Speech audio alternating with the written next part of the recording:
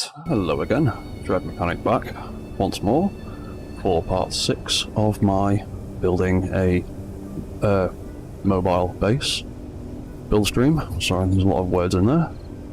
And it's late, I'm getting tired. But yeah, last time, like 20 minutes ago, we were messing around with trying to sort out all of the power consumption issues going on, and we started developing with quite a lot of pretty good input from some of the people watching the stream. We started developing this hover drone, this flying drone, to be a little bit more self-sufficient, and there's still a few more ideas I want to try out with it. But yeah, and there's a few other things I'd probably like to do on this stream, but I'll try them later. So the next idea to do, the next thing I was going to do with this with this drone, was I need to rework how the landing gear deploy, because as I demonstrated last time with no energy, let's just jump into a control seat over here for a minute. Yeah, as I was explaining, that drone is currently set up so that when it gets within 10 and 15 meters of the floor, meaning voxels, the legs deploy, but seeing as the deck of this thing is about 40 meters off the ground or something stupid, or about 30 meters up, it's not quite working, so we have to rethink how this drone registers deploying its landing gear. So I can either change it so that it deploys the landing gear at a much higher height. Probably the easier way of doing it, because it's currently, yeah, about 40 meters off the ground. 30.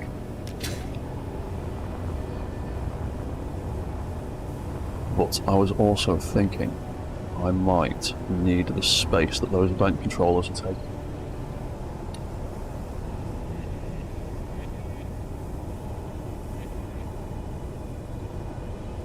So, for now, the plan is I'm going to remove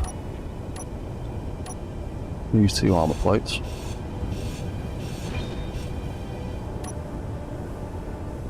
Oh yeah, that's one of the event controllers that I might not need anymore.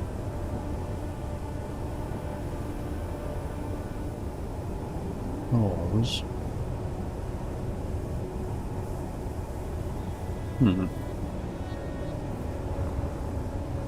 Over there is that. Yeah, because I had an idea earlier. What was it? Oh, hello, Protein. Part 5 did end like 5 minutes ago. I'm sure I titled this one Part 6. Have I given it the wrong name? I don't know, it says Part 6 down there. Yeah, I thought I'd just carry straight on again and do some more. Like I was saying, I didn't want to end up doing one big, huge 6-hour stream. I thought I'd have a little break and break it down into 2-3 hour streams instead.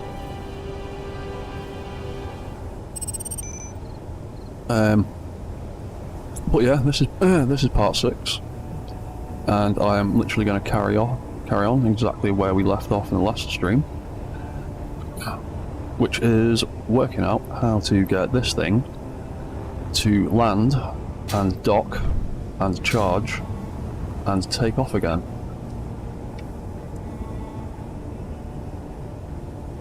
Yeah, I mean, I would have quite happily carried on with that stream where it was because I had quite a few people watching and everyone seemed to be quite engaged. But yeah, I just ended up doing one giant 6-hour stream,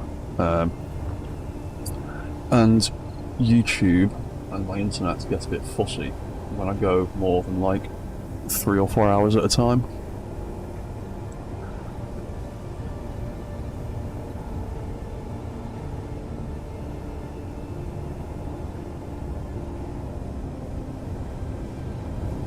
Oh, hi Brad. How you doing, man?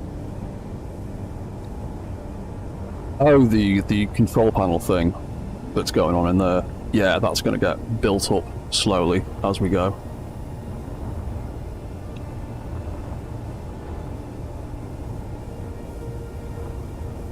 What's the block under the camera? Under that camera? It's just a connector and a... Oh, that block. That's the relay, the action relay, so it can be controlled, triggered remotely. That can move, that can go anywhere, but I need to have a relay on here somewhere. Because the original design of this drone, it was set up so that you could deploy it and recall it from like a button somewhere on your base, and it would, when it was deployed, it would just fly off, do its little route, and you could recall it and come back. If you've watched my aerial drone video that I put out like a week or two ago, or watched my my mini mech build streams that I've been doing recently, I go into it a bit more in those streams. So a lot of my new miniature things I've set up with like automated patrol routes and recall systems and stuff like that. And I'm probably going to have to rebuild a bunch of that stuff. Oh, did they fix the doubled up solar panels? Has that been fixed, has it? Well, it seems to be doing something at the moment, having doubled up ones on the little one. Like, we did test it before on the big ones, and it absolutely does not work on the big ones. On the smaller ones, the double layer does actually seem to be registering noticeably that I'm going to keep it. So it seems to be fixed for the big ones, but sort of still works on the little ones. So we'll go with that for now. So I need...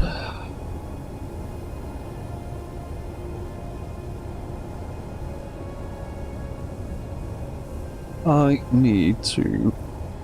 Yeah, the small ones, like I said, they still seem to work. That's got a double layer on it.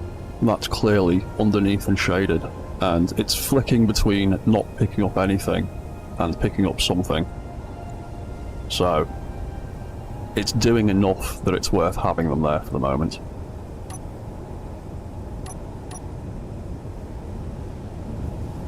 Just want to pull them in, pull that in. Right. There's a bit of armor plating I need to rebuild. But I do need to rethink this. Now, I need... You know what, for now I'm going to build a sensor here. Because I know I'm definitely not going to move that antenna. That antenna is staying where it is. So that can come out. And we will pop a sensor that can detect large grid things. I'm going to have to move that on her. Which means I'm probably going to have to turn that off because the AI is currently controlling it. Wire the connector under the turret so that it can land on a connector, like docking port thing that I'm going to build here. The original design had one on top because my other base has like a crane arm thing that can pick them up. But for these ones, I'd rather them be able to land on the docking pad and clamp down. And it only really needs a conveyor port for the gun anyway. There's one small ammo container inside, just on the other side of that rotor, for a bit of extra ammo storage, but it only really needs to arm the gun at the bare minimum anyway, so I thought just attach the connector there.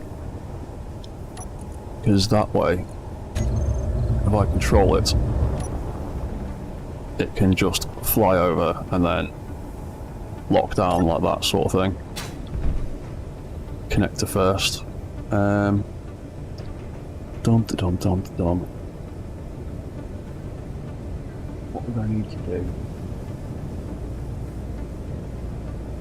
I would need, at the very least, I would need a timer in there. So, see you later. We'll put a timer in there and put that. Very clangy for one small grid block. God knows where it's gone. Where is it? Small grid timer. There we go. So I'm going to pop one of them in there for a landing command. Where the hell did that thing go? Did that thing roll all the way down here or somewhere? Meh.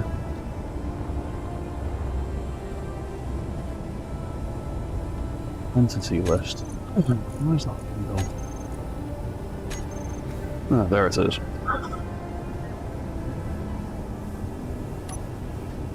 Come with me. Right, so we'll quickly stick that back on there. Because if I want this to land and be able to connect up properly, when it's in flight, the turret controller is going to be in control and doing AI things. And the problem with that is when the AI is in control, you can adjust... actually that's behaving now. Oh, the AI switched off, isn't it?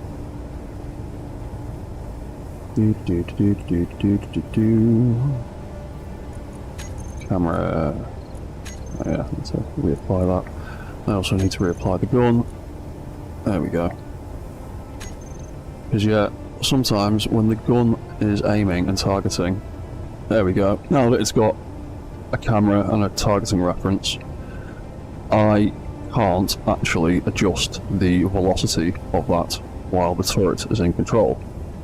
So, when we come into land, we need that turret AI or the turret controller altogether to turn off so that that hinge can then straighten out. And it doesn't really matter what direction it's facing as long as the hinge is straight, because it's vertical, and I've set it up so that its maximum upper limit is 0. Because it's not really intended for shooting up, it's intended for shooting down. Yeah, I mean, yeah, it is a bit of an odd choice, Proto, but it's functional. And my whole kind of theme behind this build stream is to try and make weird mech stuff that's actually functional and self-sustaining and that kind of thing. Because I mean, building mech stuff in Space Engineers is mostly just for fun, because a lot of it isn't practical in the slightest. But I'm trying to figure out a way to make it at least vaguely practical, so you could at least have some kind of a survival kind of experience with it. So that is functional, so that's the way it's going to work for now. Because these legs deploy, and then that sits quite nicely at a height that can connect, so I'm going with that for the moment. Oh, and he just ran out of power. Which means he's going to run out of power any second. Probably.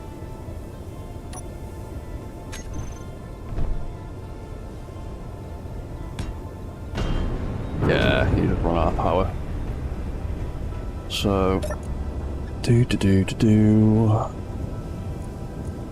before it collapses, let's deploy all of those bits, so when it does eventually run out of power, it will land comfortably.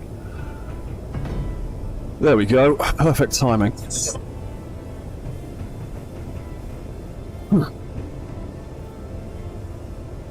Right, so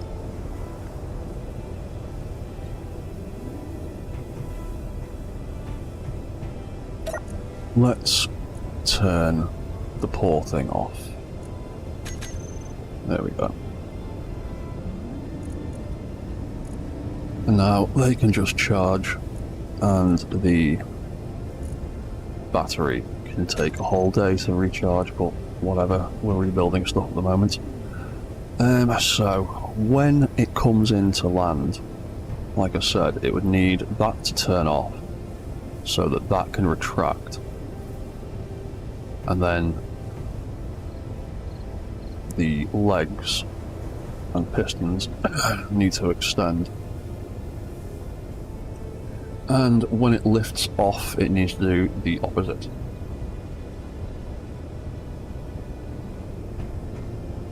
So,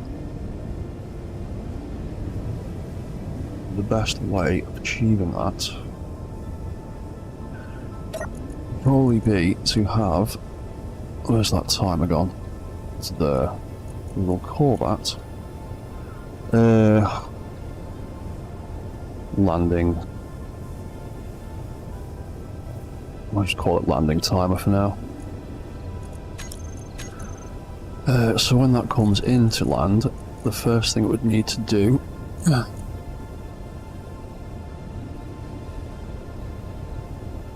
oh yeah, I know the proper thrusters are way more efficient. I just wanted to use the flat ones on this because I like the vibe of them. I like the style. So when this comes into land, the first thing it would need to do is turn off the AI on that turret. To be honest, actually, we'll just turn the whole block off. Just do it that way. It's a simpler way of doing it for now. So then, once that block is turned off, we can then control the hinge for the turret. Because if we tried to put in commands for the hinge first, if that was still on, it would do absolutely nothing. And then that would deactivate and the hinge would do nothing. Because these slots all trigger in order from 1 to 9, and then through each of the pages. So if you set your actions up in the right order, you can get some more complicated stuff.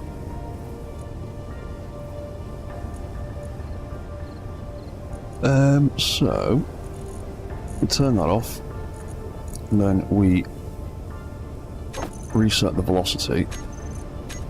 And what is it?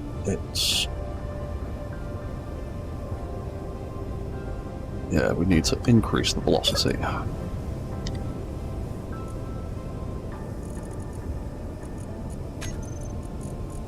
So that would increase velocity. So that would turn that off, that would move that back up into that position.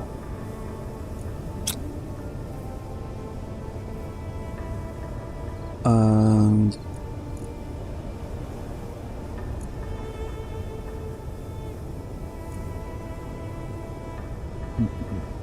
actually, we could potentially get away with making this essentially like a reverse command. Because otherwise I would have to add in... Oh yeah, I also need to take out 2 event controllers, don't I? I took one out and replaced it with that. Where's the other one?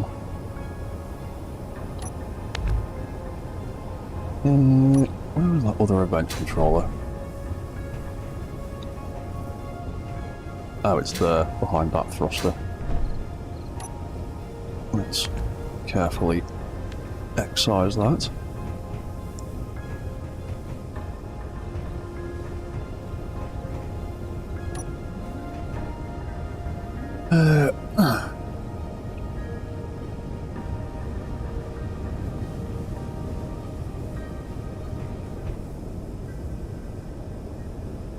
what's that? Mathematically, this drone should be feasible, but it needs at least 6 panels. Yeah, well, we discussed in the last stream that it's not actually got enough solar panels to sustain itself. It would need a hell of a lot more for the battery size and the thruster output. This is why I'm working on a way for the drone to be able to automatically land, charge itself, fly off, do a little bit, and then when its battery gets too low, it can come back in and land again. Actually, I didn't need to take that event controller out because I was going to use it. Because I want to have an event controller on the drone that can measure battery charge so that it can tell itself to come back. How many thrusters total? It's got 8 vertical thrusters, 4 facing forwards, 4 facing back, and 3 either side, I think.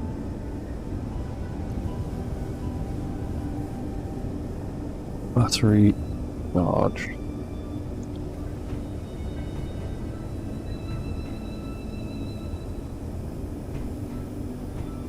Right, so that's the basic parts in place. Let's get to do some things that I want.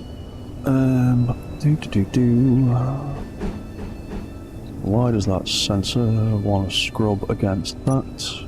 Are you kidding me?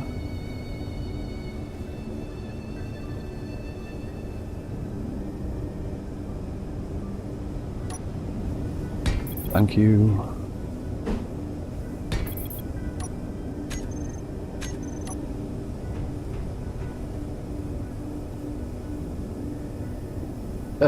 Yeah.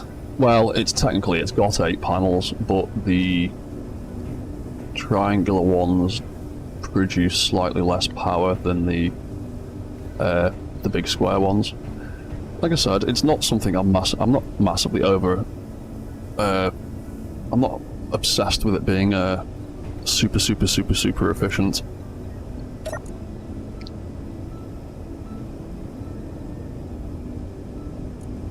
Because at the end of the day, all this stuff needs a little bit of a charge. The little rover drone thing I've got built into the bottom of the lift, he's only got about half an hour's worth of charge in him. And I could make him way more efficient if I just slapped a huge giant battery on him, but then he wouldn't fit where he wants to live. Yeah, this is it. I've got 8 triangles on it. It's decent enough. Yeah. So that sensor is going to be landing sensor 01,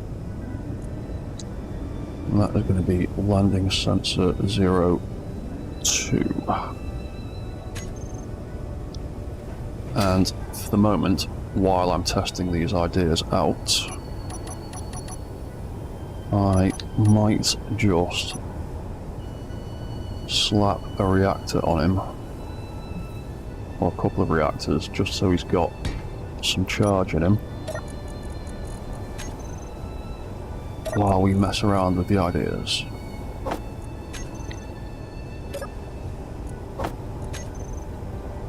Because otherwise I'm going to sit here waiting for him to charge up all day long. Right. Access port gone. There it is. All systems on.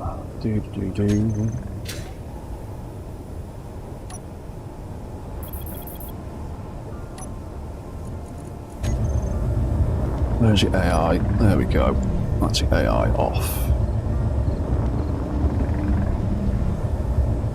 Because I need to be able to control you and move you around to set up the things I want to set up. Right, you beepy little sensors, where are you?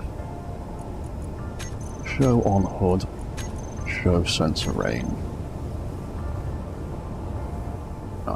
We don't need it to be anywhere near like that.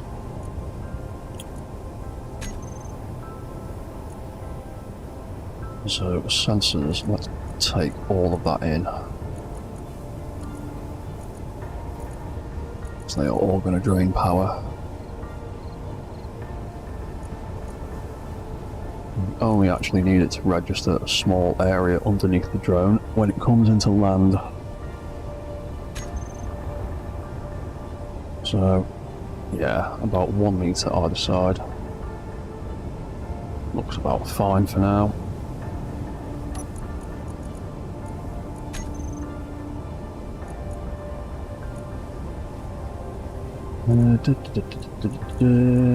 Top, yeah. Top and bottom, 1 meter either side. So then the back can be nothing because we don't need that. So then number 1, we will make that 10 meters. Number 2.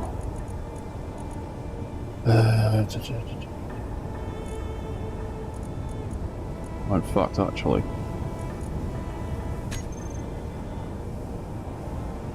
oh, he's tipping over. Behave yourself. Thank you.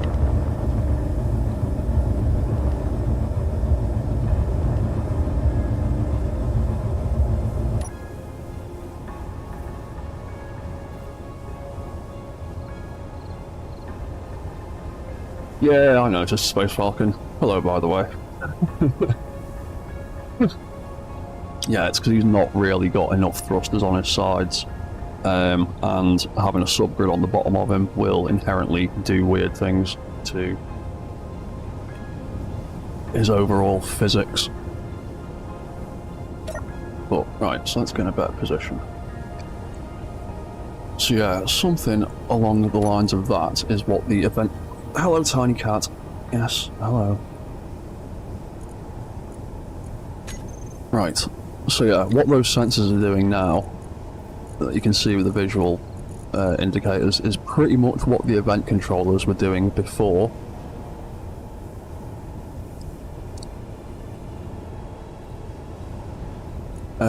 So I'm going to swap them over to sensors instead, because the event controllers can't detect the ship. So actually I'm going to set that to... Sorry babe, if you're going to sit in the way, you're going to get in the way and get your head bonked. Stupid cat. Right, so if I have them at 15 and 10, that gives it a decent little amount of time to deploy various things it's going to deploy. It's hard controlling stuff like that. There we go, it's easier. Yeah, so that first sensor is... Oh, I need to adjust some of those settings a little bit, I think. So they... Oh yeah, I do. So they match up into one column. So, front settings. Wrong button. Yeah, beep beep beep. Front setting. Oh, it'd be top actually, wouldn't it? Let's have that. Half a meter. Back can be 1 meter. We'll do the opposite on this one. Bottom can be...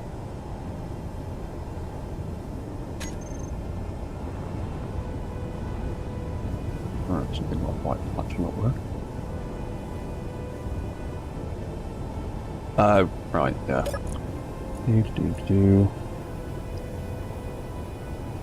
Yeah, the bottom would need to be 1.5. Yeah, that's the one. And the top of that needs to be 1.5. There we go. Right, so sensor number 1, when that detects not players, when it detects large grids and voxels, will retract the... well, it'll retract and extend the pistons.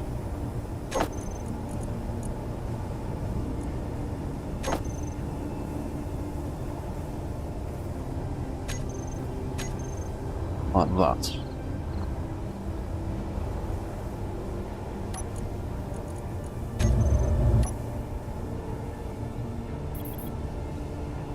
Go, when we detect that, it retracts them. Fly back up, it extends. And then sensor 02. Nope, and we're going over again. Whee! What the smeg? Yeah. A little bit off balance. Might see about trying to squeeze a few more side thrusters onto him.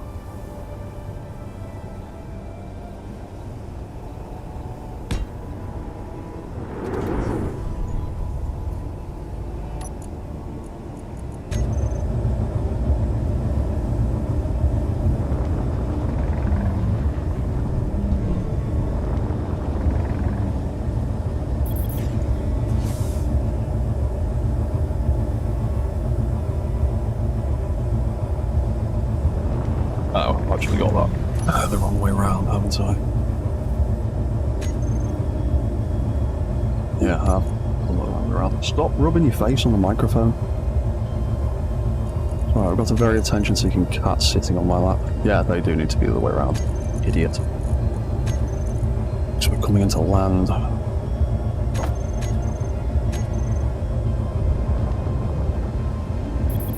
Yeah, when it comes to land, it do that. And then when it takes off, it will retract. And then when sensor number 2 gets high enough, it would... we just have to stick a reverse command in there for now. So that would be...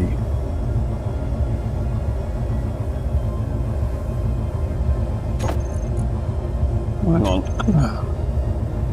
How did I do it? Oh crap, that's how I did it with the other one. Because... yeah, that's why I put the timer in there, because you can't put 2 of the same command next to each other in a sensor, which is a little bit annoying. So I can't have that and that. I could make 2 groups instead, which is possible, but the whole reason I put the timer in there is when it comes into land with that second stage, I want it to trigger that timer. Because that is going to, as we discussed before, that is going to turn that off. Reset that.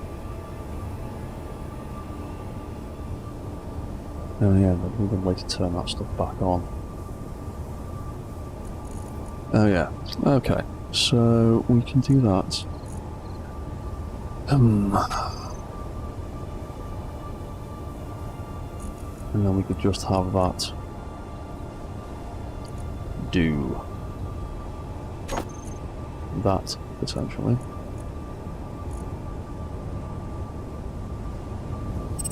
Yeah.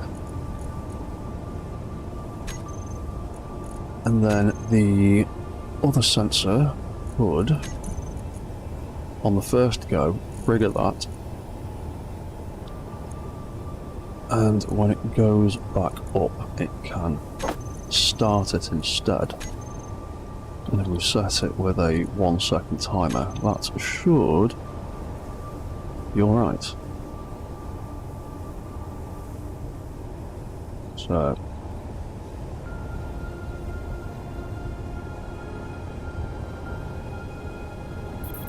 I'm going to trigger the first set. Oh yeah, and Oh,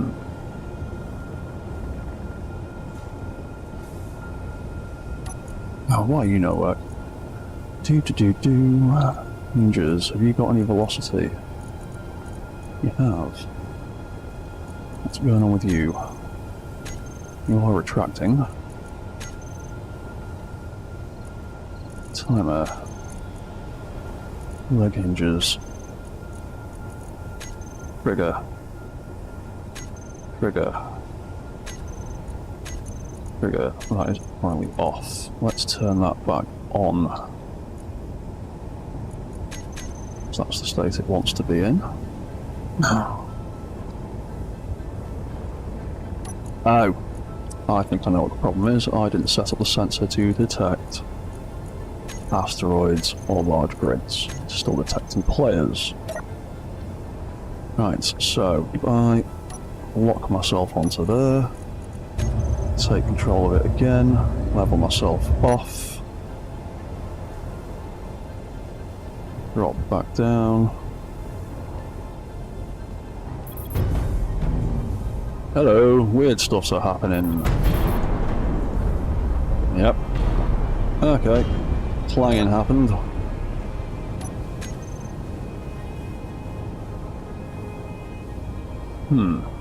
Interesting. So, what happened there?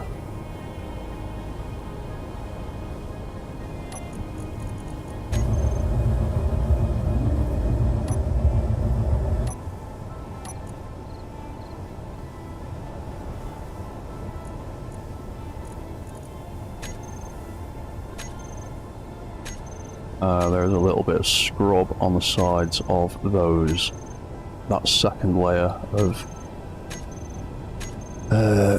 solar panels. Yeah, I think the piston's activated first. You're right. I think I screwed up my priorities a little bit.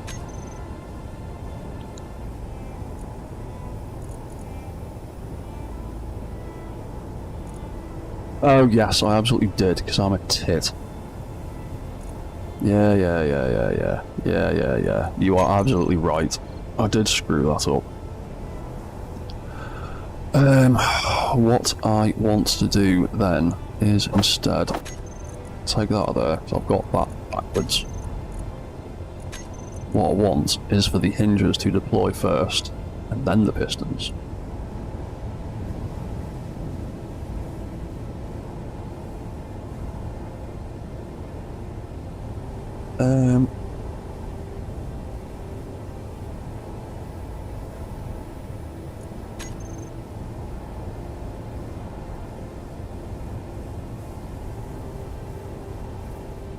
Yeah, to be honest, I think I might just do that. I might just swap the sensor depths around. That's probably the best way of doing it. So, let's put that back. So when it detects something, it needs to extend. When it retracts, it'll do that. So what's that one? That's 15. We'll make that one 10 instead. And we'll make that one 15 instead. And hopefully that solves the fucking problem. Right. Actually, let's stick ourselves to that so we can see what's going on. Let's grab control of him again. Come on. Thank you.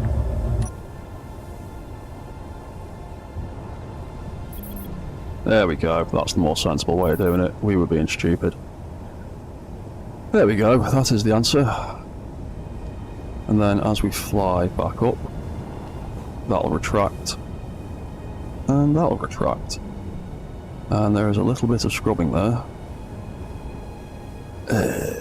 That's annoying. But that is a problem with the piston collisions. The pistons aren't... The pistons are slightly too big.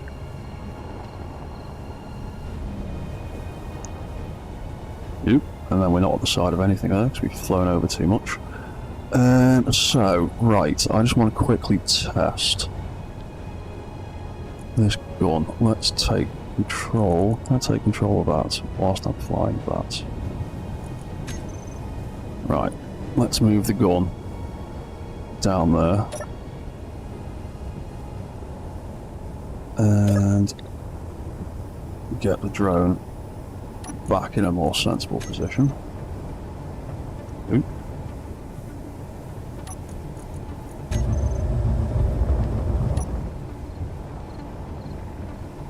Because I want to make sure that that gun is actually retracting properly when it should be.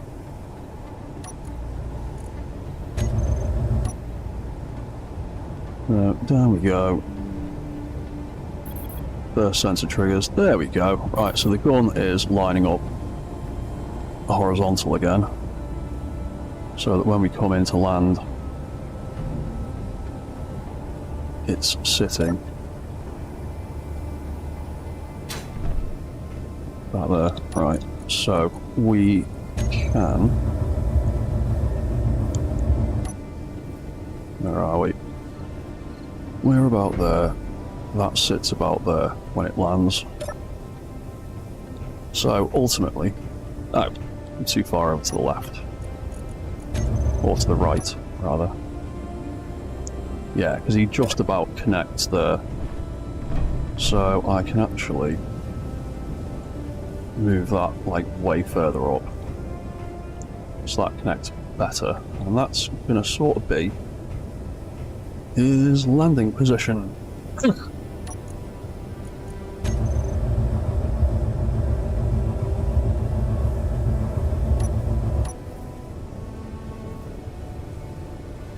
So, something like that, I think.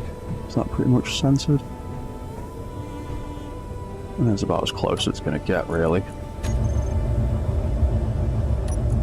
So, let's quickly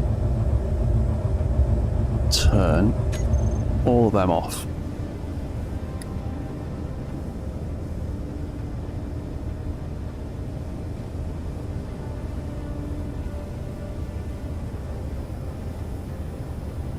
Oh, hello, Engineered Coffee. Sorry, my eyesight is absolutely pitiful. I didn't even realise that was you that offered, that mentioned that. Yeah, well, that seems to have worked. Cool, right, so that is basically going to be his landing position. So I need to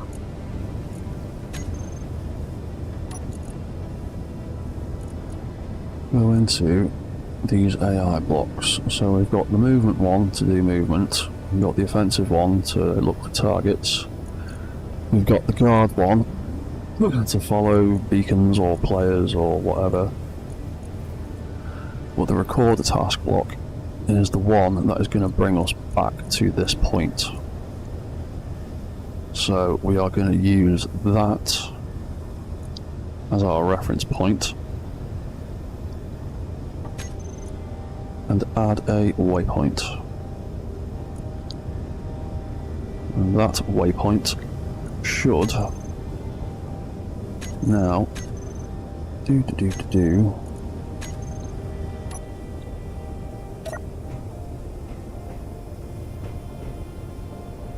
Oh yeah, I need to AI bomb record task block, turn that on, I think.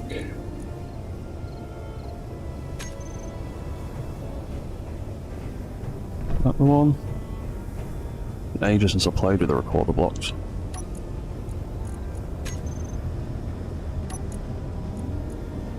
Let's turn this back on again.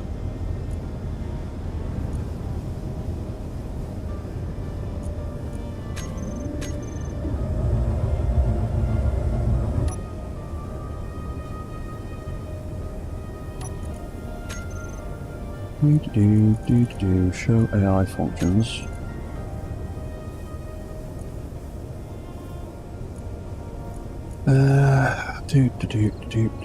Waypoint 1.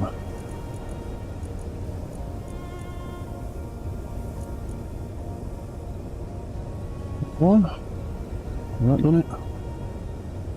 can't tell.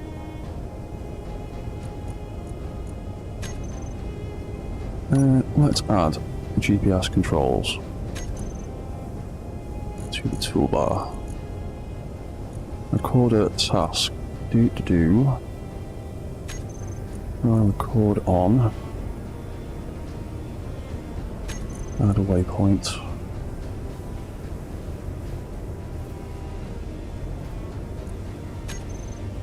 Like that for now. Where are we? Let's level ourselves off again. We're about there. And fly up, fly back a little bit.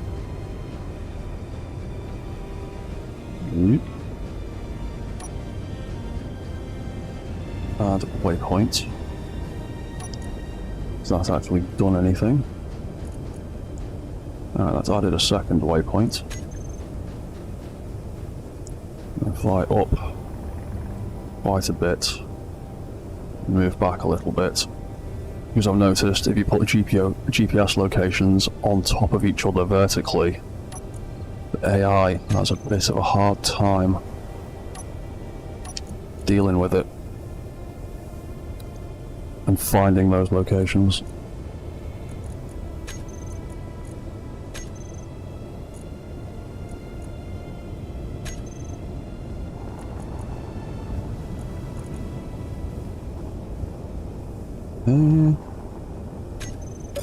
Where the hell's that drone just gone? Oh, there it is.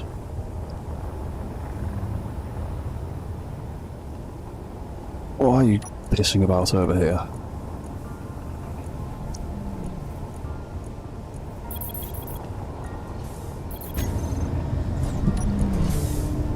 What are you doing? Movement. Collision avoidance. I bet that's messing about with you, isn't it?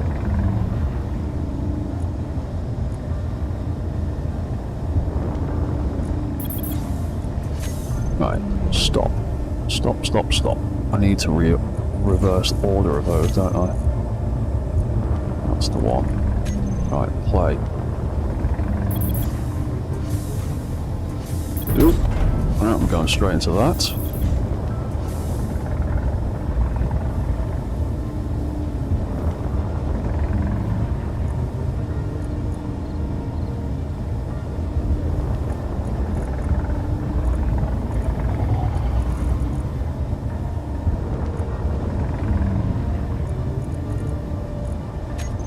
Right, settle down. What are you doing? Movement. That's off, that's off, that's off. You. Waypoint 3, waypoint 2, waypoint 1.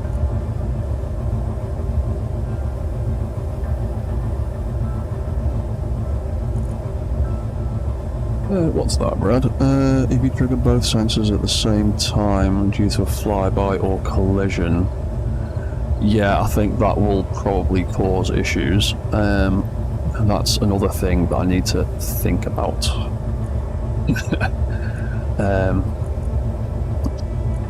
Now I want to get this to behave itself. Try that again. Yeah.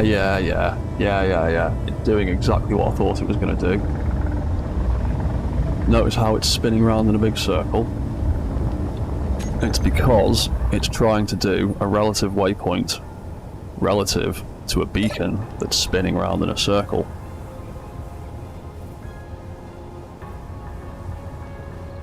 So I've probably made a great big spiral of waypoints relative to that beacon while I was trying to sort that out.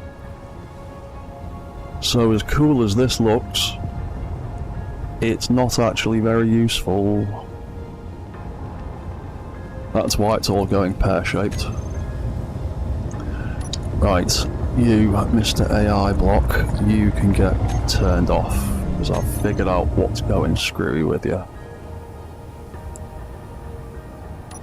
Right, autopilot is still enabled because the movement block is still on. There we go. Yeah, that's what was happening. It was trying to do circles around a moving thing, so it's perfectly fine doing that with my antennas, as far as I can tell for now. But doing it with the beacon is apparently going to cause massive, massive, massive, massive problems. But, hey ho, you live and you learn.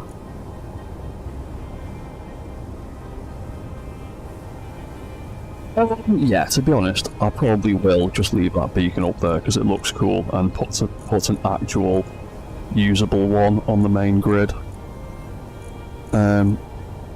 Because it does look cool up there, I agree. That's the whole reason I put it there in the first place, and I did kind of suspect that exactly this kind of problem was going to happen with that up there. So, let's turn all the thrusters off. In fact, let's just grab hold of him again and turn all those thrusters back on and just eke it over to the side a little bit.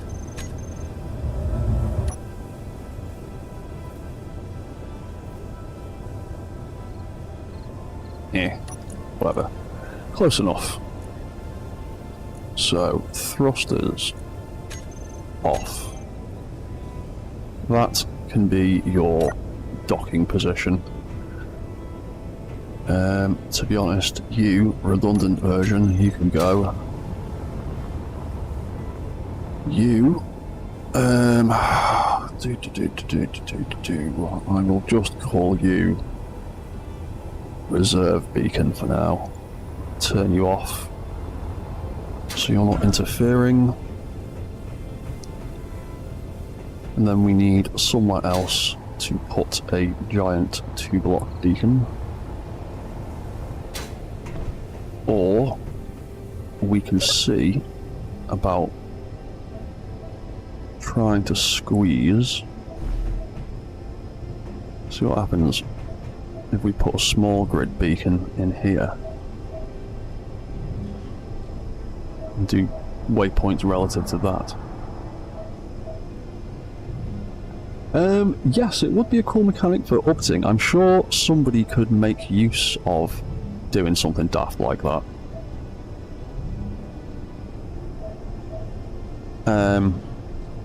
But yeah, for my purposes, that's not really helpful. So, let's try... Oh, another thing. I always forget beacons with the antennas.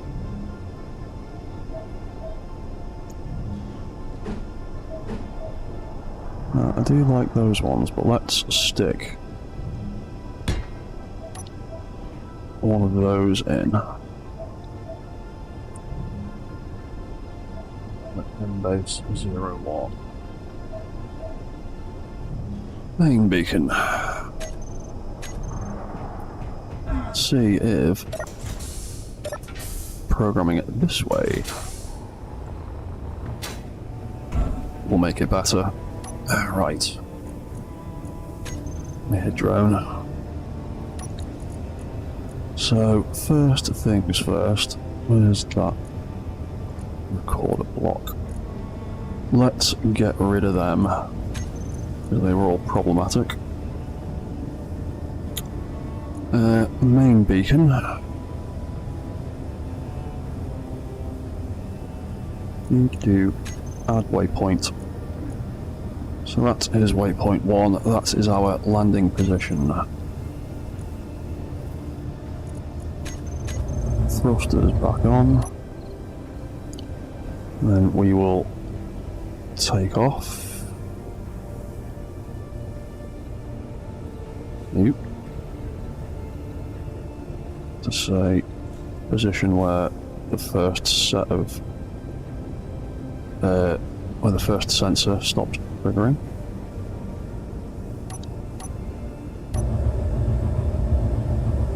There we go. And we will move back a little bit.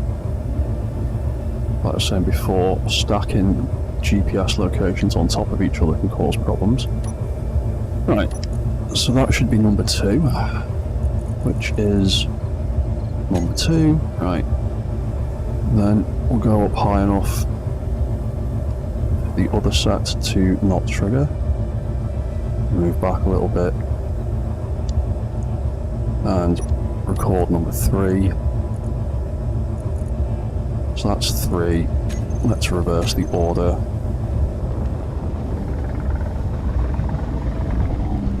Let's fly over here. Then AI block movement can turn on.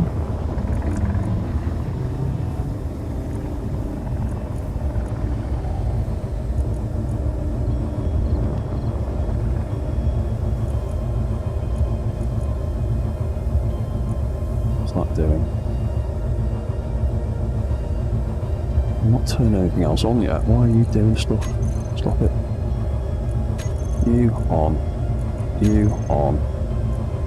You off, in fact. Why did that fly over there?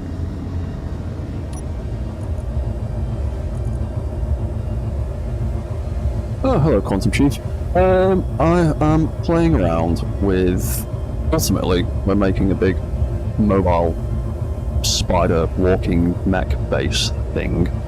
Right now, I'm making a little, like, patrol defense drone thing, and I'm trying to set it up so that it can automatically fly around the base and come back and recharge itself.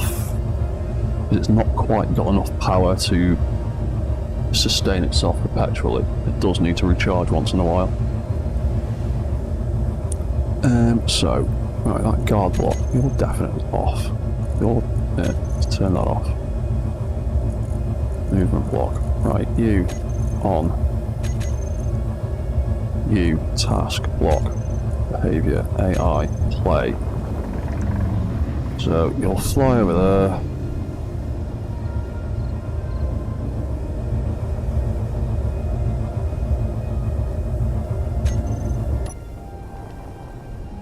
Fly there.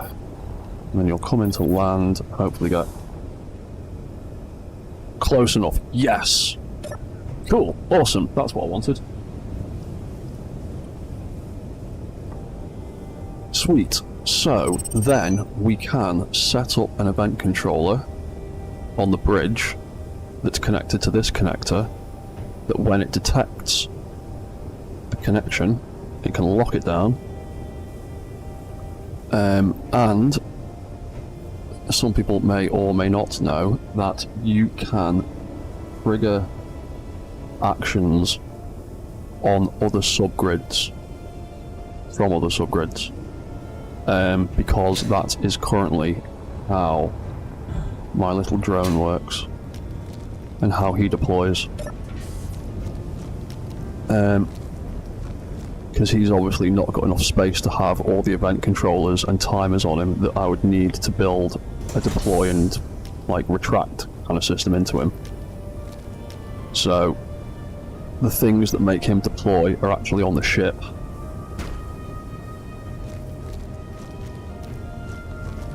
Instead. Although, he's getting squished, he's a little bit low. Oop, there we go. Hello, little drone. That's something else I need to tweak. I need that to sit a little bit higher. But yeah, everything that controls him turning on and off for that docking thing is all on the ship. It's not actually on him, because he's not got enough room. I can turn his bits off. Then, yeah, that's now way too low. Because I built this on a big hill that had a big dip in it, didn't I? Yeah, well, I'll fix that problem later, because we're not going anywhere at the moment. So, that works fine. Those sensors work pretty well. So, we can take proximity alert off that, because the sound is irritating. And we can take that off so we don't have to look at the sensor beams anymore.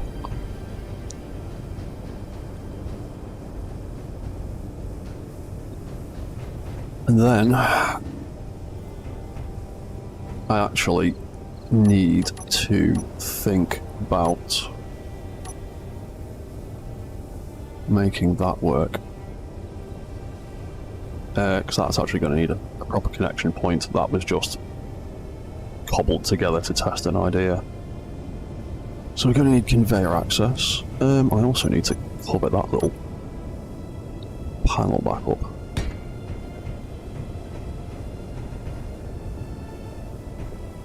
Yeah, there's a gap in there that needs filling back in.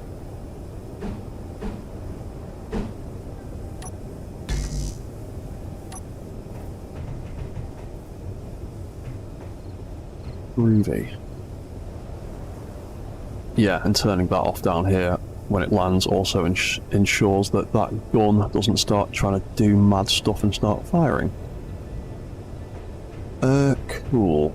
Right, so,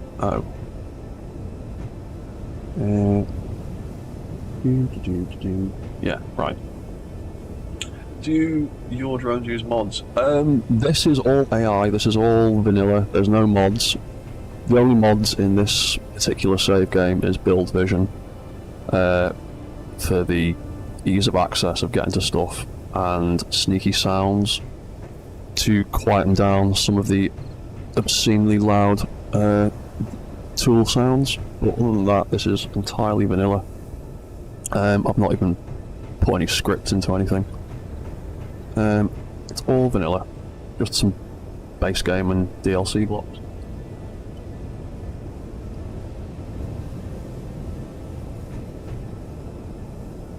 Right, so he would land there. Oh yes. Now that was the thing I wanted to set up with the controller or the battery charge, because this is the whole point of making the landing sequence. So, where is it? Stored power. So let's say, for example, when stored power gets to less than 10% on that battery,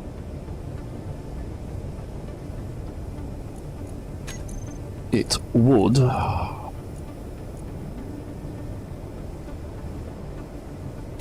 turn on that block. Hang on. No, first things first, it would turn off the AI on the guard block, because that's what's going to be doing the patrol route. And then it would turn on the AI that block, and I know hitting play does that anyway.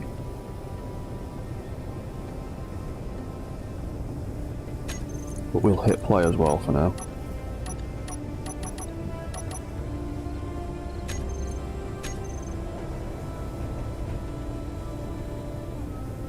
Right.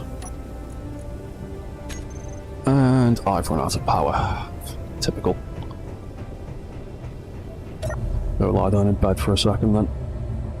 On one of these new sideways inset beds. At least you're actually lying it on the right angle, unlike the bed in Cyberpunk 2077, or at least when that game first came out. There you go. Right. Energized.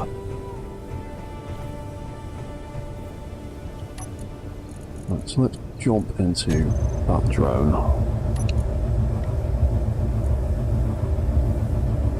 Let's turn off those reactors.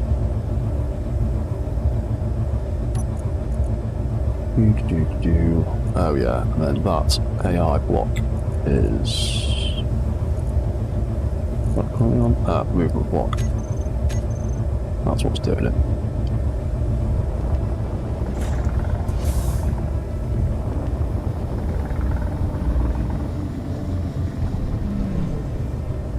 Right, and we haven't got an awful lot of charge from the look of the thing in the corner.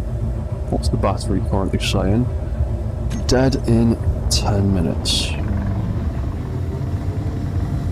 What if I absolutely rinse the battery around for a bit?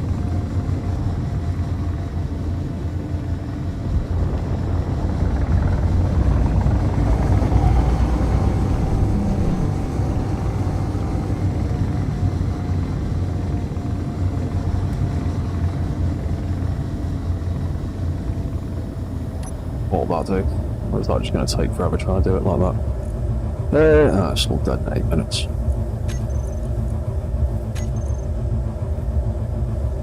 I might just stick it on discharge. It's still dead in 8 minutes. Meh. To be honest, let's just turn up the settings on the battery controller for now. So, let's set it up how we'd like it to be. So guard mode, and that would be on, that would be following the M-base beacon at that range. That's what it should be.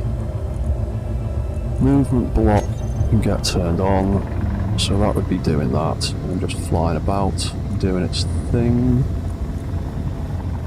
And hopefully it won't plough itself into the ground. Thank you. Right, so then the battery charge block. Where is it? There it is. Hello, Adrian. How you doing? Oh, hello, Quantum Chief. How are you, man?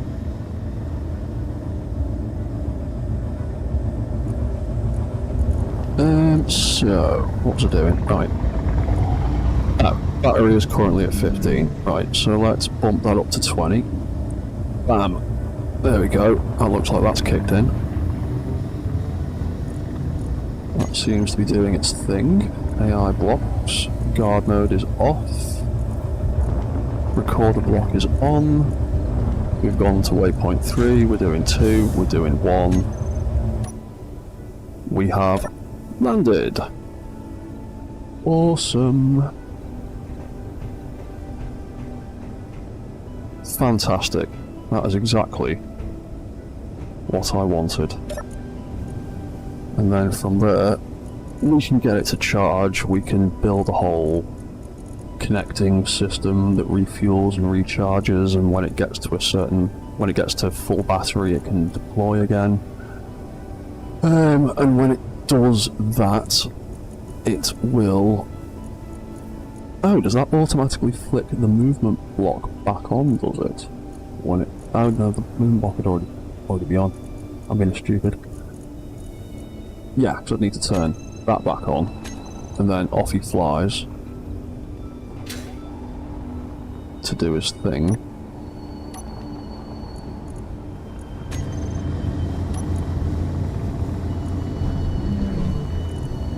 Obviously that's below the threshold, so it's going to be a dick about registering it now, so if we make that 10%, it'll tick down to 10% in a second, and it should trigger once again. 10%, there we go, that's triggered, that's kicked in.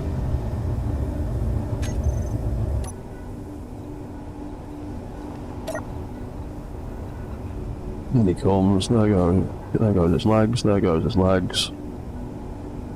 And he has landed beautifully. Sweet.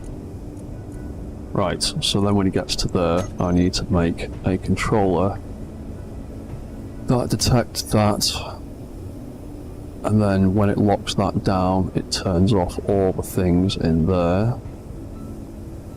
And then I need to make another controller that detects battery charge, and when that is charged up, it turns everything back on and disconnects and deploys it again.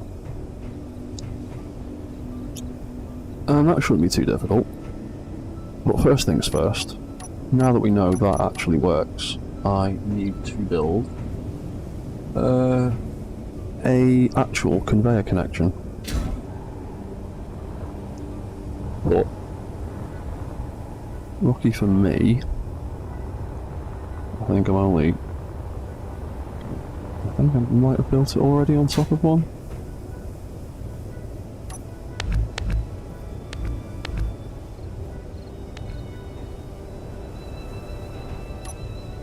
I built it right next to one. Fantastic. So we can get a conveyor port in there. No hassle. Sweet. Cool. So I can do that. I could spawn in another drone. We can have a pair of them to patrol the area around the base and not smack into things. And hopefully, yeah, I might change some of the follow settings. Yeah, we can have one there. We can have another one there. I might equip it with an auto cannon instead, so I've got a bit of variation. Set that up with similar controls. Put that in. Right, I've got a plan, and I will continue it. What the hell has happened to my skin? Where's my skeleton outfit gone?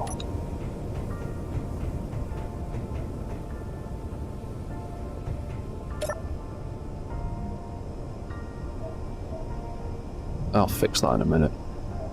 Oh, I've got a medical room up here. Really? Where's my skeleton outfit gone? Oh, it's all on, it's just the skin's broken. Oh, whatever. Space Engineers doing its thing. Right. I will be back in 5 minutes. I just need to have a quick break. But, yeah, we will get right on building that. And then we'll test it to see if it works in motion. Which will be interesting. See if they can keep up while I've got the base walking around.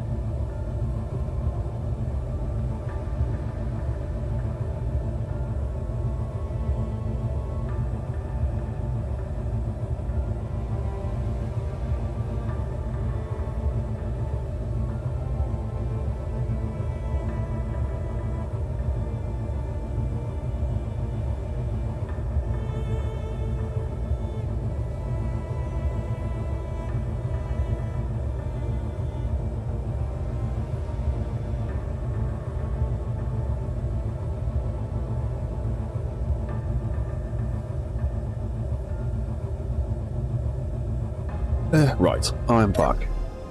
What's that you're saying, Quantum Chief? Does my base walk or does it slide? This thing absolutely walks.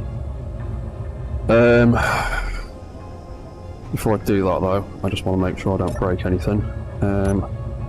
Where's my lift button? Let's retract the lift. I've actually built a button for that now. So, sorry drone, you can stay down there on the floor for a minute. Because I don't want to smash that up. I'll have damage turned off, but I don't want to make it clang out and explode. But yeah, it works. It's even got manual controls. It's got a set of event controllers for each leg that control them all independently.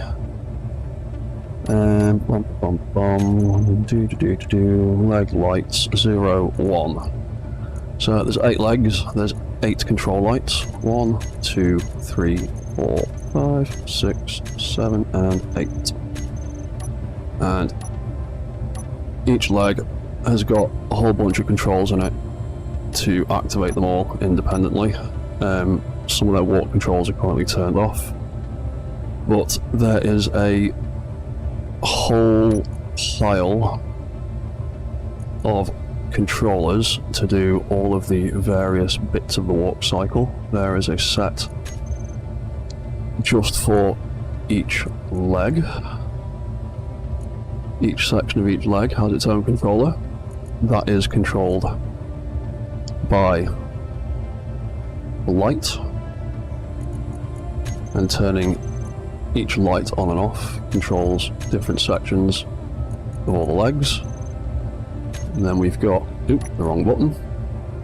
And then we've got a bunch of walk controls, which turn off various sequences of those lights. Walk cycle forward, for example. Oh no, that's the forward controls. That's a different controller. That is what makes it manual controlled. But yeah, turning all the walk controls turn off various combinations to make it walk forward and make it walk backward. And he's also got let's put it into spectator mode. So he's got a thruster set up on the back that triggers it. So that thruster turning on activates the forward walk cycle. The one in the centre turning on activates the reverse walk cycle. Nope, those drones are going to be clanging around on the flight deck. And the third controller is just to counteract inertial dampening issues that come up when I do it this way. And on top of that, there is even more vanilla controls, because there are these two sets of side thrusters that control turning left and right, and they've got a set of event blocks that are controlled by those thrusters, and when those thrusters are triggered, these two gyros, the rotors that they're attached to, turn. Those rotors are on shear inertia tensor, so it shifts the mass of the entire grid.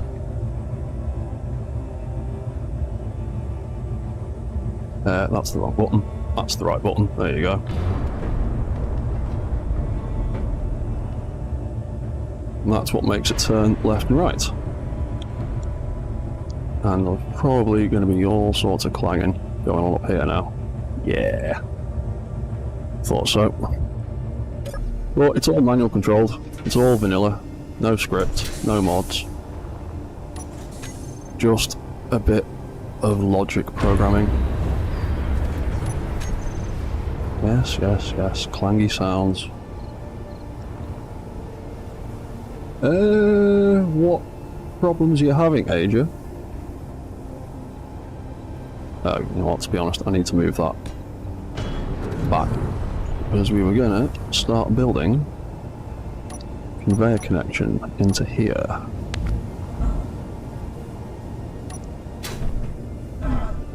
Because I've got the back of that container, that there, either side. So for now, until I need to rebuild it, I'm just going to use the T-block.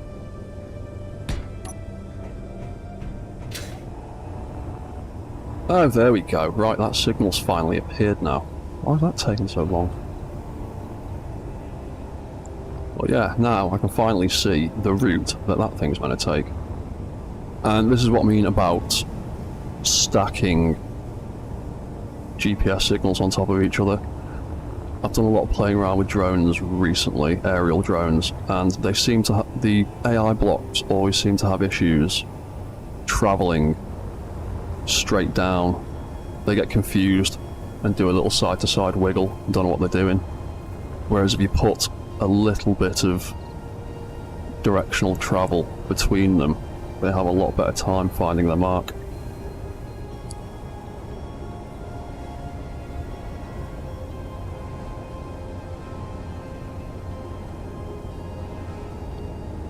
Oh, Quantum, are you the dude that does all of them? Because I've seen quite a few videos of, like, custom, like, suspension mad setups.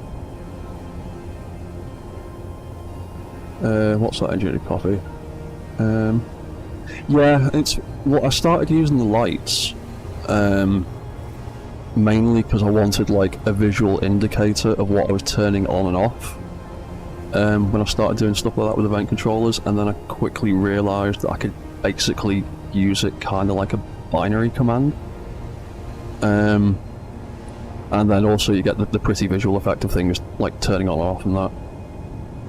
Yeah, I've seen some of your ridiculous fucking custom Rover suspension setup. They're really cool, man.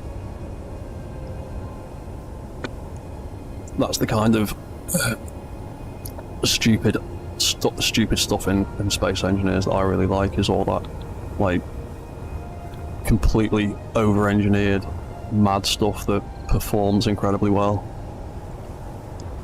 So you know what, that's doing that now, so let's take them off there. We don't need them anymore,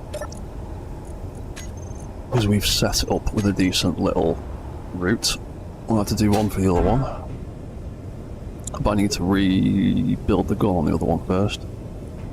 In fact, actually, you can come out for now, because you don't need to be there. I'm going to rebuild that mech eventually. So we'll pop corner into there, and then we can have an advanced rotor on top of that.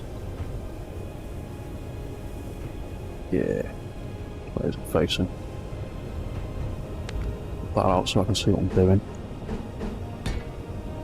There we go, that'll do that. And then we can pop that back in there.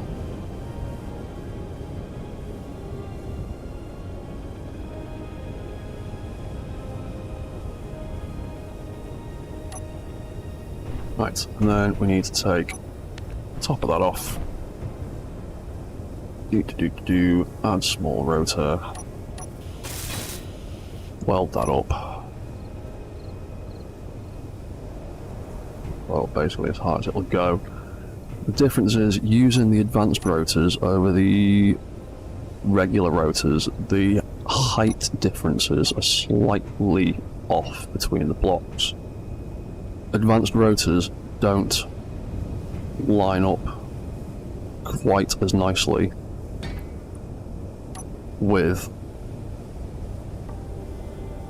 large grid blocks, as well as the non-advanced rotors do. It's a bit trickier, because they're either just a little bit too high or not high enough. They've not got as much play in them. So we'll just stick that up to maximum height.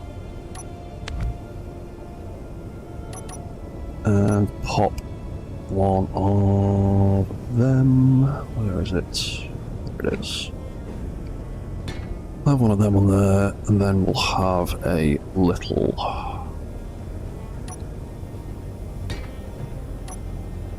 connector on there, and that is actually piped up now.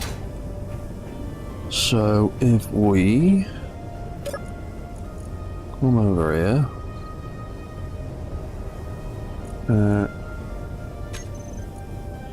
turn that on.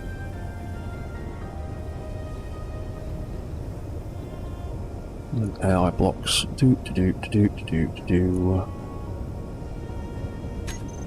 Oh wait, that battery was heavy overload. Oh yeah. So yeah, actually for now, let's pop that reactor back on there so it actually can fly. And then once we've got it connected back up and get it charged, we can bin them off and see how it works properly getting charged up. Right, that should be enough for you for now. How's that battery doing? It's not. It's still saying heavy overload. Yeah, whatever. As long as you've got enough power to get off the floor for long enough for this to run its course. So that's on. That's on. AI behaviour on. You are being daft and struggling to get off the floor. What are you playing at? No.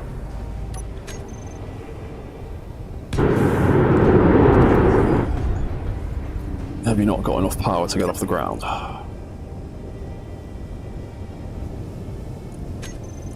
Stop.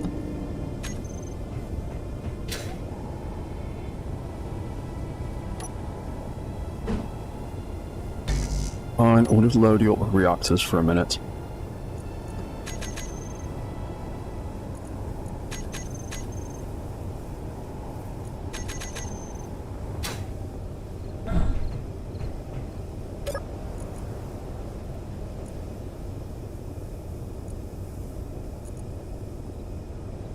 There you go, that's not having a fit anymore. So we should be able to turn that back on. There you go, it's just the battery stress now because it needs some charge. Right, so you are up and about. You are flying around. Let's try and... Oof, I need to change some of those settings. Yeah, I might change the patrol distance on that for a start. That was a little bit too close. Let's make you 100 meters for now. And let's make you 150. So it gives us a little bit of space.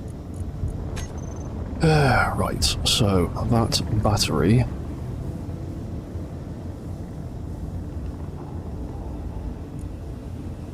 Where are you going?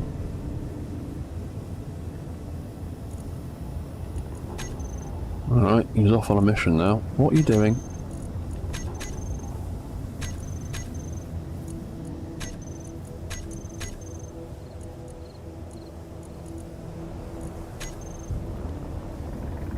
Thank you. Right. I didn't happen to set that to like 1500 meters or something stupid, did I? Oh, I did set it to 1500 meters, that's why. Idiot. Wondered why he was trying to fly all that way. Right, so... reactors. Let's turn them back off. So that the battery is running on its own. Oh, the battery charge is nowhere near high enough. We're gonna die. That's all good.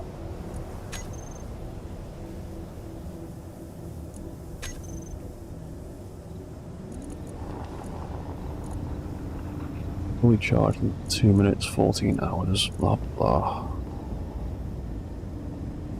Is the battery charging at all? Come on, charge a little bit.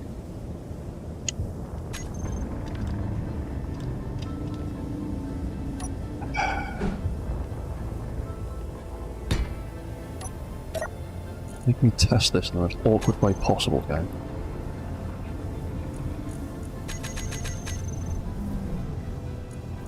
Just need you to charge up enough to get to a decent threshold so I can play.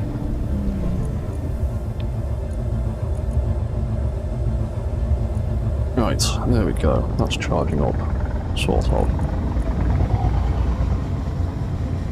Right. Let's make it less than 1. Let's turn the reactors off. Let that battery charge down by itself. There we go, that's kicked in. Let's see how well he lands relative to that new thing. Spot on. Right, cool. I like that. In fact, that could probably even do with coming down a bit. There we go. That's actually a little bit too high. There we go. Oh no, don't worry, John. I'll be putting that right back up again. That was just to make just to get the event block to trigger. What I actually want it to be is about 10%. That was literally just to make the thing trigger. Because event blocks won't actually do anything until they, like, pass the threshold. I mean, sometimes they do, but most of the time they won't actually do anything until they pass that threshold. So if I had it set to trigger at less than 10% and it's operating at 5%, it's not going to trigger that thing because it's already underneath the threshold. Sometimes it works with some of the events, but some of them it doesn't. But yeah, ultimately I want it to be less than 10% because that gives it a few minutes to come back and land. But there you go, it can fly off, it can land, it can get close enough to that for me to be happy. And it can connect to there. Oh, so we can. Yeah. It's just yeah. Sometimes to test an idea, you've got a hello tiny cat, you back again.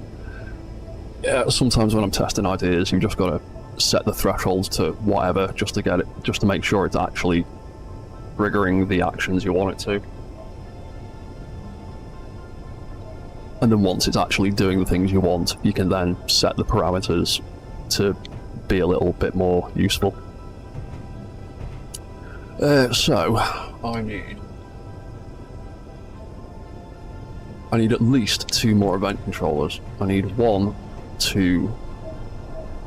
ultimately actually I'm going to need 4 because I'm going to have a duplicate setup one either side. So I need 1 controller to look at that connector down there, and I need another one to look at the battery charge on the drone. I'm hoping I can get it to work this way. Oh, in fact I know I can get it to work this way, which is what I'm doing with the RC. So, more event controllers.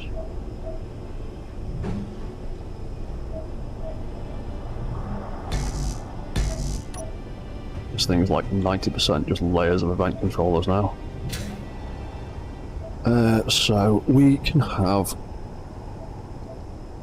controller, drone, dock,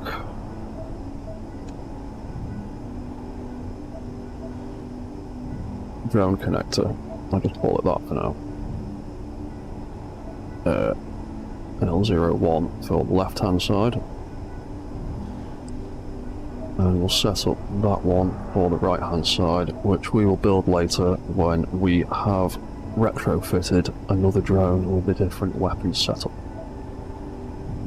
So that one will detect the drone connecting, and then that one can be controller, drone, battery, L01. Hopefully this will work. Let's get down here so I can see what we're doing. Right. So, drone bits. Drone connector L01. Oh, that was helpful. I named this connector to drone connector L01. Will make it a little bit easier to find.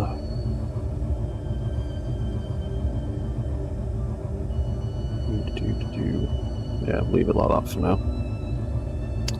Cool. So, drone connector L01, connector ready to lock.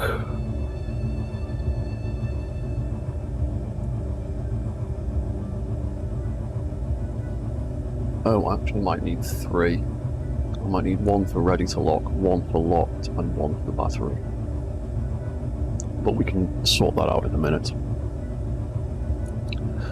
So, for now, we will have that detecting that. When that gets something close enough, it will lock.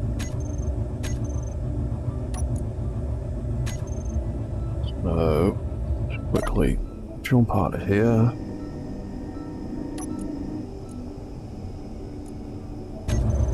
Up into the drone. Bum, bum, bum. That's the one. Turn that off.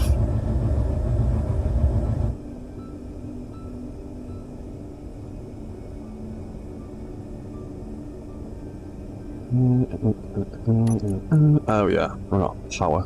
That's why.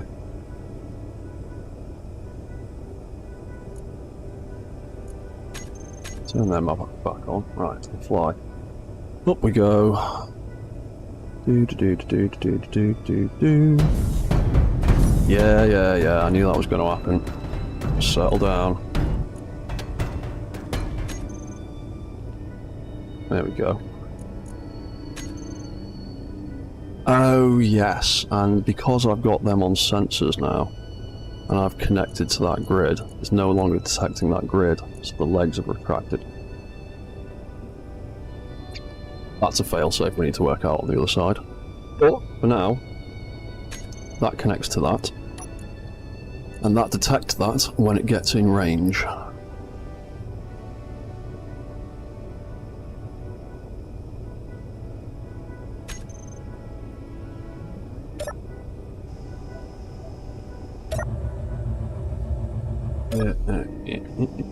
There we go.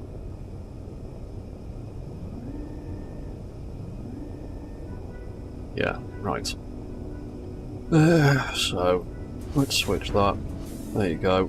They'll all deploy again, because they're detecting the grid again. I need to work out a way around that.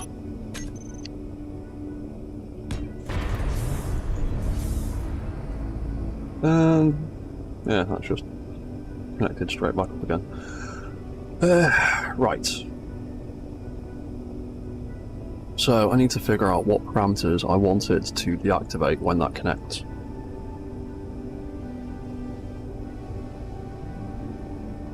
And I possibly...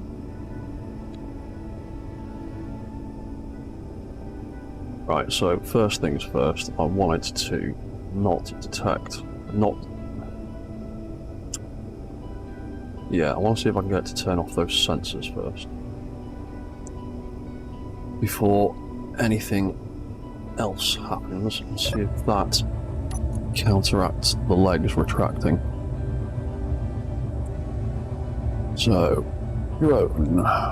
Do.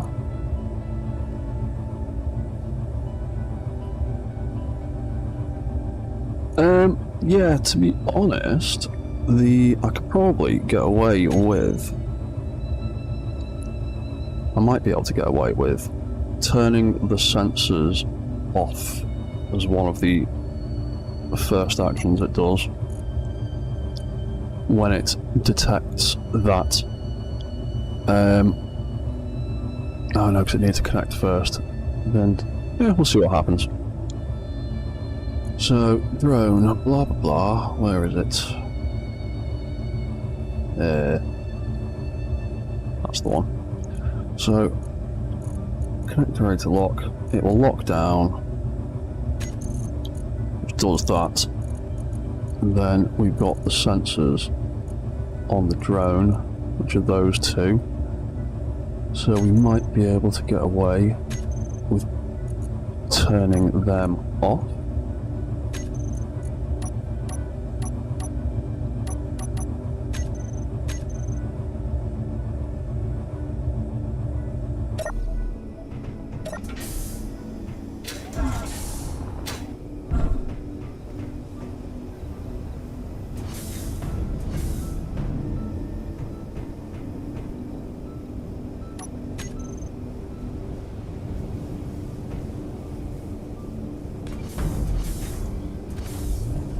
Nope. Still retracts them. Annoying.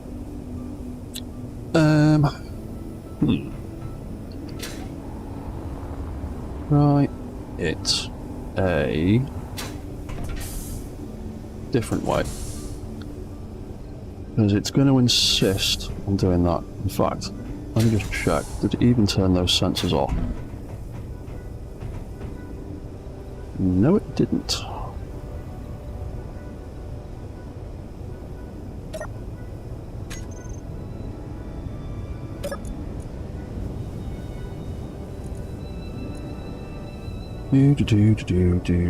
Drone connect to L01. Ready to lock. Ah.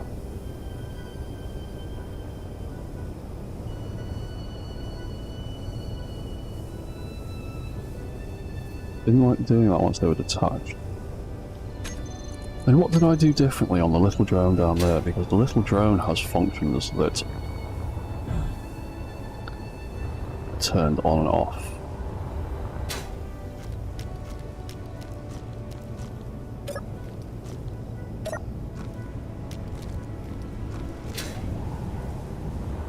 Oop, off he goes.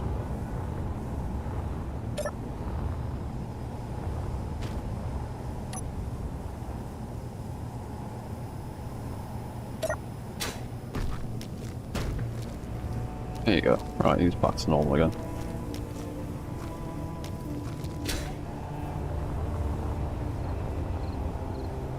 Some stuff that he's got programmed into him.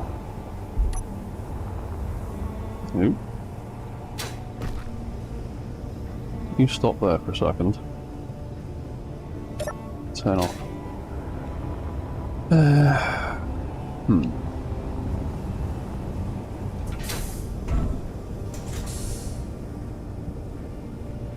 Well, this is the thing. They were on an event controller before, but I needed the space for the GPS block and the great big battery that's in it.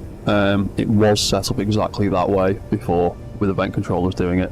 The only other issue was the event controllers can't detect the large grid. They can only detect overall height from the planet.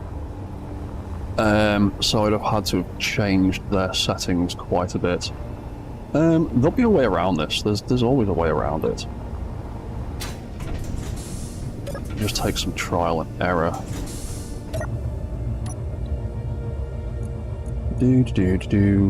Drone connect to that one. Yeah, because it's deciding it doesn't like detecting those sensors anymore when we do it like that. But it might work better with groups.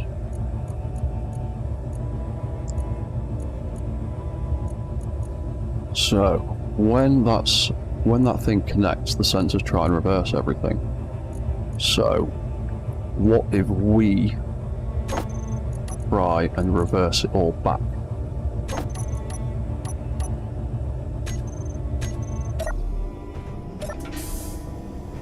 When it tries to do that.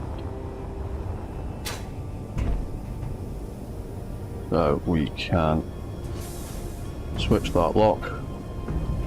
Those legs do stupid things because they're not meant to deploy that quickly, like that. Thank you very much. What if...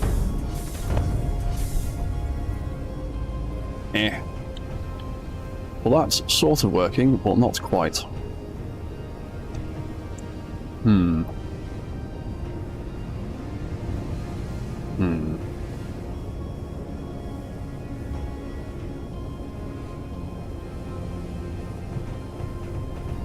The sensor's locking down. Bum bum bum bum bum bum bum bum bum bum.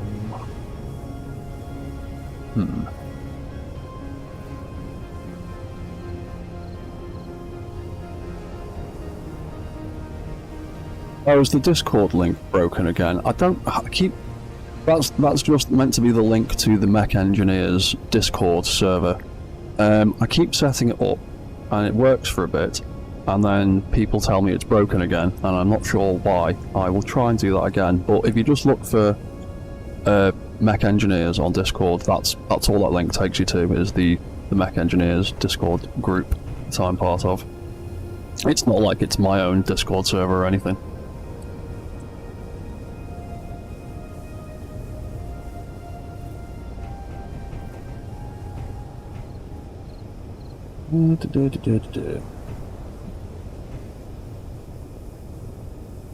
Yeah.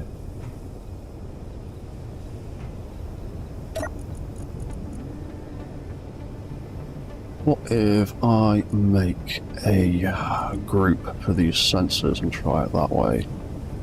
Let's do it that way. DRN01A landing sensors. Try it this way.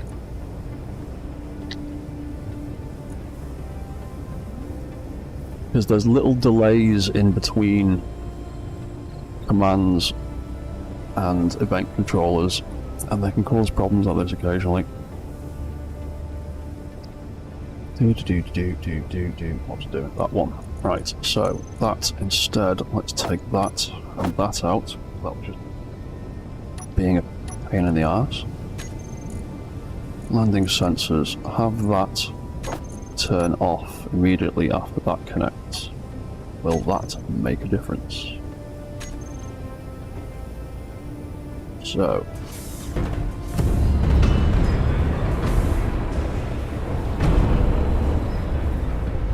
awesome.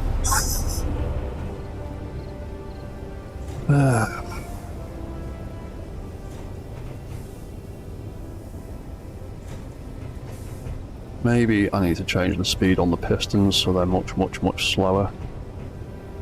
But it's a bit of a balancing act. Anyway. Less of the theatrics, please, drone.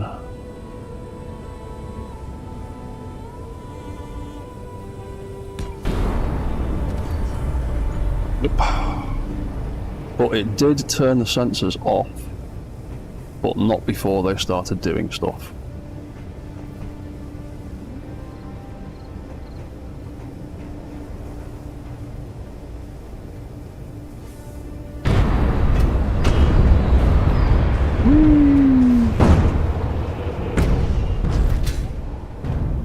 Now he's going to clang out for all eternity.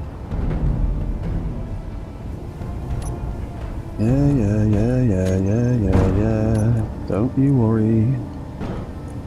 It's just the pistons being stupid.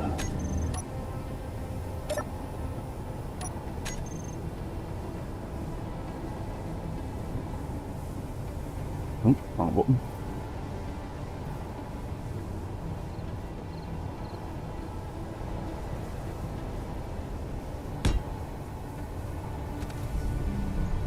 Oh yeah, the sensors are turned off. Fun times.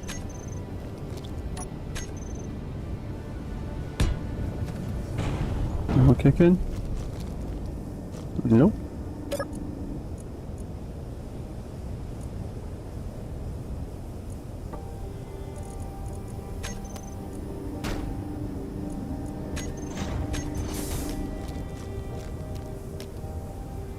Right.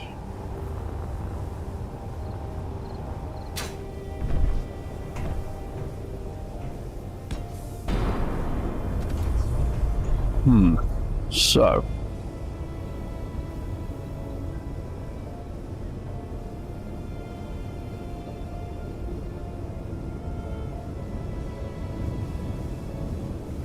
How can I do this? How can I get around that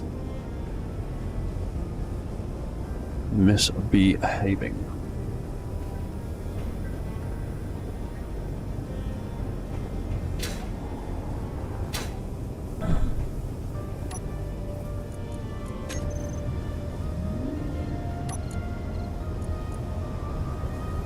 You know, for a start, I'm going to make life a little easier and make a group for all these thrusters, because I've replaced so many of them that, well, I've replaced pretty much all of them, because the group's completely disappeared.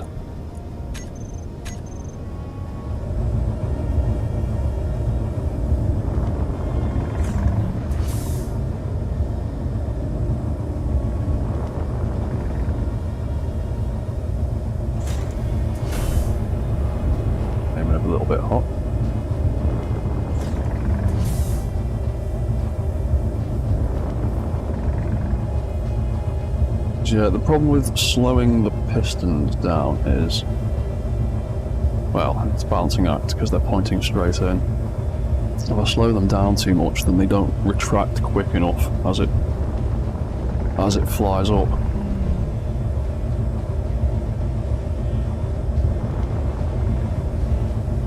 So maybe the sensors should have a bigger gap between the two of them.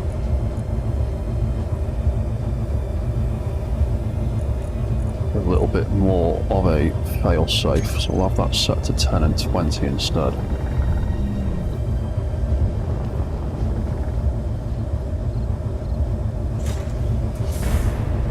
Got a lot more time to react.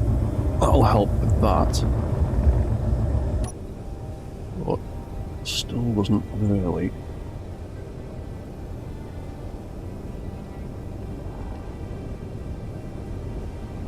Solve the issue. Oh, I'm that way around. Oh, I'm that way around. I was looking at the gun and not the front of the drone. Oh. Yeah. Yeah.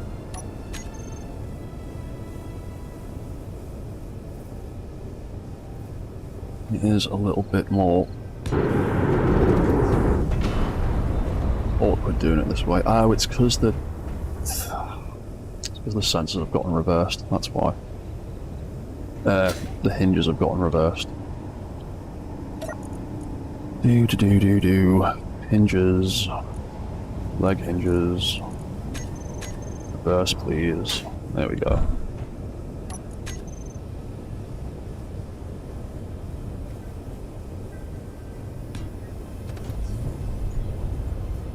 There we go. Right, roll it again now.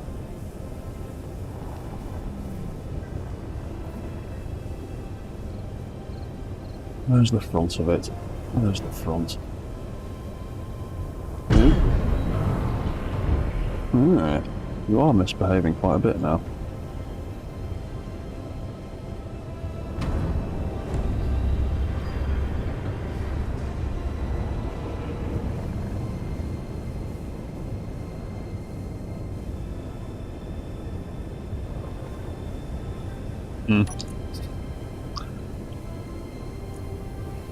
That's only caused problems.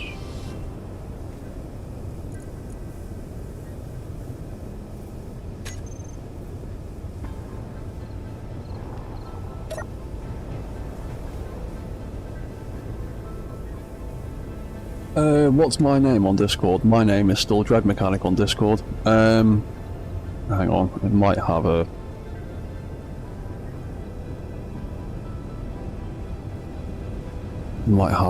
an underscore in the middle of it, I can't remember. Let me just check my Discord page. Or log into Discord. It's just Dread underscore Mechanic. Like so. Should just be that.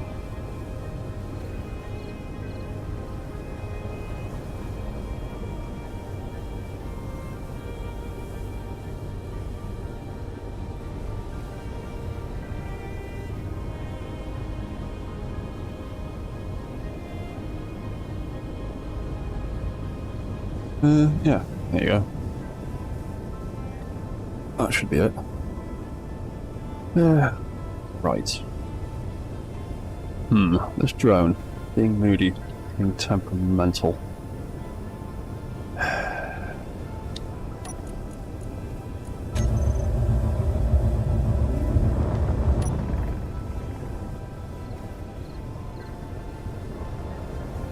Oh, cool. I shall check that out in a bit, man. Right, there we go. Right, you're behaving properly now. Right, fly back up. Retract. Retract.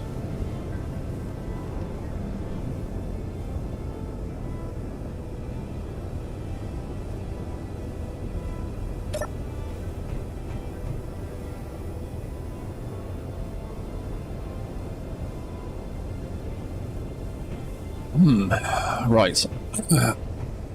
That's been 2 hours, so I am going to have a quick little break. Run to the bathroom. I'll be back in a minute. I'll try and figure out a way of resolving this issue. I'll be back in 5 minutes.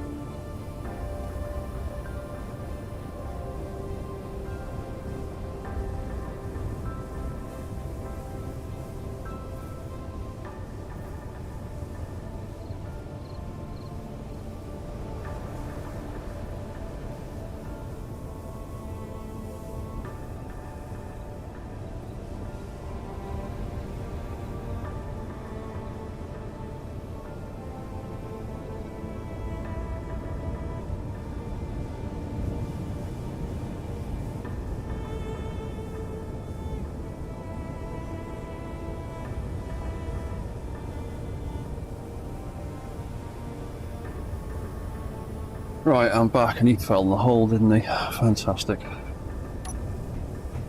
Well done, mate. Out you come.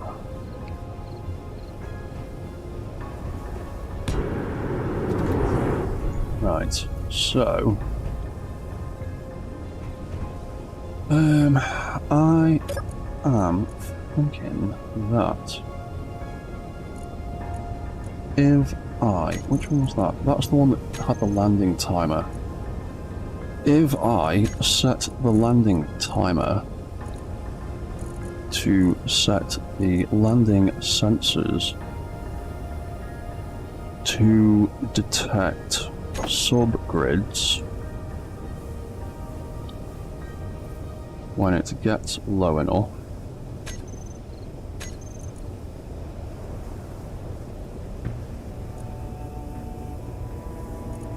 say it is where it is now, if it can detect subgrids, will it count the base as a subgrid of itself?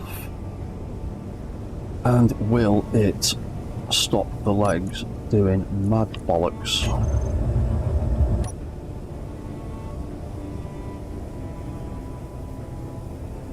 Where are we?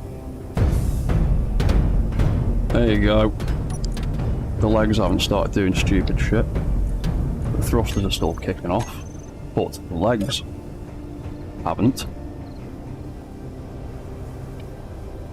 Yeah, man, that's what I thought. I went to the bathroom, I had a little think for a second, and yeah, that seemed to have done the trick. So now I've got that thruster group, I should, in theory, be able to get this connector that's up on the bridge. That's turned off the sensors as well, so that's stopped that doing any stupid stuff.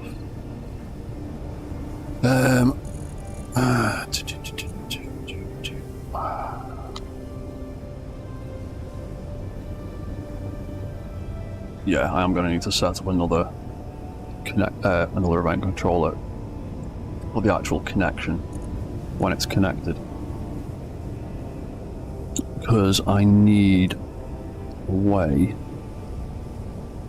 to, if I do that, and if I put the sensors turning back on there, and then disconnect that, that isn't going to make a difference, is it? No, because that only detects an active connection. So yeah, I will need a controller up here to detect when it's connected, as well as when it's about to connect. So I'm going to change that one, because I haven't set that up yet. Oh, hang on, what did I call that one? Connector L01. I'll just call this one Connector L02, because they're both going to work in conjunction with each other.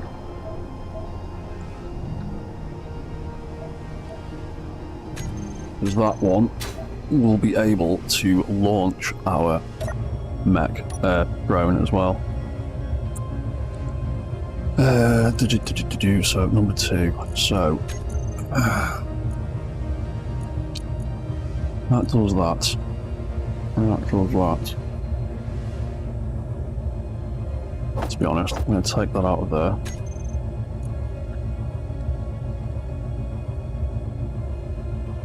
Oh god, yeah, there's loads of torque settings I need to change on that rotor that's connected to anyway. I've not done anything with that yet.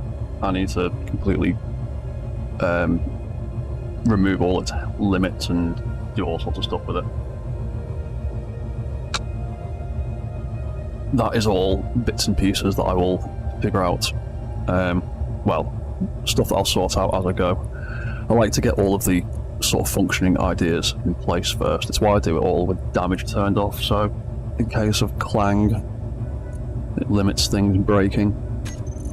So this one will actually be connector connected, because that one detects us and locks us down, and this one can be the one that deals with changing a few parameters on the drone.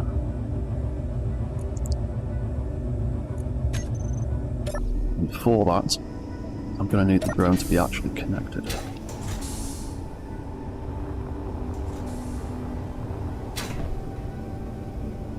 Yeah, so we can take control of that. We can shove our thruster control back on there. Turn them back on. Fly back up. Let's turn those sensors back on to see what difference that makes. Nope, I'm gonna fall over. Right, so come back down, come back down, come back down. Find the wrong space. There we go. Yeah.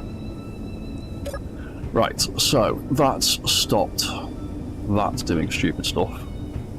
Although I get a feeling those sensors with subgrid detection on will now be detecting this as well, so I need a way of that turning back off on the way out. But for now, the legs are working. That locks down, and that does that.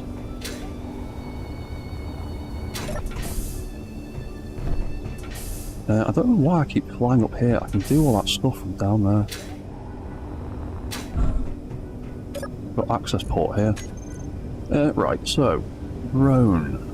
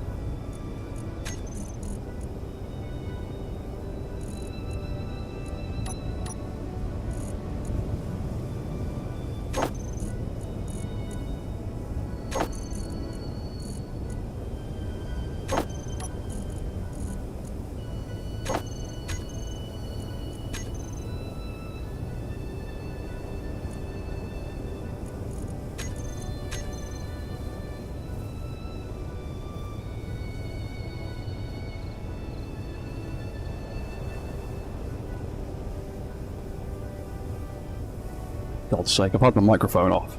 Idiot. I've been talking to myself for 5 minutes.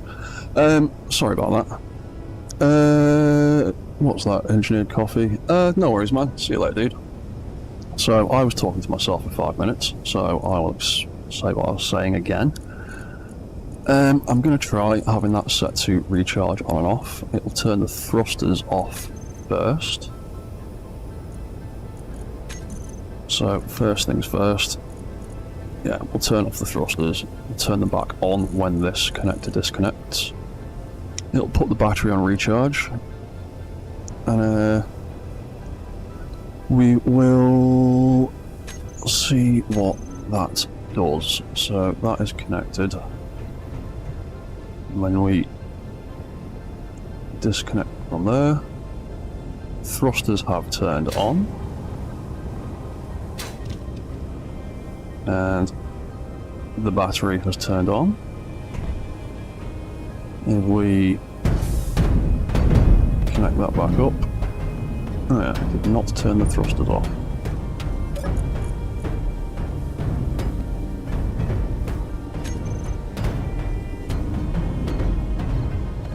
Yeah. Shush.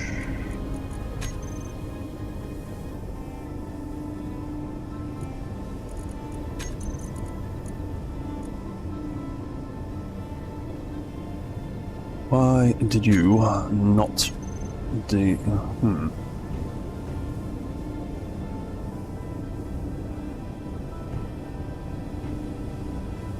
Oh, right. Yeah, I think I know what's going on there.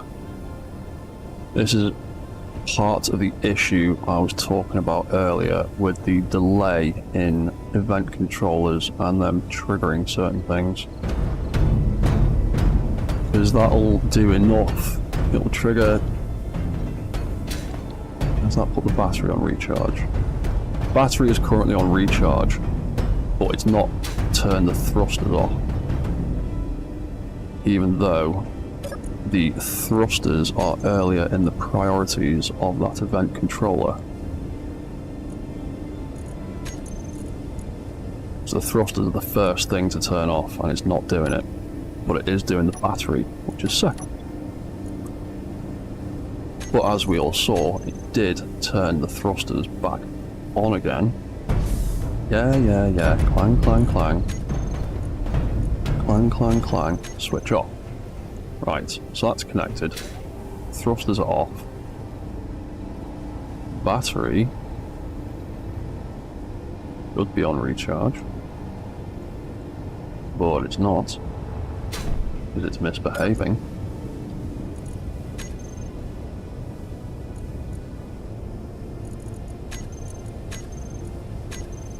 Be on recharge. Then when we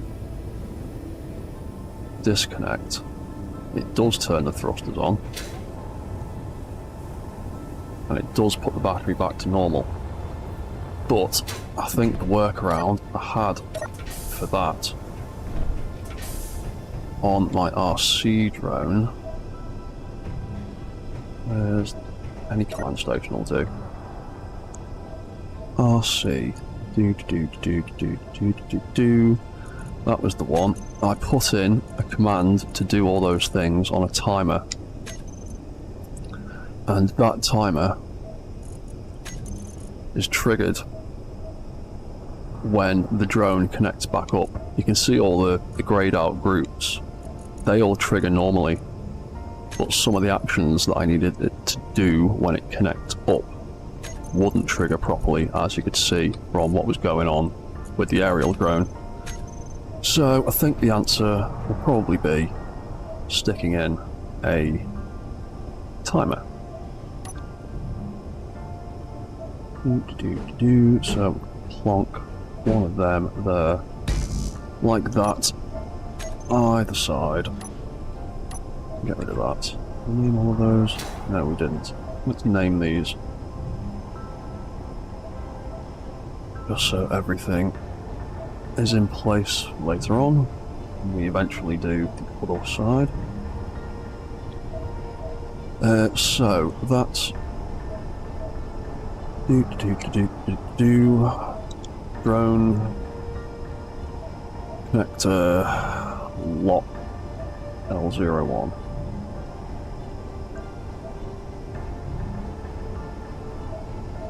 That can be R01. Nope, I pressed the wrong button. Oh, come on, game. You don't need to load the fucking news page. Stop it. There we go.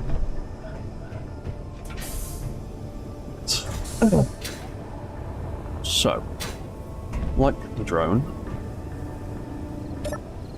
we should be able, like the RC car, should be able to get this timer to do the things that we were doing here that were causing us problems, because it seemed to have no problem putting the battery back on recharge and turning the thrusters back on, but it has problems turning them off and putting the battery on recharge when it connects. So we will turn the thrusters off and we'll put the battery on recharge in this timer. But we need you to be connected. Yeah. Shush. There we go. Drone battery, yeah, because it's struggling to get it on recharge. It does it sometimes, doesn't do it other times. So drone lock 01, when that gets locked, we want the thrusters to turn off.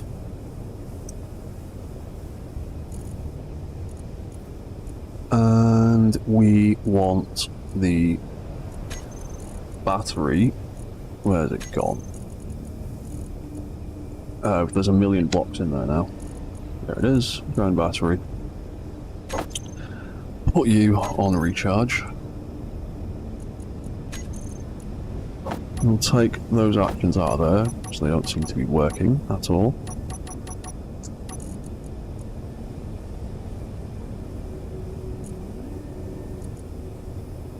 And we will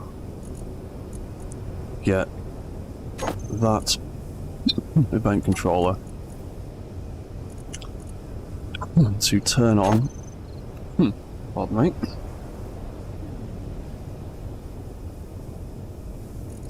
We'll get to turn on and trigger that timer block that we just made.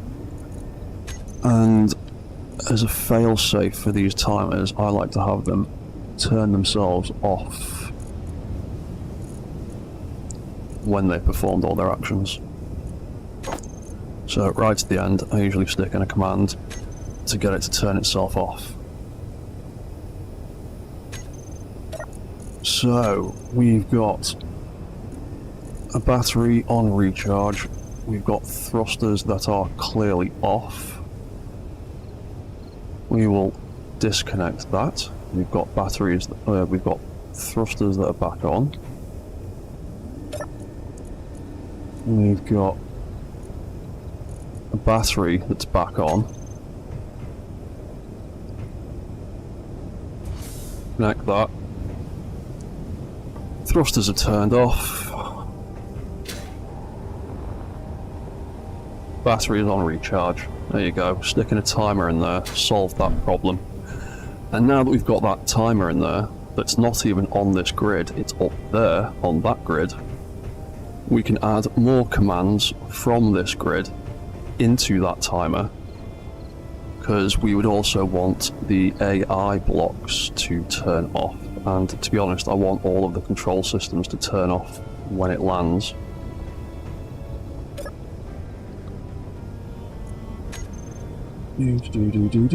Drone number 1. So I can actually change that. I want the drone's entire control system to turn off. I want it to fully deactivate. And that should include the thrusters.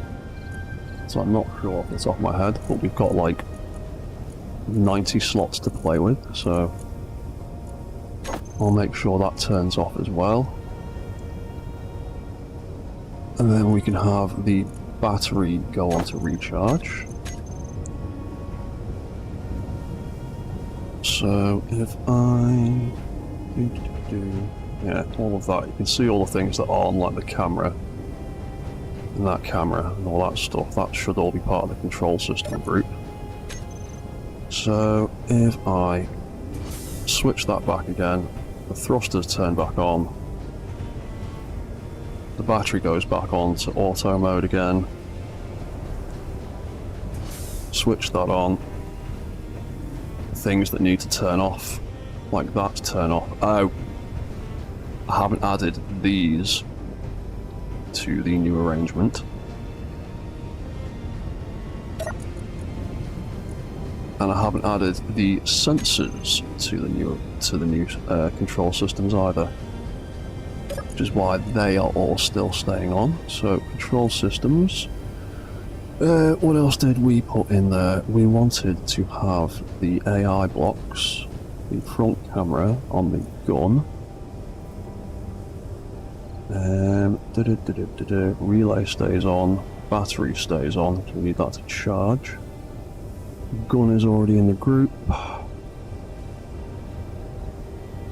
The gyroscope, because we've moved that, 2 sensors. The reactors are getting removed, and the spotlight needs to be part of it.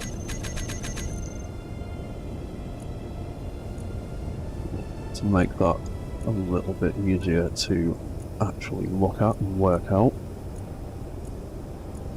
That is going to be the ammo container.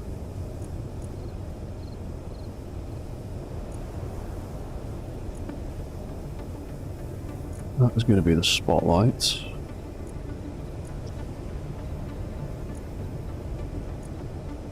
That's the lower connector. Camera. Oh, yeah, I'll need to... Oh, do I need to reassign that to the gun? Camera. Gatling gun.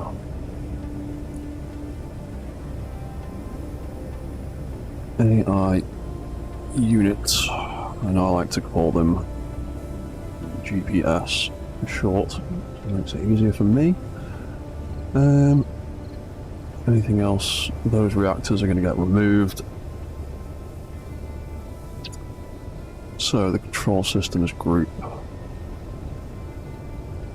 includes all the thrusters. Double check it one last time. Onto done. Flick it on and off again. There we go. So everything that should be on is on.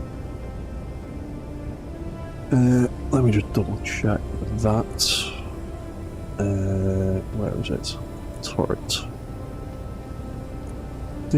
Gone. Everything is set up like it should be. AI needs to be on. Right, so...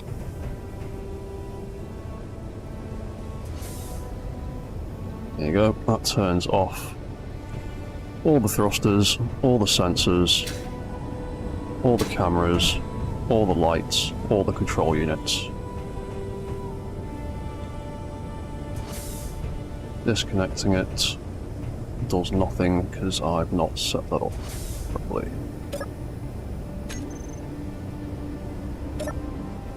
So, dum-de-dum, where were we? Drone connector L02, that's the one that controls the actual connection.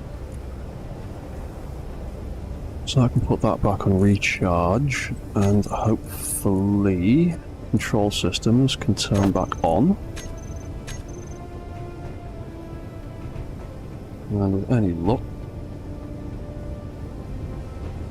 there we go. Everything has come back online.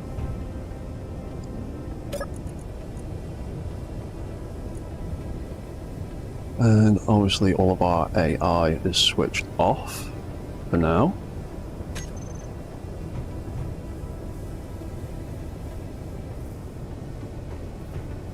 So now that that kind of works, I think I've got a conflict with the sensors, because they're detecting subgrids now, which means they're detecting the gun in the centre of the mech, which is sat snugly right between the two sensors.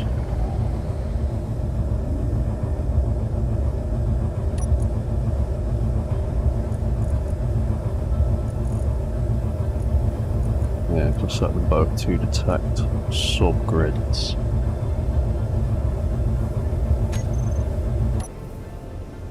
So, there we go, we have locked in. Automatically, everything is turned off. So, I think I might be able to...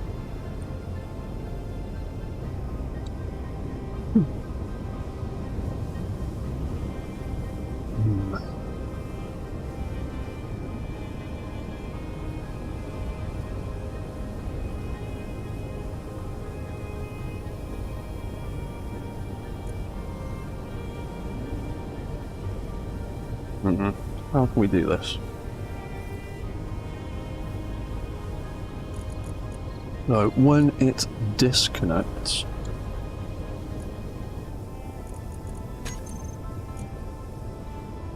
it can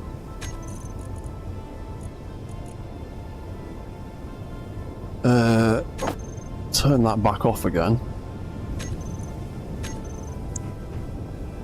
So, switch lock. So it's now just detecting the ship. It's turned everything back on. We can fly up. And the sensors kick back in. Nope. That did something unexpected. What was that?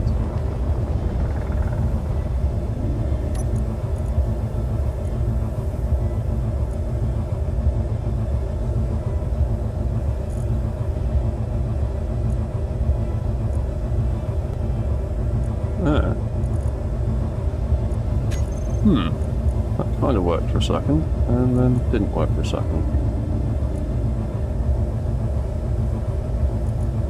Oh, hang on. Did we have something set up to detect something, to switch it to? We did, didn't we? What did we do? Where are we? All the way up there. Dum dum dum dum. Something is turning on.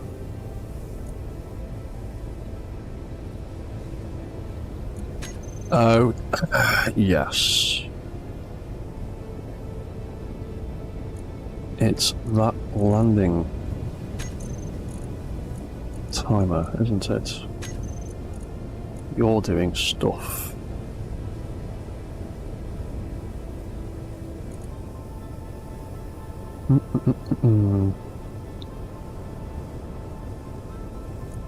I turn you off.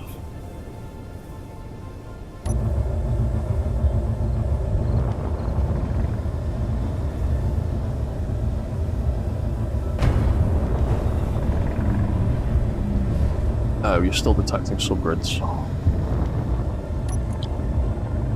Do sensors, subgrids off. And those hinges have gotten screwed up. If I come in to land.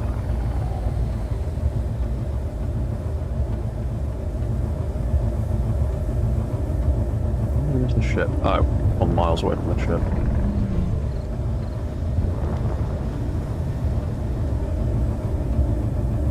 Yeah, somewhere around there, probably. Oh, yeah.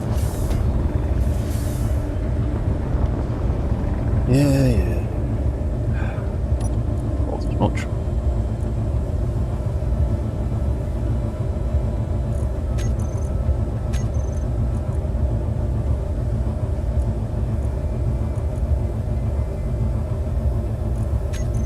Yeah, because I set that up to trigger that. And I've turned that timer off. So I think that timer was what was causing problems.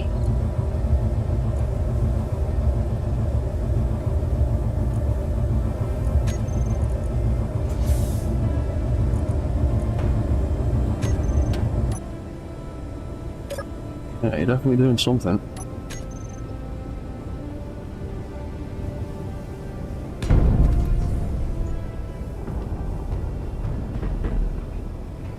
Okay, it's definitely doing something. No, it's the pistons again. Yeah. Settle down.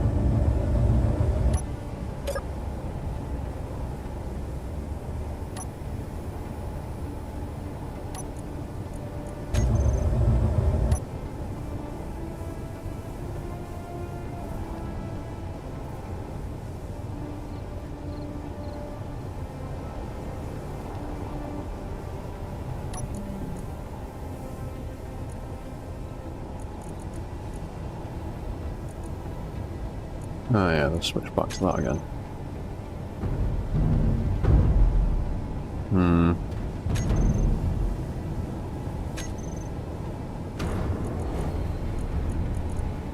Open that off.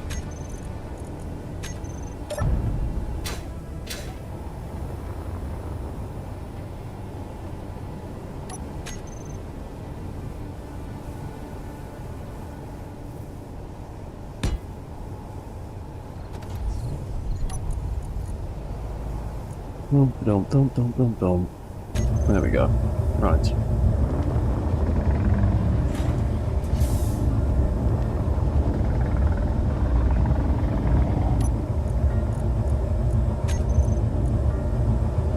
Oh, I'll get this figured out eventually. Right. pistons. Let's retract you again. Hinges. Let's retract you again. We are 85 meters up in the air.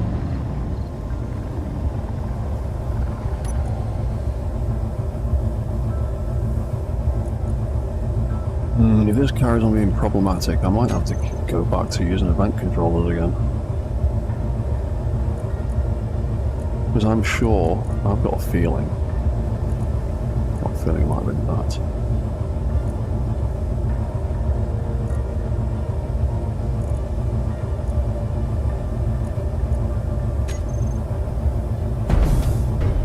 No, definitely something going on in there.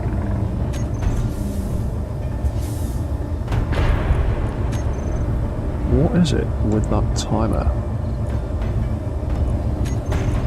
that is doing that?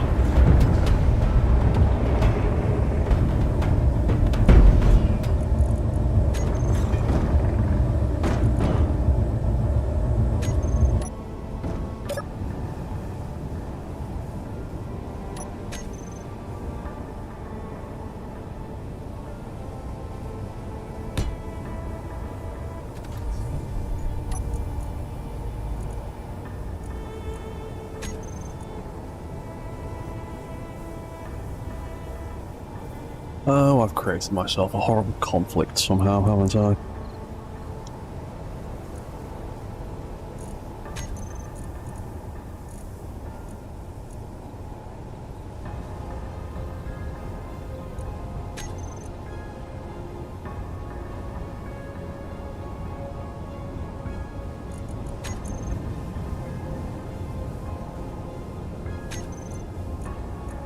Right.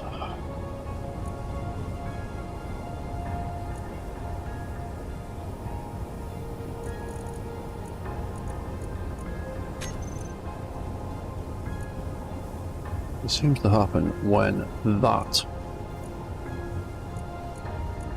timer sets it to detect subgrids.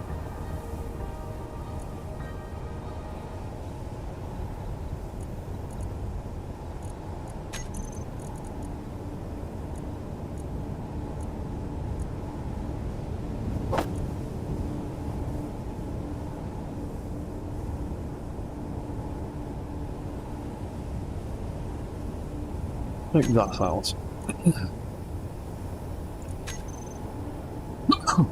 Right. See, it's still doing stuff there. It's twitching then.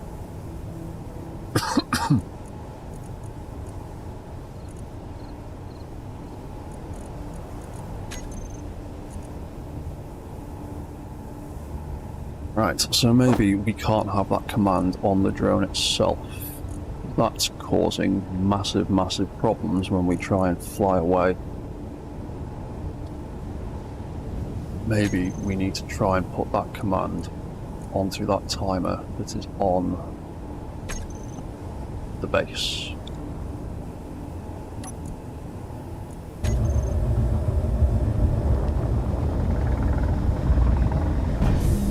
Oh, no,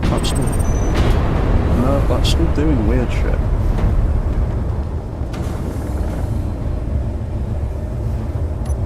Why are you being a dick?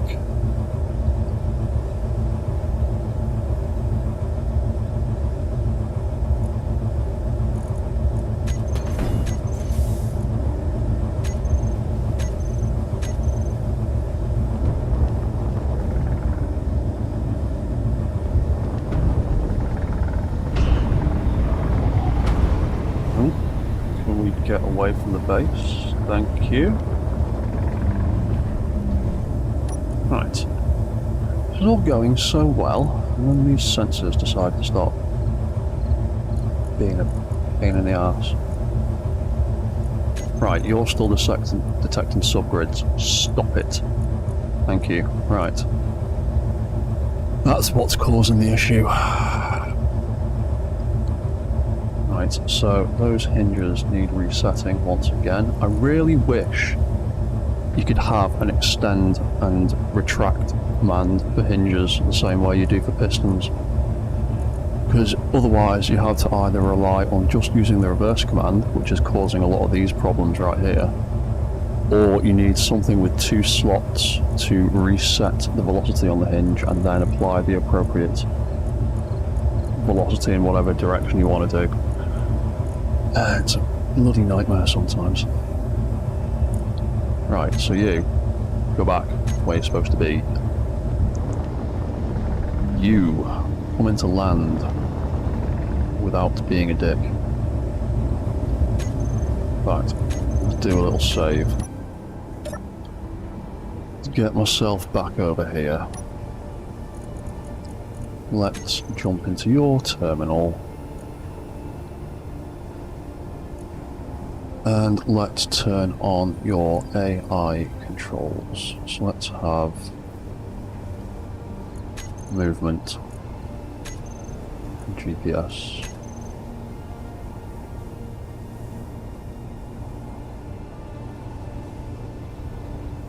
Let's see what you do. Are you going to behave properly? Where are you going? Where are you going? Are you too close to where you're supposed to be in the first place? Try that again.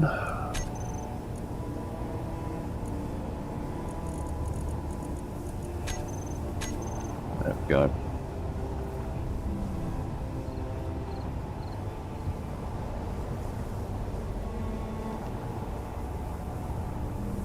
There we go. That comes into land. That comes in. That connects.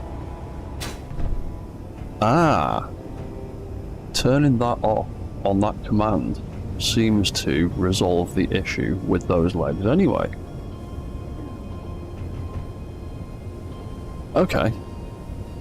That's good.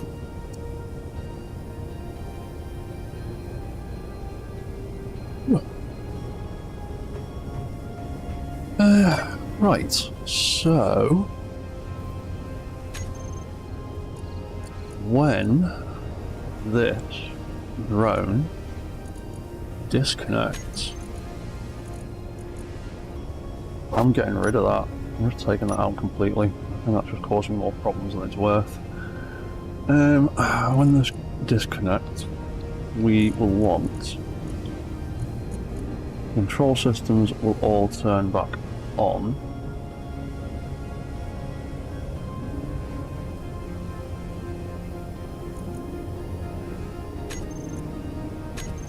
That battery not on to recharge?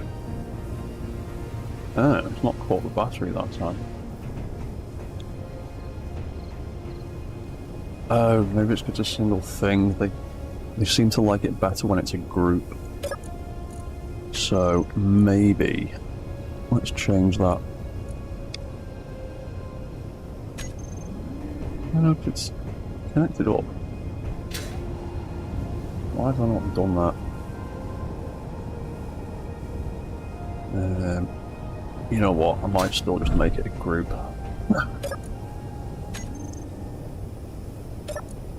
Just cutting and pasting that might have broken some things. Sometimes it does, so what? Yeah, it's grabbing the thrusters properly, but it's missing that, because I think it's trying to grab a single item, where if I make a group for it, it might have a better chance of remembering it. The groups seem to work better across subgrids, as far as I know. As far as I can tell. Try that again. So we'll have that block. Instead we'll have that as a group. Put it on recharge. And then do that one.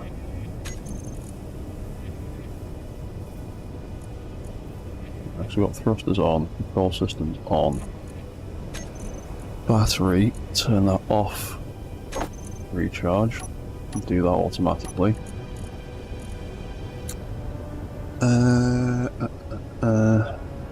Then I would want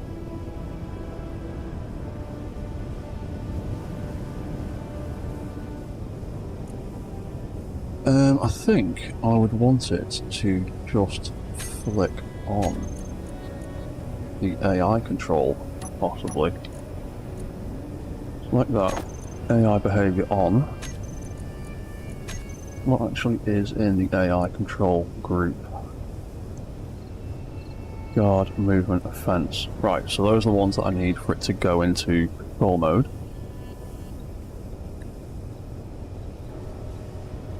So that should activate them.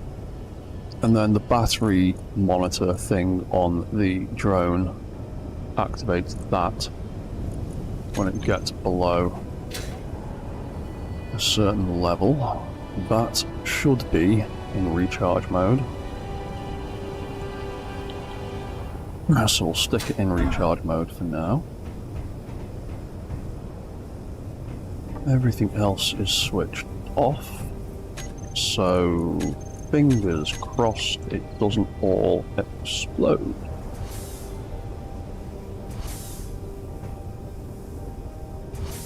Oh. Right.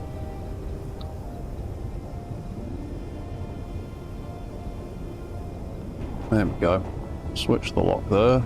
That takes off. That starts doing its thing.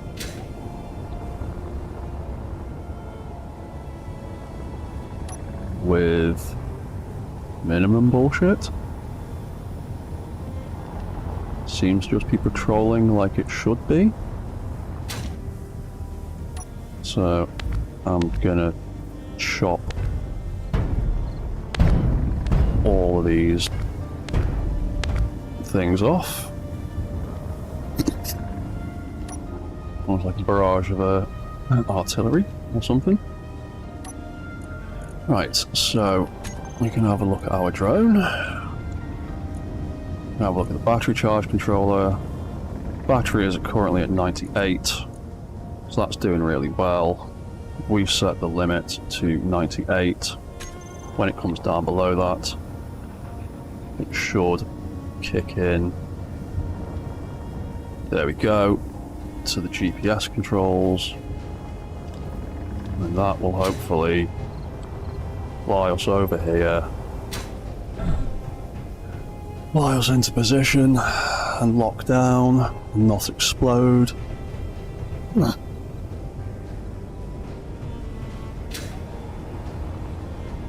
on, mate, I believe in you. You can reach that next checkpoint. Come on. Come on. I know you can do it. Back in GPS blocks. Come on. What are you doing? AI GPS. Moving to waypoint 2. No, you're not. Where are you going? Your movement block is on. Your guard block is off. Come on. Right, stop. Try again.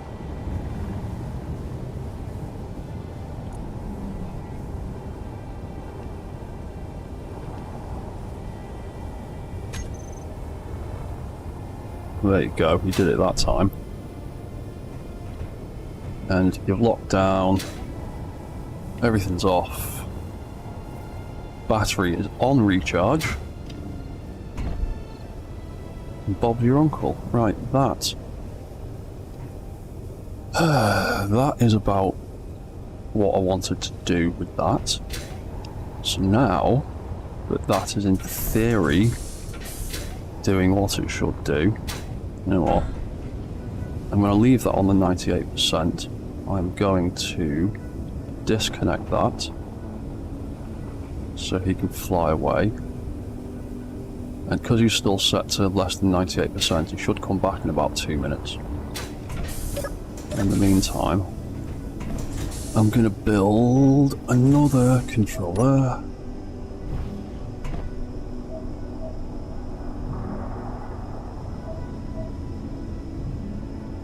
Because this one is going to monitor the battery charge of that drone, and when it's fully recharged, it's going to automatically launch it again, hopefully. So, controller, drone, battery L01. Copy. No, copy all. Copy, paste. We'll build the R01. The other side later. So that's drone, battery. I'm going to set up the parameters, but I can't set up the trigger until... Oh, where's he going? He's still just doing his patrol route. Hopefully he'll kick back in a second. So it would be stored power greater than, let's call it 99.9%. We haven't got the battery to connect it to yet, but when it does, we will get it to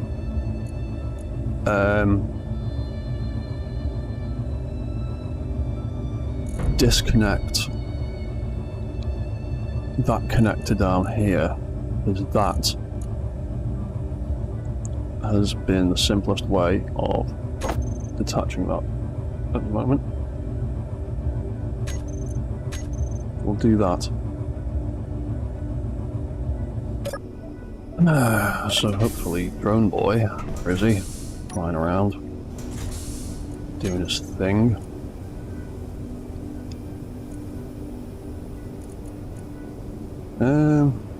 Less than... Oh, I might have not recharged him properly. 87, we'll call it, testing purposes, so that should tick down in a second. 85, 84, 83, 82, 81, 7, AI, GPS, kicked in, guard block is off. He's flying into position. He's still struggling with that second GPS location, isn't he? Do I need to rebuild them for you again?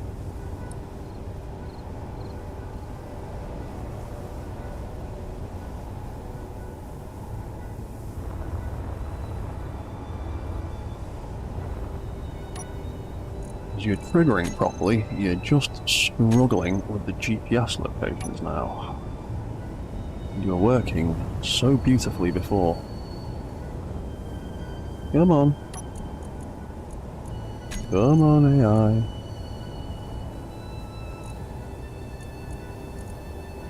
You are not trying to move to waypoint 2, you are gradually floating further and further up.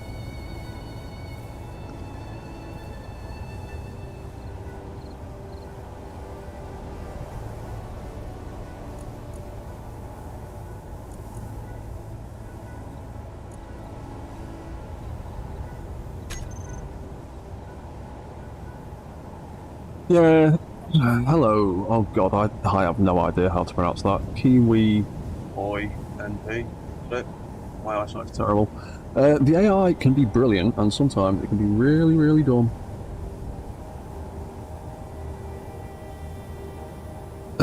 Yeah, I mean, I could drop in Sanskrit and that, but I'm trying to make this work all vanilla.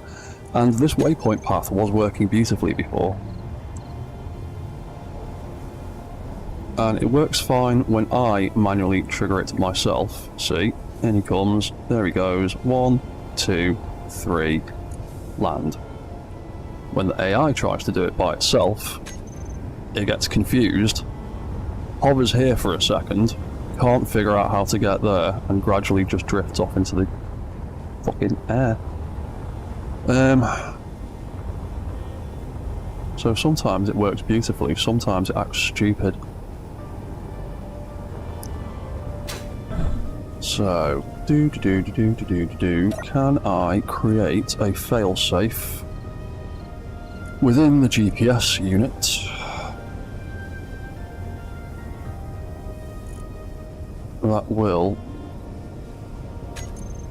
reset itself to make sure it can hit that target properly? GPS. Right, you are being dumb, so let's get you to turn your AI behaviour off. Oh, it's only got a single action, hasn't it? Dum. Right.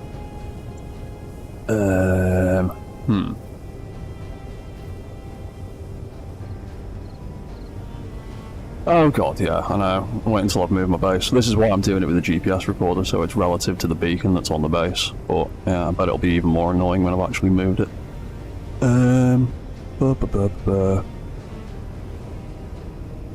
Repeat on off, play on off. All I can really do is get it to stop.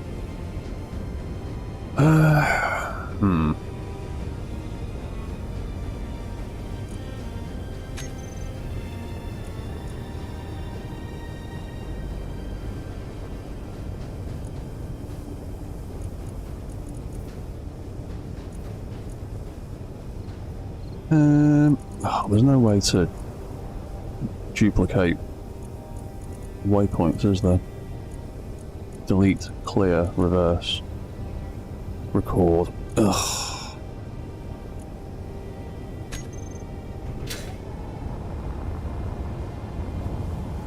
That was working fine earlier. That's a point. Oh, yeah. Anyway, while we're here,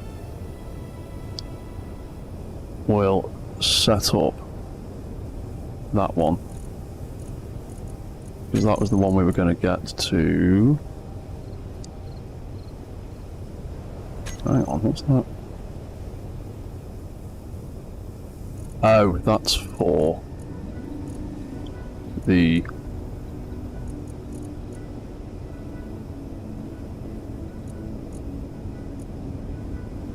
Oh, that's the one that's actually on the... Oh, yeah. That's the other one. That's the one. I didn't actually set that, so we want to set that to that. Oh, and that'll be done in a couple of minutes. So hopefully, when that gets to 99.9%, it should disconnect this lower connector behind us.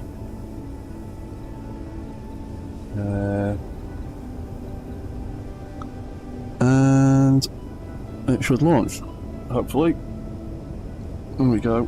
5, 4, 3, 2, 1. There goes the drone. So it happily launches automatically based on its battery level.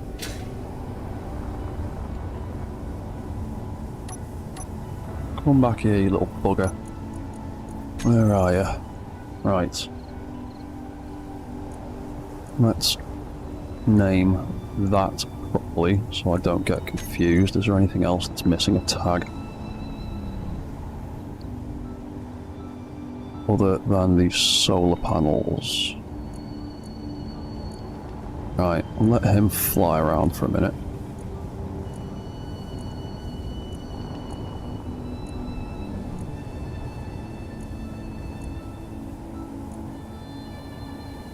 That's all the solar panels on him named. Right, he shouldn't get confused with anything else now. Right, cool. So, back to recharge. I'm gonna stick you on 90... no, I'll stick you on 95. Right, so when you get less than 95, you should return and hopefully not back around with your GPS locations. So 3, 2, 1, you should kick in a second. There you go. Aim in the right direction.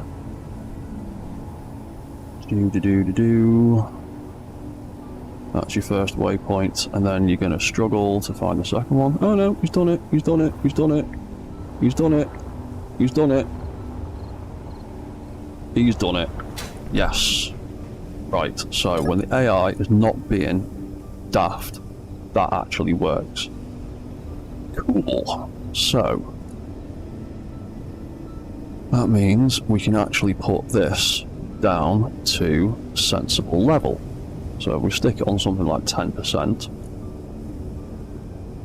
he can sit there charging for the next couple of minutes, and then he will take off and he will fly around, and then when he gets to 10% battery, he should come back for a recharge, sit back down, wait to get recharged, and fly off again.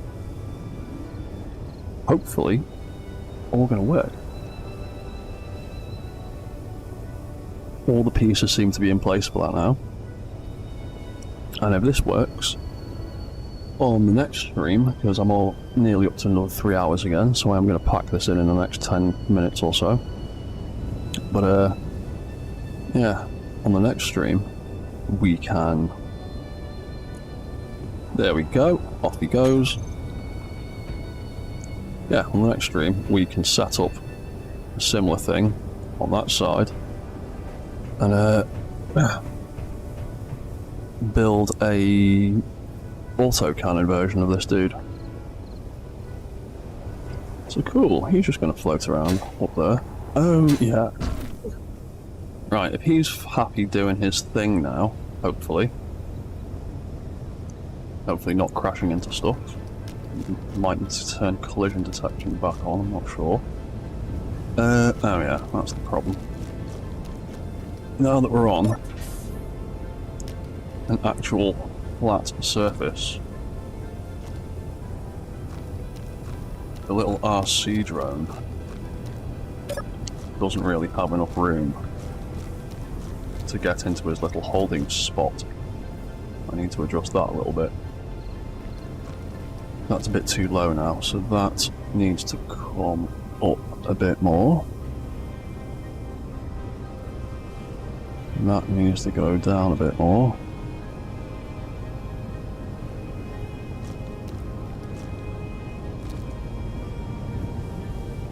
Probably quite a bit more. Let's jump into the drone controls, turn off your drive controls and your AI so that I can have it. Yeah, that still looks like it's going to be a bit too low now that we're on actual flat ground. That might need to go up a bit more. Quite a bit more.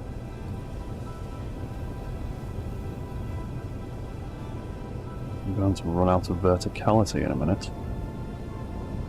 I've actually only got another 5 degrees to play with. And I might have to use every last one of them.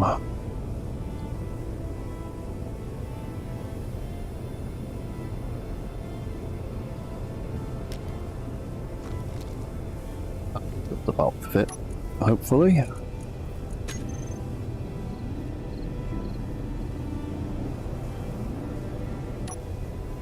There we go. Right. Yeah, that just about fits. He can just about scrub his way underneath that camera. I think I need to also set up a... Oh no, because that would grab it too quickly. Nah, I don't need to automate that, because otherwise he'd end up getting snatched all the way out here the second it detects. By the way, when we're in control of the drone, we can connect up to there. And that tells us that battery is charging.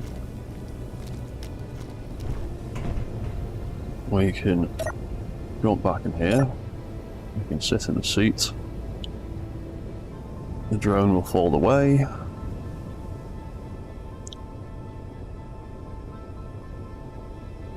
And then, once we get up there, the door closes and the ramp unfolds.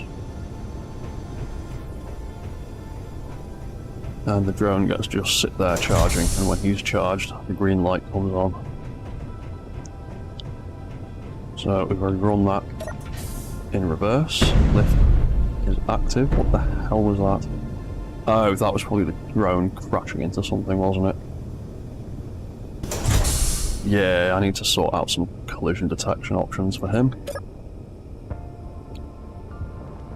That deploys, and then that drops in like so. And it's got just about enough room not to completely crush the drone. Could possibly have that not extend quite as far. And maybe extend the ramp a bit. But then he works like that, and then we can detach him from there. As soon as he turns on, he will try and reverse away from the ramp, and he seems to detach himself quite nicely every time. Does get a bit confused detecting large grids. Oh, I think it might be because the wheels are sub-grids. I don't know. It gets a bit confused around the wheels. But once you're out and away from the base, it works pretty well.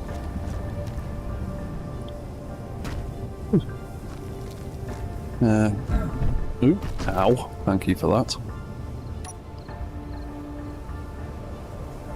Yeah, he's got a ore detector to do some detecting. A little gun for protection. And he's got a little weapon rack on the top to store some stuff. He's also got reverse and forward controls. You can turn him off, you can turn off his drive and AI controls. That connects him back up, or disconnects him. Turn the spotlights off. And he's also got parking brake if you wanted to not slide on a weird hill or something.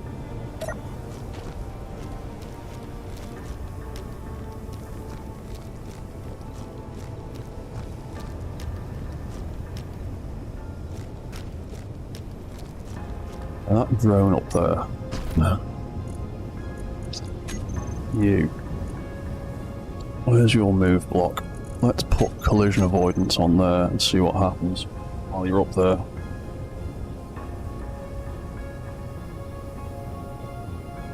Because I can probably program that turning off into the waypoints on his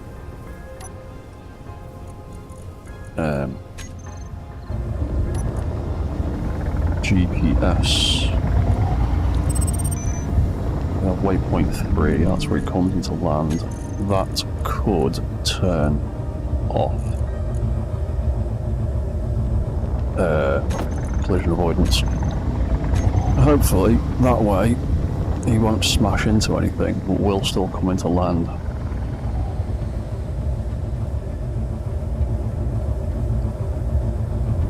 And also, seeing as we're operating so far above the floor, and he's not intended to land at a base that's on the ground, I'm going to change his minimum altitude.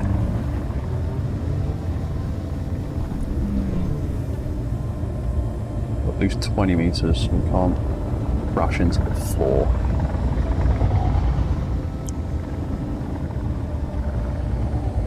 In fact, I might make it 15 for now, because I can't remember how far it is to the deck of the ship. How far is it to the top of the ship from the floor?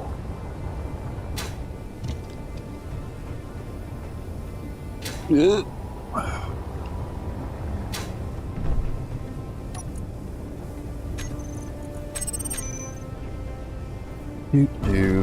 is 23 meters, 24 meters.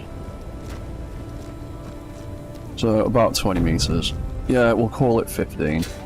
So that way.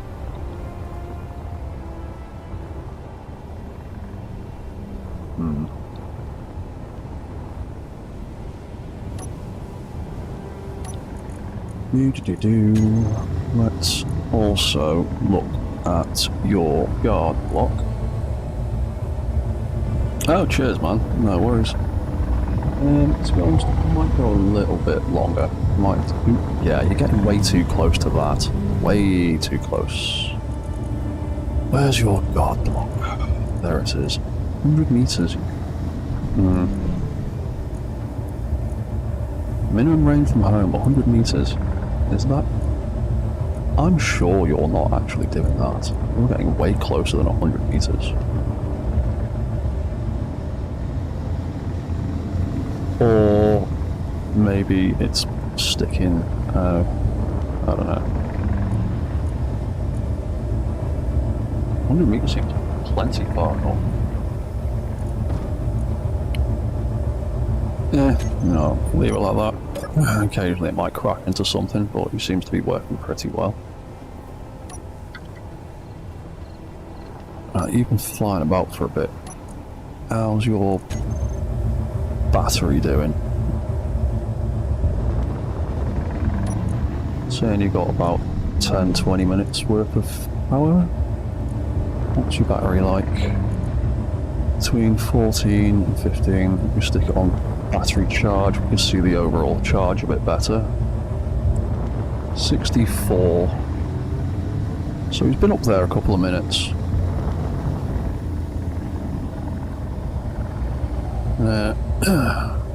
Yeah, he'll be back in a few minutes.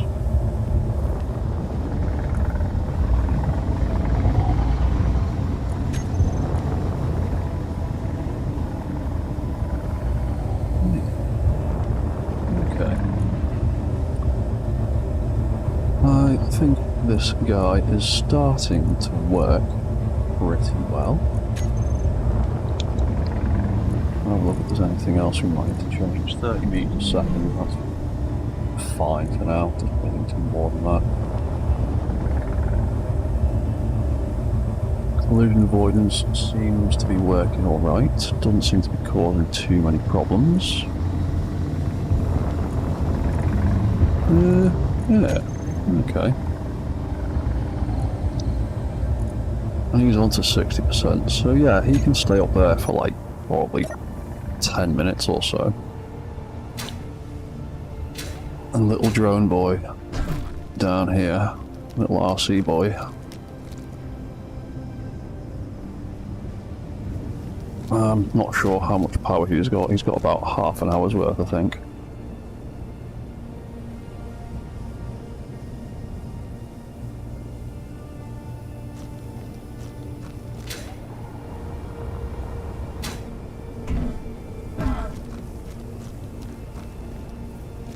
You come over here for a second. Right, turn you off for a minute. Don't need you going mad while I'm messing about. Be back to you in a second, don't you worry. Now yeah, I also built some staging lights into the thing as well, so that you can tell when each stage of the lift is active. Because I'm that kind of nerd. What was I doing? Oh yeah. I was gonna hop up here, drill a bit more ice, get a bit more of that into the generator.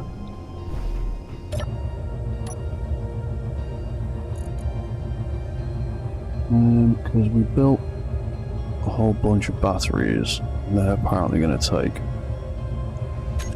a long time to charge. So we've set up one of the arms properly, so let's just quickly deploy that. I can go out like so. And then I can take control of it.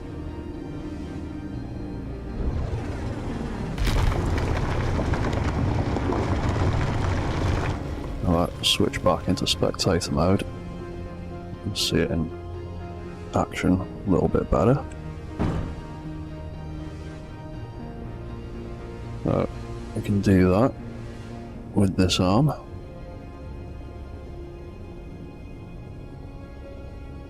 Reach over there and do silly things with it. Or we can jump out of that control, jump into the other controller in the other part of the arm, and just control the tip end of it for now.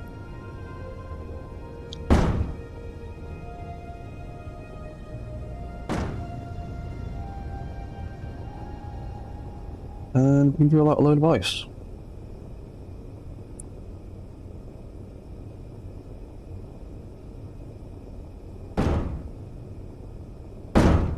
Oh, pushing a little bit too hard there. And when we've drilled too much and we can't reach anymore, we can... I need to set up a failsafe for that properly. We can use the piston controls that I built earlier to extend and retract the pistons so we can dig deeper. And if you position the arms right, you can get about 25 meters worth of depth digging a hole. I can switch back to there, we can see what we're doing. How much ice have we built up?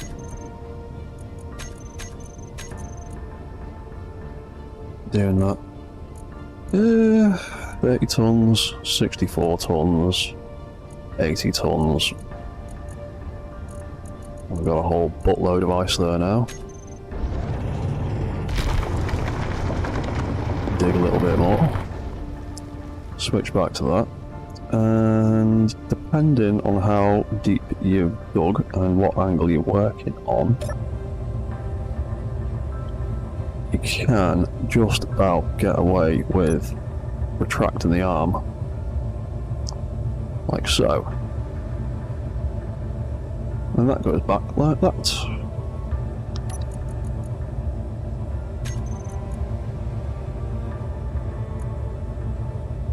And we've got our hydrogen engine filling up, pumping out a load of power for us. And those batteries should be fully recharged in a few hours.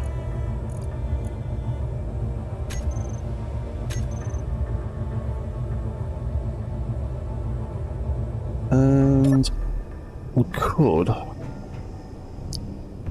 potentially, depending on the amount of space that's down here, so there's still plenty of,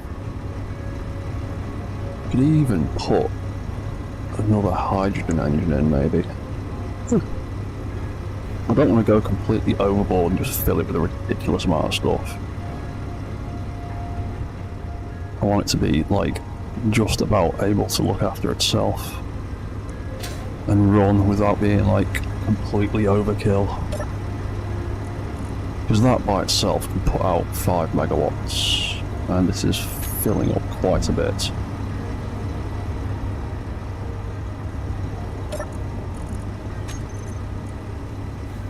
This hydrogen engine ain't doing much though at the moment, because that's obviously taking priority. I'm taking all of it first, so that's now at 100, so that's getting maxed out. That should be getting something now. There you go. That's filling up.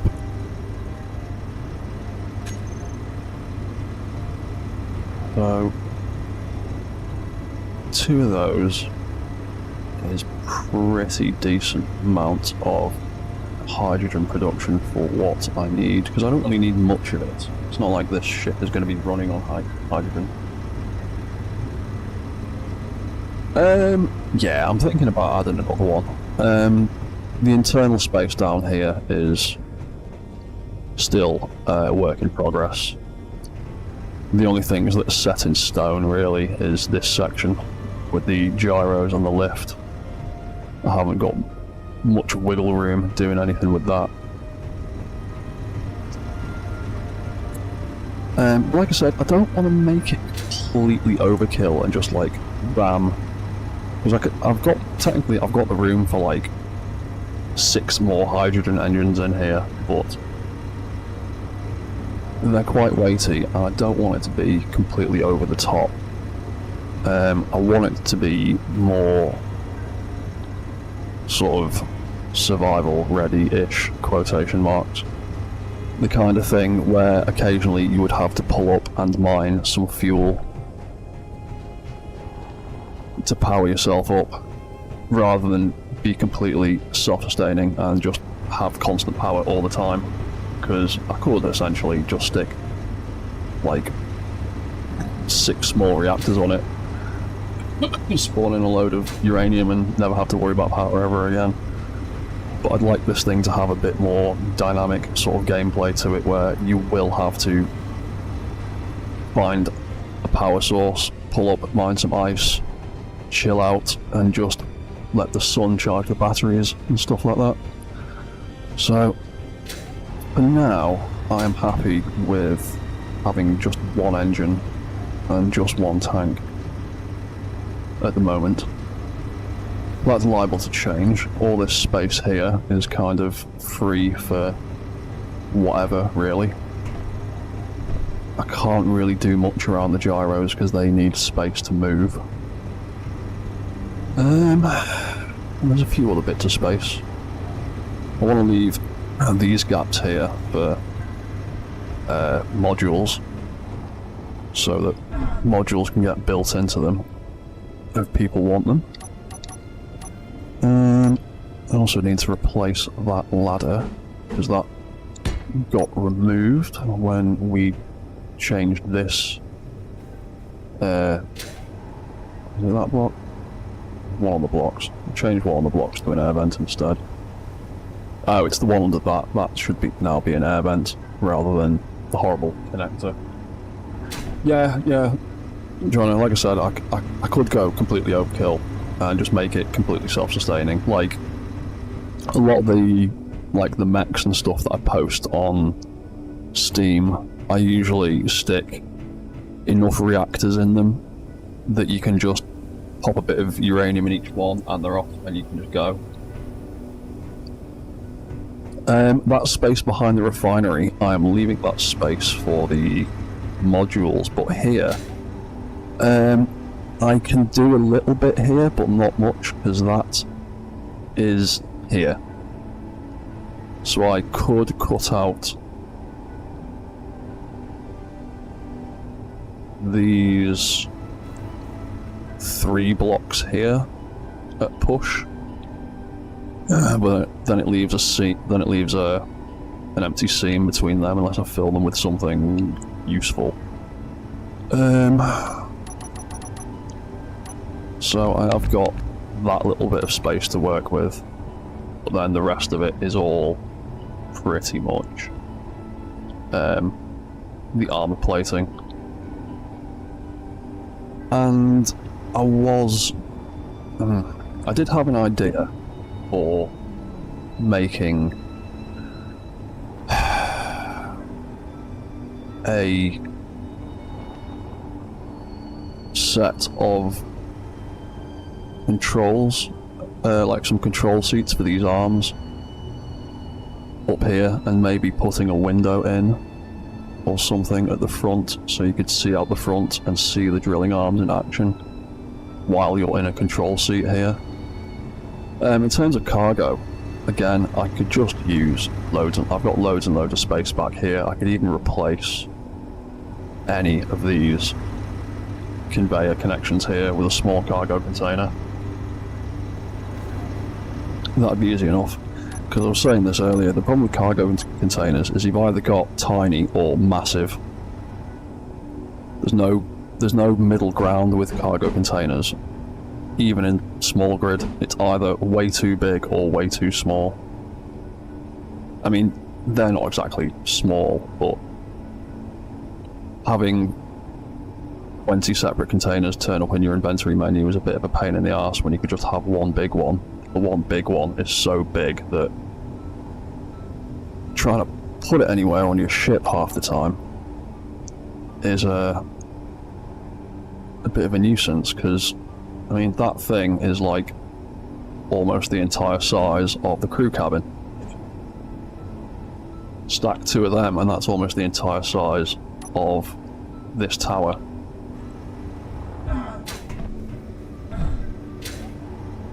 But yeah, I was thinking of building some little control seats in there, possible. So that's a maybe.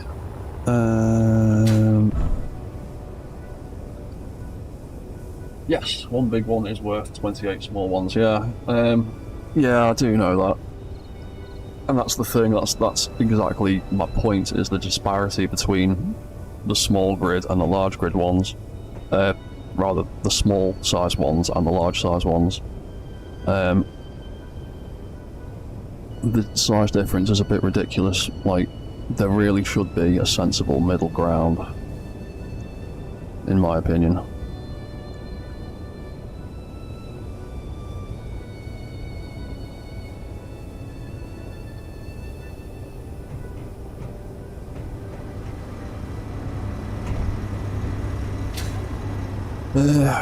So that can be that. What can we do with the side of this? We can't get that in, but we can get triangle pieces in just about. So we could make that look less crap with a bit of that. Yeah, I would love like a 2x2 or a 2x1, or to be honest, in terms of small grid, I would really like it if we had a cargo container that was the size of this conveyor connector thing here.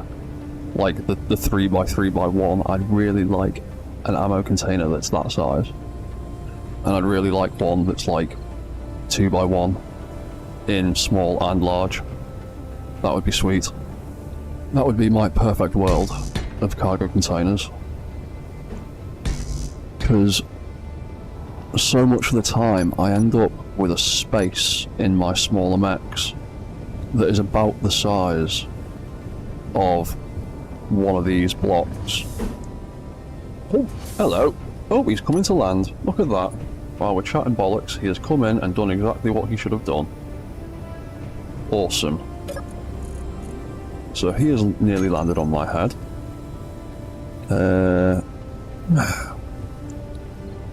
That is now charging up.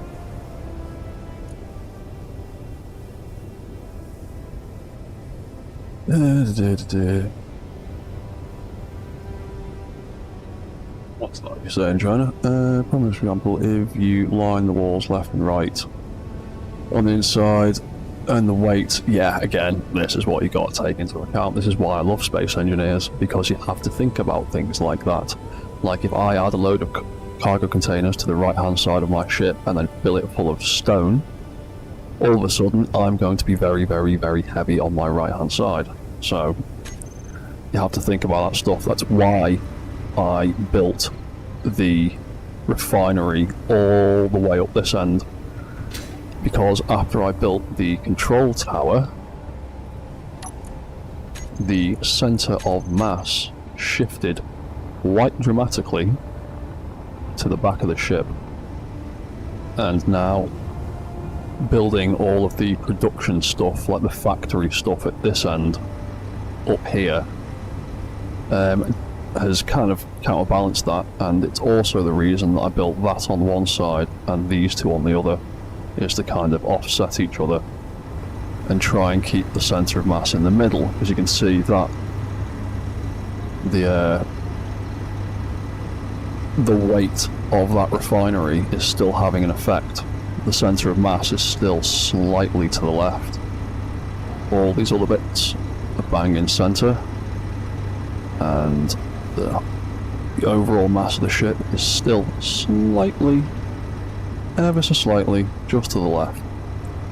And that's because these things weigh an insane amount. Where are they?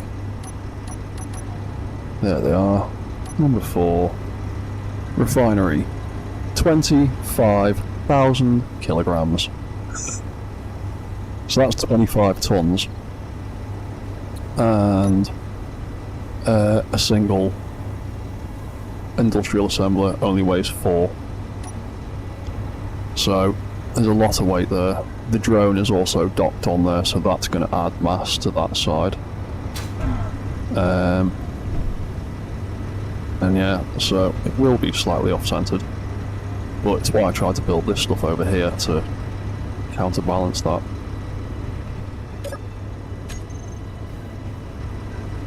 Yeah, you do have to think about all that kind of stuff. That can go off, that can go off, that can go off for now.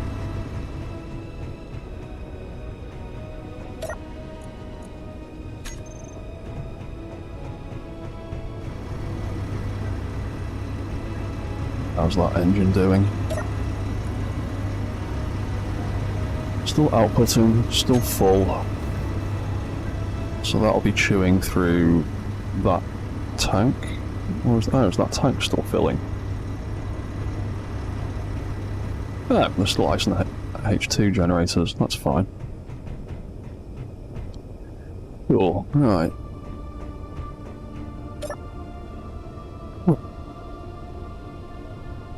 Right, so that drone seems to look like he's actually wanting to play ball, work properly now.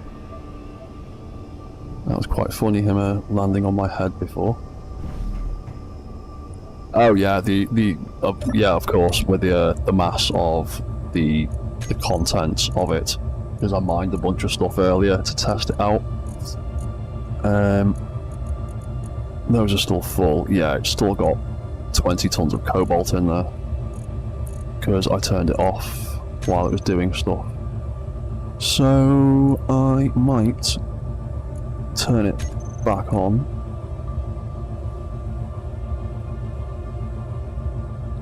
And let it just work its way through that ore. Oh, there you go, with the refinery on, we can see we're actually using 45% of our power now.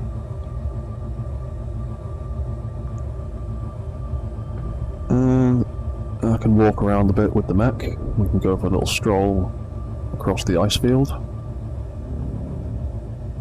I must have walked about 10 kilometers now from where I first started off with this thing. Oh yeah, we don't want to leave the little drone behind. Let's get the drone back in his cradle. And then...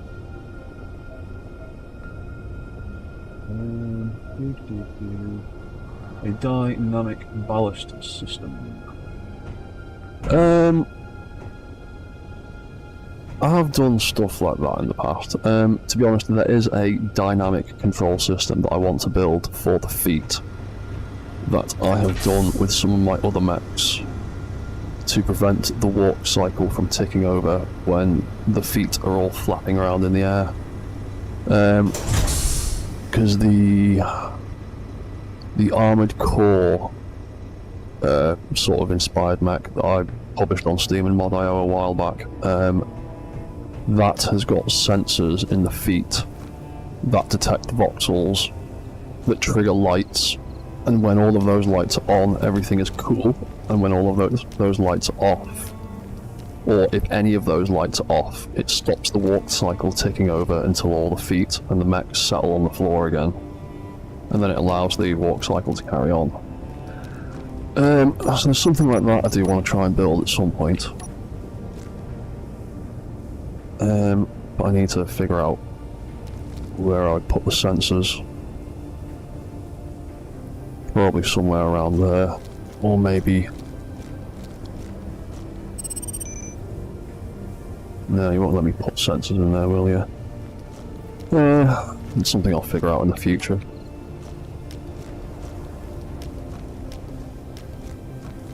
Anyway, where's our little RC drone gone? He's all the way over there.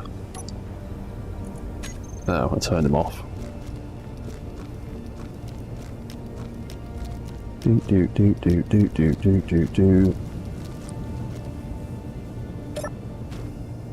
Come on, buddy.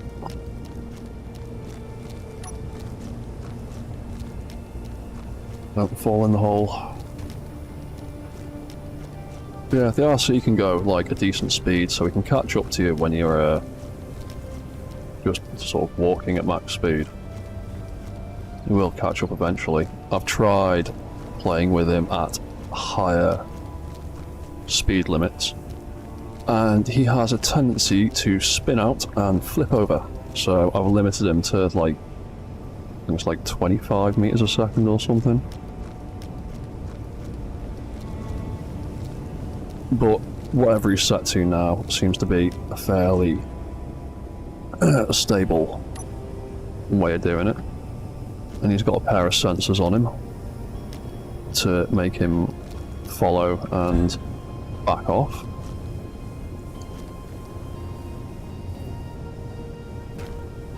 It still need a bit of adjusting, but he will mostly not crash into things, and if he does, he tends to drive away from them.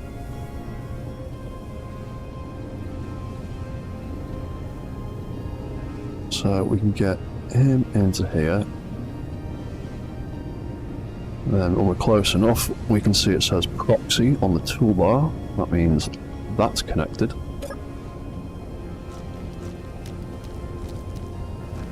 Then he can get connected up there. And yeah, he's got his own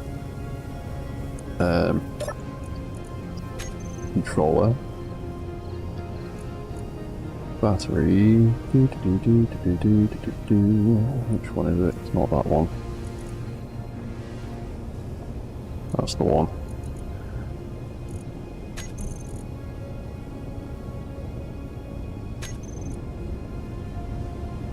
Is that one? No, it's not that one.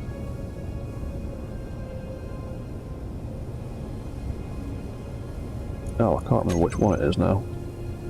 Oh, is it RC drone? Oh yeah, RC drone charge, that's the one. So yeah, that one has its own battery related controller. It's looking at the two batteries that are on the drone, and when that gets to full charge, it turns those lights on and off. So when it's orange, it's charging, and when it's fully charged, it'll be green.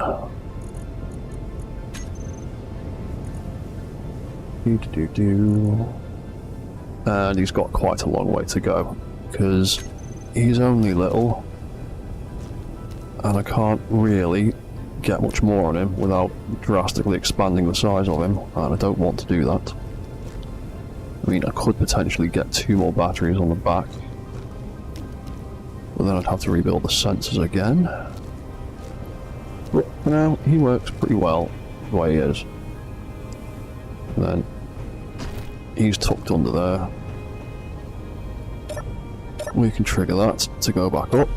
There's a fail-safe in place, so you can't press the button again until it's fully retracted. That way you don't break it.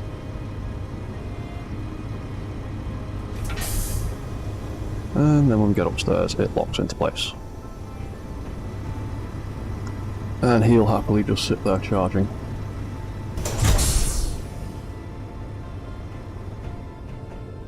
And there's a little sign to let you know that the drone is connected. And that turns off when the drone is not connected. Oh, hello, Kiwi boy.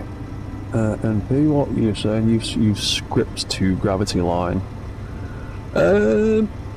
Yeah, I've used scripts to do all sorts of things like the Gravity Liner script and things. Yeah, again, could easily do that, but trying to do this super vanilla, like no mods, no scripts, no nothing, just using in-game logic as much as humanly possible. And if I can't work out with a script, I'm not going to do it. If I can't work it out with event controllers or whatever, I'll just not do it. But so far, everything I wanted to try and do, I've managed to get working. These things not have an access port like the... Oh, they do. You only got the access through the side.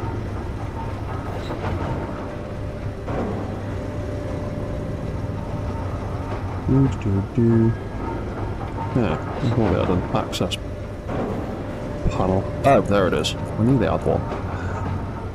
You've still got 18 tons. 19 tons. To be honest, I did mine a little bit more cobalt than I needed. I went a bit overzealous testing out the drill.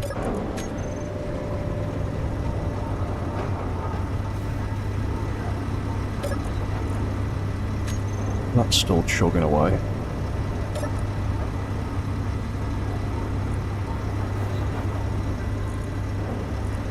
The battery is fully depleted in... Oh, right, that'll be because that's chugging away. And you use quite a lot of power when you're active. 560 kilowatts. So, I might need to get another hydrogen engine in here because I might need this to have hydrogen engines to run this big bastard.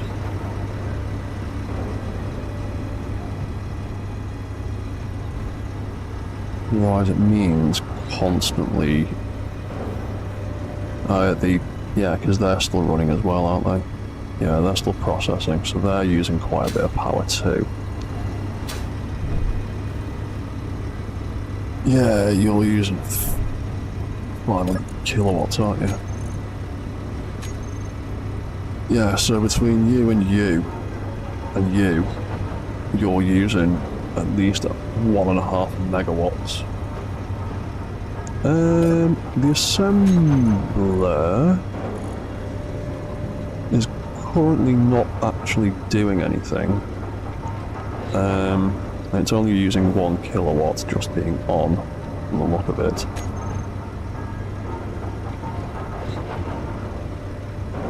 Power on.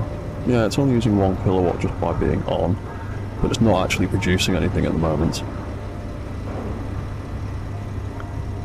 So, I could probably do with trying to get at least one more H2 engine in here. I could just stick another one side by side.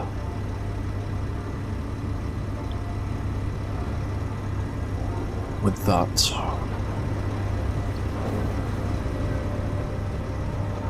Be the best place to put it, because then that would be a bit more weight on this side of the ship, and that would offset the refinery a little bit more. Hope.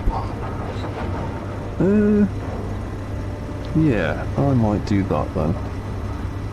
Because this catwalk is currently not doing an awful lot. But then we won't be able to get that access to the, would we?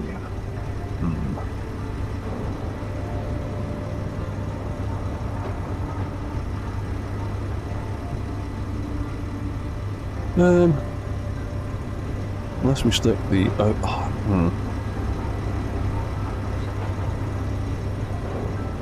Let's move the hydrogen engines somewhere else.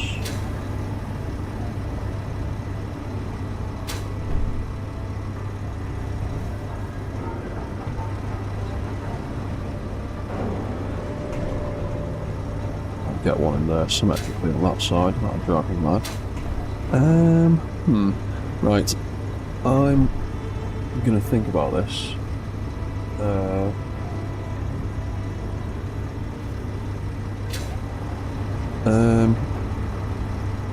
Oh shit, yes, I forgot about that. It does have to go because it's blocking those modules.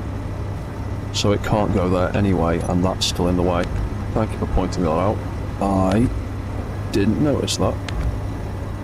So, what the hell have I just done? There we go, I pressed the wrong button. So yeah, cheers for pointing that out. I didn't notice that. So yeah, that can't go there. Oh. Goddamn mirror mode. Right.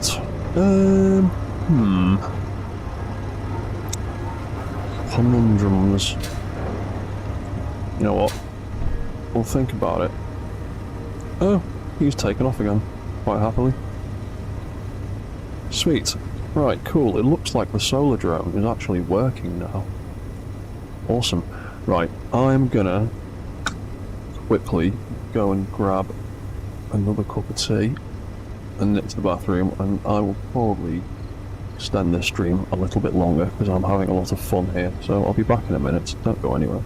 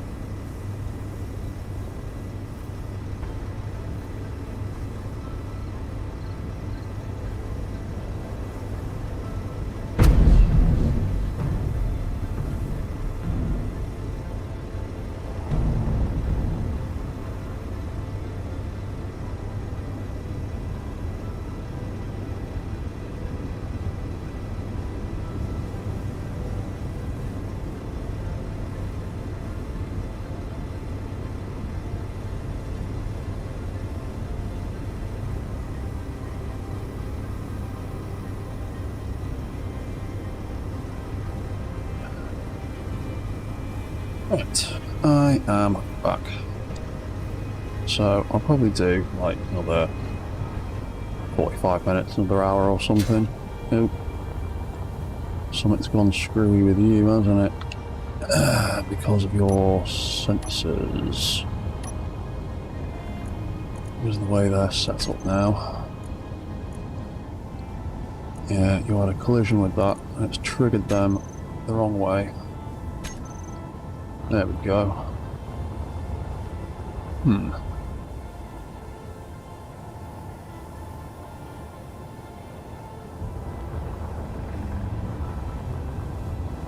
Right, I'll leave you to it. Might need to set you up with a slightly different way of doing things, but for now you're mostly working, so that's fine. Oh yeah, so the problem was I boxed myself in there doing something stupid that I can't actually do.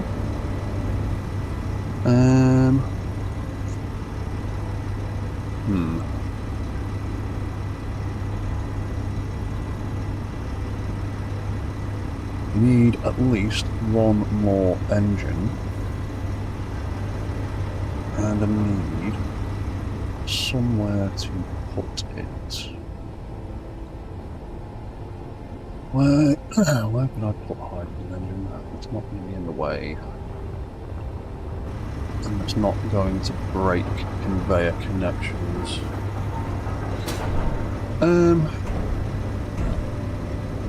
Oh yeah, I've got that space there, haven't I?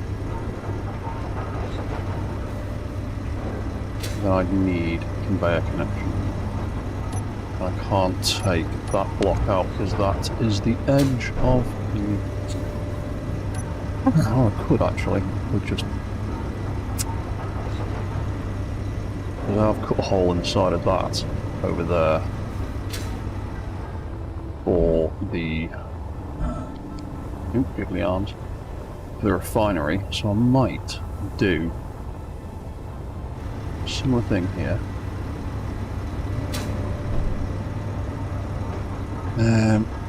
Because I could have... Where are they? Hydrogen engine. Let's take that off. Have a look at. So we've got...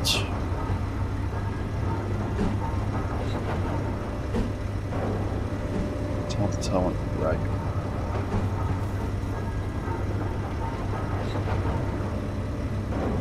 Could have it that way around.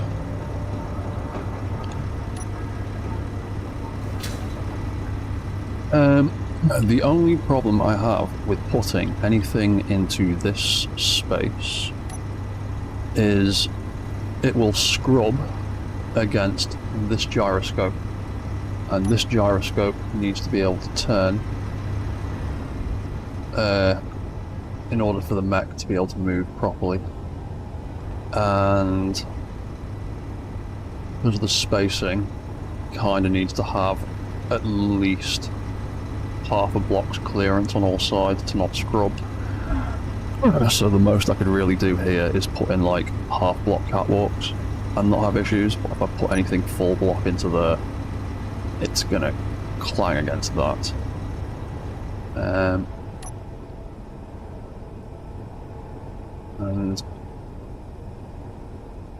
I don't really want to move it back there, because that would be a bit awkward.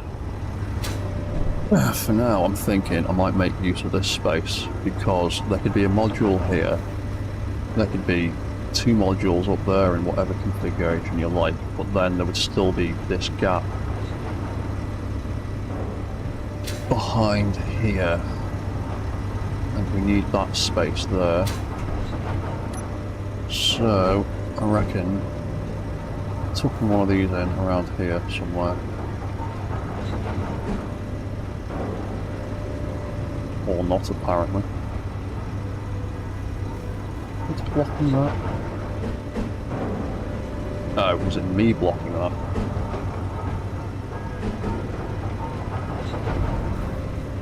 Oh, has it not got a connection point on that side? Is that why it's being a pain in the arse?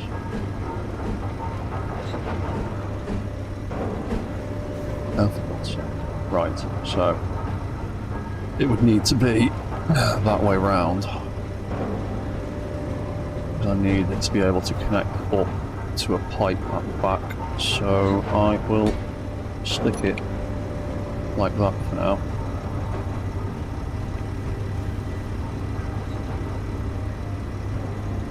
Oh, cool, man. Yeah, well, I was going to use this connection point back here, because then that can route straight into any of these connectors there.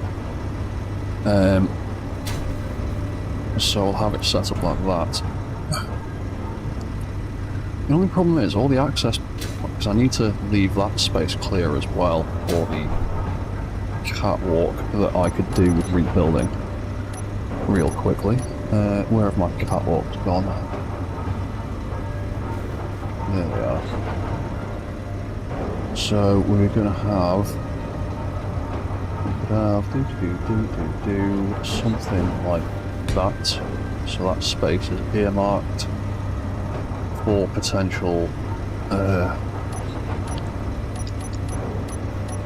modules. And then whose did I use? Walkable scaffold cross. That's the one I used because that has all sides of it open. Walkable cross. There we go. Yeah, so that was like that.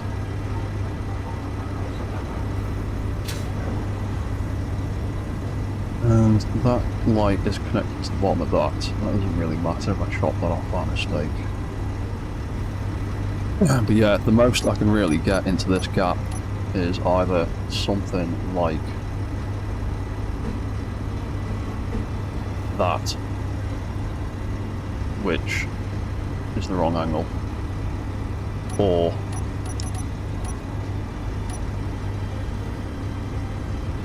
something like that along there, because otherwise it just scrubs on this. So that's the drone hitting the tower again, wasn't it? Yeah, the problem is if I chop that off and put that on there, I'll have to remove the lights and move them. Oop, missed that. You know what, I'm going to take that out. And I will replace that with another piece of catwalk now. Where is the one I want? That fits quite nicely there for now. I might have to rethink doing some access there. That will do that. And then connecting this up as it makes it totally not airtight in the slightest, but I'm not massively concerned with airtightness because there's loads of bits of this ship that aren't remotely airtight. What am I looking for? There they are, pipes. Bum, bum, bum, bum, bum. That can go there to match the weird thing it did on the other side. What was that? That was one of them, so we can replace that with one of them. And then I would now, until a better idea comes up, we'll stick one of them on there. Oh crap, I cut a hole there that I didn't mean to.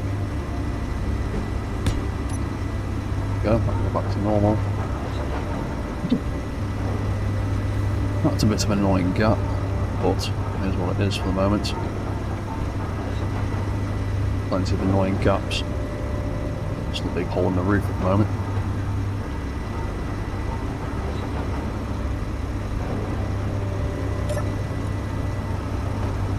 And that filled up pretty damn quickly.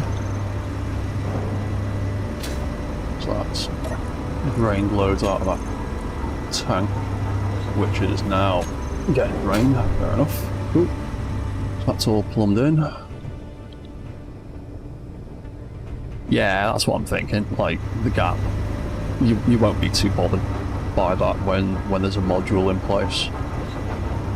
I could do that now, but I want to sort of leave it without the modules in place, so that when I publish it, people can do what they want with the modules and put them wherever they like.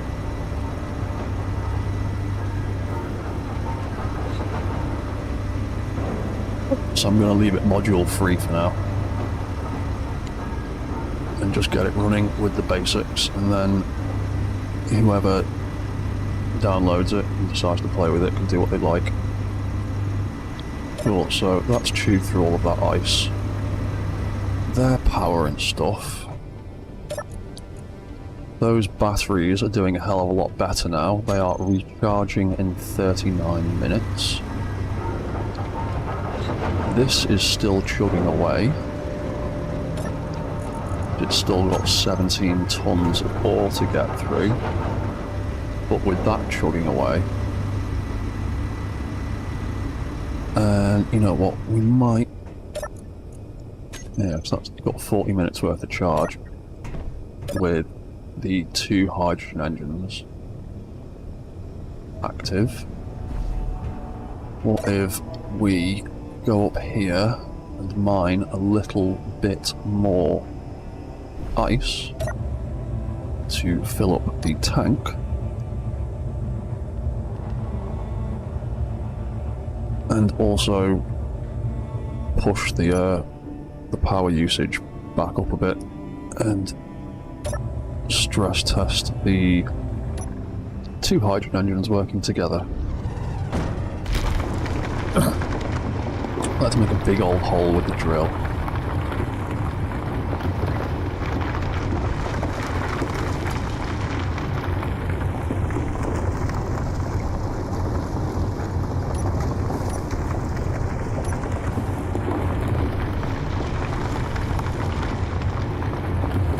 Oh god, yeah. I always, like, empty all of the crap out. I sometimes publish some of my mechs with, like, ammo and stuff already in them, so you can just play with them straight off the bat. But for something like this, I would absolutely upload it completely empty. There's even a cruel part of me that would be tempted to upload it empty with flat batteries. For like a survival thing, like you've got to get the thing up and running first before you can use it. But yeah, for a basic setup, yeah, I'd upload it with just nothing in it. That's the drone colliding with me again.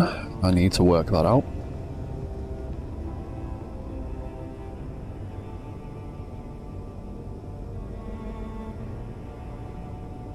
Might need to put another GPS recorder on it actually, and have a relative route to the base, and then have the relative route for its reloading. And to be honest, I have that idea has crossed my mind, Jonah. I've even thought about grinding down a few bits here and there, so that it would have to be. So, like, you'd spawn it into a game, and you would have to wait for the solar panels on it to charge the batteries up enough to run the assemblers to run the assemblers and refineries enough to get the bits you'd need to fix important parts. But yeah, that is an idea that's crossed my mind, like almost like making like a scenario world kind of thing out of it when it's done.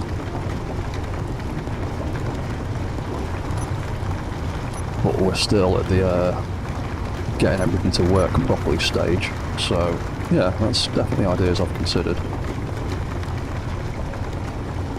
I might upload like a blueprint version and like a world save version, and have like the world save with like all the stupid like starting parameters like broken bits and flat batteries and stuff.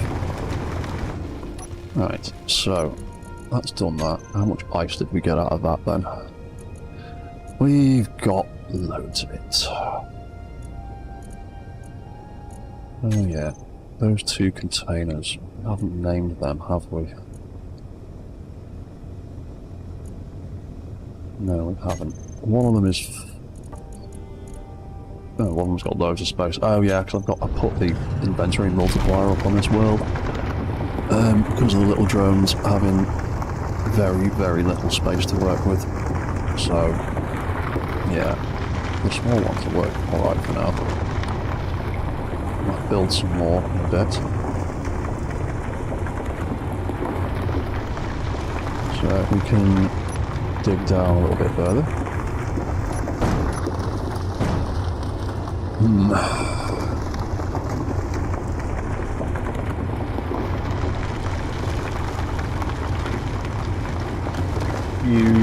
What's that button, Chief? You wish you could upload yours to the workshop. What's stopping you? Oh, you just get an error message when you try it.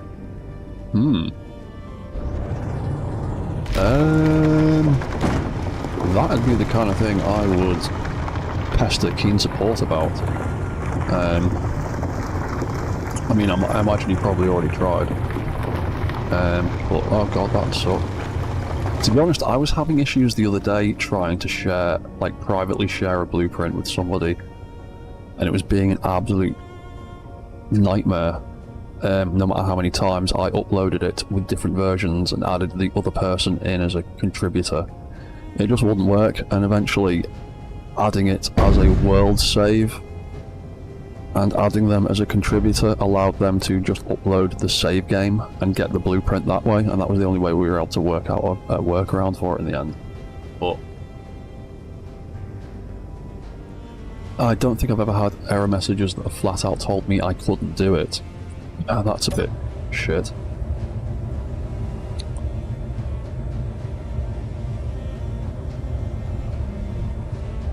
Yeah, I'm sure that drone is supposed to have its collision detection on. It's flying straight into the tower. You, drone, there you are. You're going to run out of power in a minute, so you'll probably make your way back in a second. But move block. Oh, it's turned off, hasn't it? Because I've set the thing to... Oh, right, yeah, so... when it is connected back up, I need the connector on the ship to... Then collision avoidance back on? Will that just cause problems when it's trying to launch?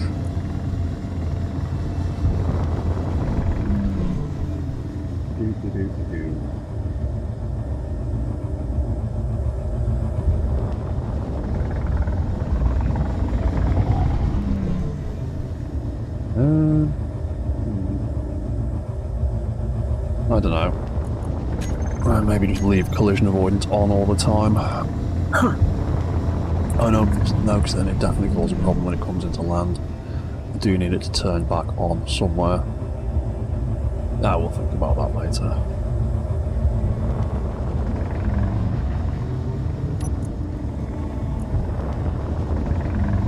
Oh, is that... Yep, there we go. He is coming into land, from the look of it. Hopefully.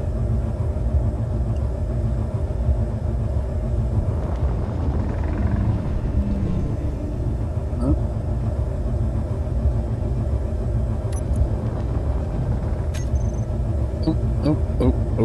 Are you doing it? Are you doing it? Are you doing it? He's doing it. There he goes. He's landing. And he's turned off and he has kicked me out of the camera. Cool.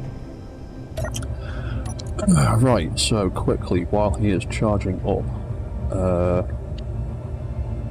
drone connector, because I need it to turn off collision avoidance so we can land properly.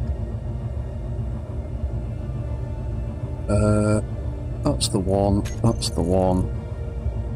AI control.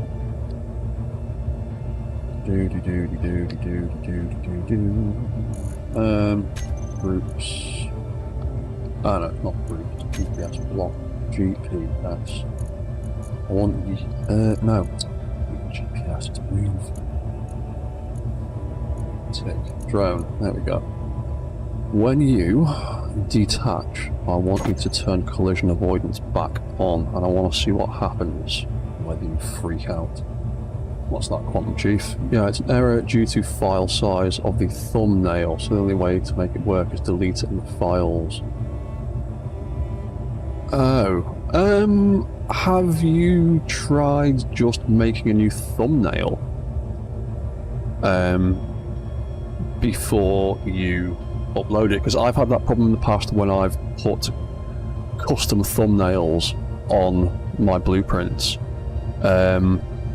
I think Space Engineers doesn't like anything bigger than 683. Hang on, I have a folder full of Space Engineers thumbnails. Give me 2 seconds. Because I've had the issue before where I've tried to upload something larger than that as the thumbnail. It's kicked off when I've tried to upload it to Steam and kicked off saying thumbnail too large, blah blah blah. Where the hell is it? Oh no, that's the one for my YouTube pictures. Blueprints. There we go. Local. I'm pretty sure that. What was the last thing that I did? All the mini walkers, wasn't it?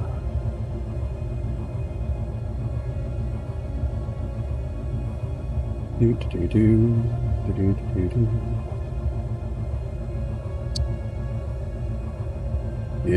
Thank you. No, it's not that one. Damn it. That one.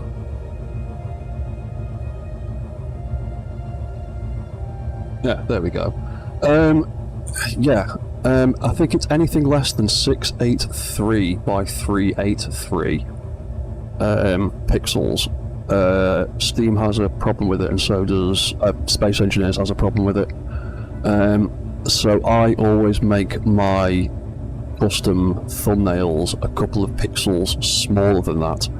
You don't really notice the difference because it's a really tiny, low-quality image anyway. And I've noticed Steam kicks off less when I do it that way. So I always end up making my custom thumbnails 681 by whatever the relative size is. I usually just let Paint do that for me when I resize the image. But yeah, less than 681 by 383 is generally what I do with them, and I've not had a problem with custom thumbnails. And that way I haven't had to delete anything or any of that kind of stuff, and I've been able to upload stuff a bit easier. So try that, dude. Try just literally just resizing that thumbnail down a little bit in Paint and just save it as thumb again back into the same folder it came from, and it should be fine. Because again, that's how I do my custom thumbnails. I'll make an image, open it up in Paint,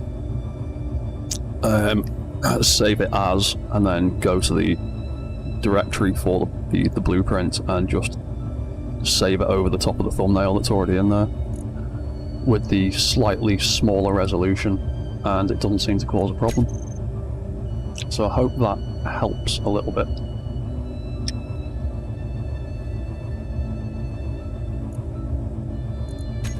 Right, so, little drone boy, what is he doing? He is sitting there, charging. He's at 34, so he's got a while before he's going to recharge back up again. And hopefully, when he does, he activates his collision detection as well.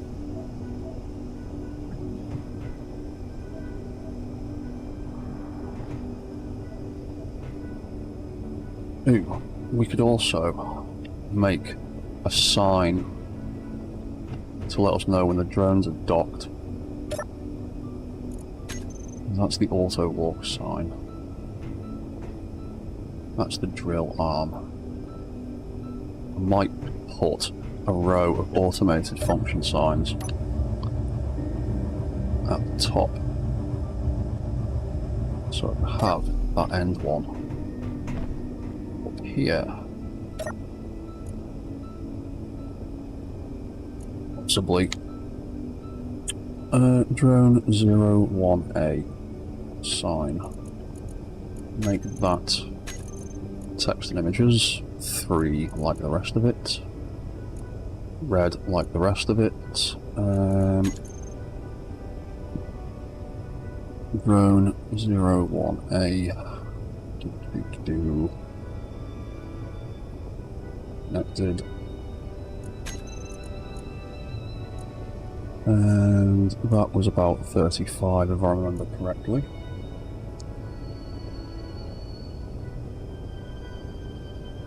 Yeah, I don't quite get what's causing your problem in the first place, but I have encountered that error message where it says file size of the thumbnail is too large and it gives me shit for it. So I just resized it slightly smaller and it was happy after that. So give that a try, dude, and I hope it works for you.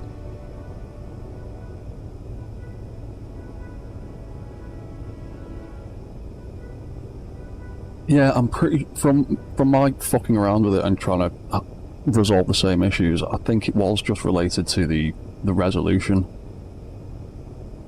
and I think it's that 683 by whatever that it doesn't like. So I make my thumbnails 681 by whatever, and it doesn't seem to have as much of a problem. So centered 35. I'm gonna stick a danger sign on it. And hopefully, if we've got enough space left in this controller... Yeah, we've got a good few slots left. Drone, sign. We can turn that on when it's connected and turn that off when it's disconnected. You know what, in fact, you know what? That's a bit high. I might use that for something else, actually. Might stick that on this bottom row, because I never got around to building the rest of these the way I was going to.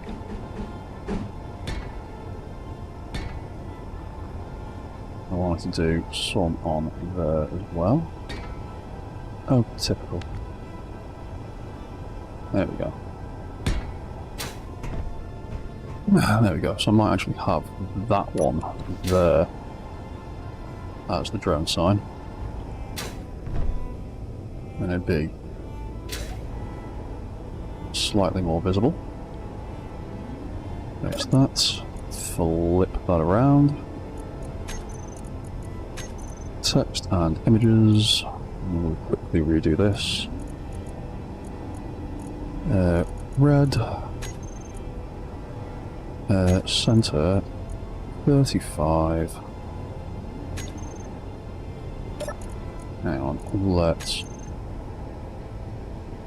steal the text back out of there. In fact, we will put the text back out of there. And just call that follow sign for now. And there it is. Paste that into there. There we go. That could be that. That'll be slightly more visible from our cockpit or the helm. you're still connected, so we should have some time to set it up properly. That can swing into view, so we don't have to do anything stupid to see it. Cool. Drone connected to. You're the one that actually does the connecting. To take that out. Drone sign. Let's replace it with that one. On. Off. That'll be that one, and that should flip on and off. Yeah, I'd really like an angled hollow screen. It would be great if someone would, well, it'd be great if someone would make a mod of it. It'd be even better if Keen would make one themselves. Oh, cheers, Quantum Chief. Yeah, the control stations are, again, a little work in progress.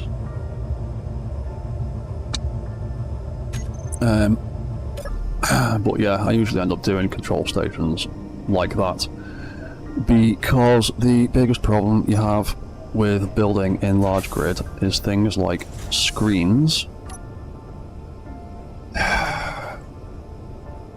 are huge, and functional blocks like broadcast controllers or timers or action relays or event controllers. The main one, event controllers, large grid, absolutely no different in terms of functionality compared to a small grid one. But you can see the size difference. One event controller takes up the entire amount of space that this whole computer system takes up. So I always do the large grid to small grid rotor trick in my cockpits,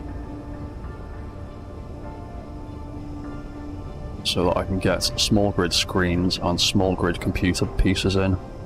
Because again, the turret controllers, functionally, as far as I know, absolutely no difference between the two sizes, except the only difference is the amount of blocks it takes to build them and the amount of space it takes to place them. So yeah, I always end up making my cockpits on large grid things a bit of a clang fest by adding all this kind of nonsense. Right, so that thing is charging.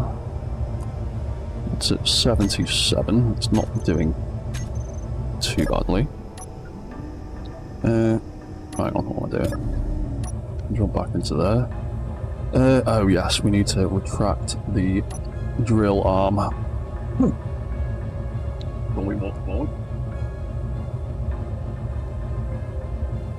And yeah, so we're now set up. Yeah, exactly, Quantum Chief. One block versus 100, 125, whatever the hell it is. It's ridiculous. It's, yeah, it's obscene. Like, I mean, it's great that you have the large grid blocks, and some of them do look quite cool. Like the large grid turret controllers look pretty sweet. They do look cool, but functionally they're no different. Like, you can see right there at the right of my, the left of my screen where all the details are. Max auto target range 800 meters. Small grid version. Oh, okay, it's got an extra 200 meters on it. That's the difference. 200 meters. That's the only difference, is 200 meters worth of range, really. Power required 500 watts. Power required 500 watts.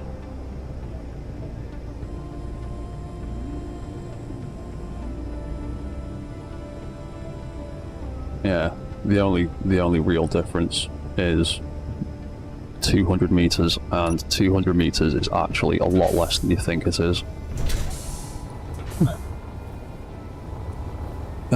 So yeah, I just usually go with them unless I really want that extra little bit of range. Yeah, that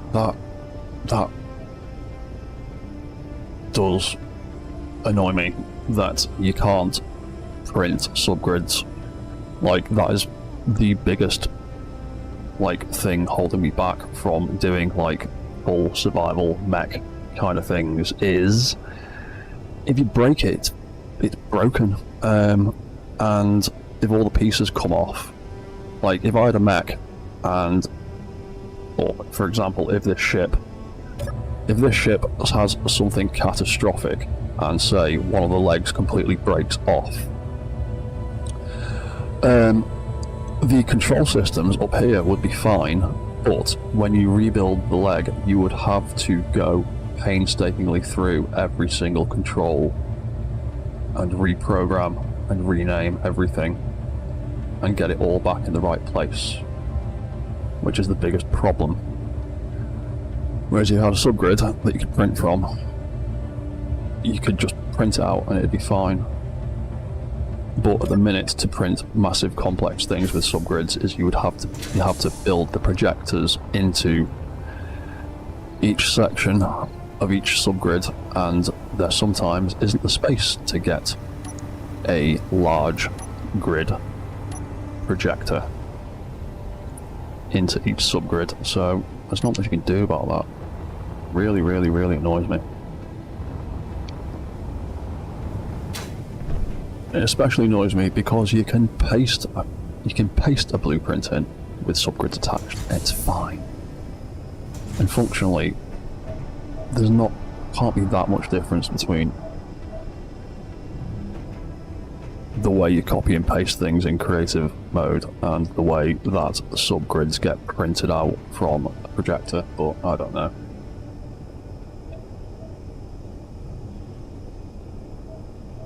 Yeah, I've seen that about attaching small and large grid blocks together. I am really actually quite excited about that. Oh, off he goes. Where's he going? Right, that's him with collision mode turned on when he starts. And see, he's having problems. He's confused, he doesn't know what to do. He's struggling to get out of the way. He's trying to go where he wants to, but he is getting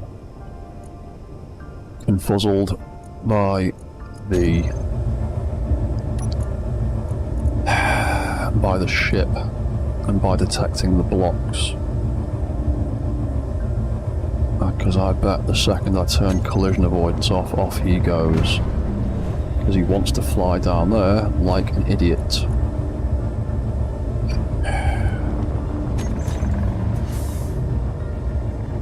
Right, that is why. He's trying to fly to a stupid location. Well done, drone.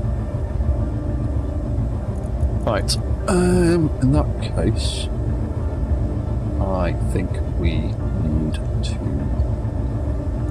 adjust his minimum altitude to not go below the level of the deck.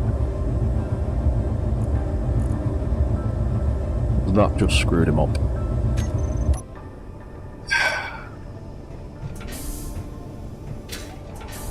Oh well.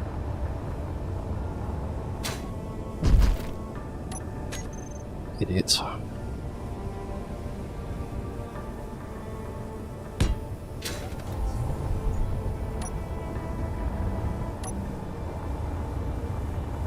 Right, once again, your engines have gotten screwed up because I need to try and figure out a better way of getting them to reverse, but without a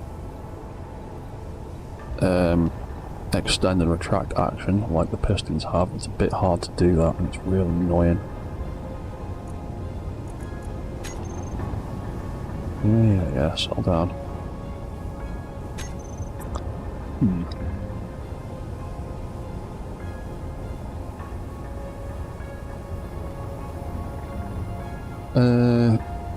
What's that about the sound stage? What do you mean sound stage? Do you mean like the way sound works in this game? Because I've got a few issues with that. I've got a really annoying bug at the minute. I've had a really annoying bug for a while where sound blocks only play sound out of my left speaker. or rather only play some sounds out of my left speaker. And it's driving me a bit mad. Like, the drone sound effects, like in the... oh, he's not got a sound block on him. But, like, the drone sound effect in the sound block, and some of the music files play in stereo, and everything else plays in mono through the left side speaker. And I'm not sure why. And even when I put one sound block here, one sound block here, trigger them both at the same time and sit in the middle, it still only plays out the left hand side, regardless of what way I'm facing. So that bug annoys the crap out of me. Because like the warning alarms and the like intruder alert things and all that stuff, they only play out the left hand side on my computer for some reason. I don't know whether it's like a phasing issue with some of the sounds they've got, or whether the like sound files get corrupted or what. Again, I'm not entirely sure. By no means any sort of expert on this game. I just like doing stupid things with it. Right, thank you. Can you lock onto that, please? You, drone. Let's... Oh, hello, Tiny Cat. You're back again. Hello, madam. That guard block. I'm gonna extend that out a little bit.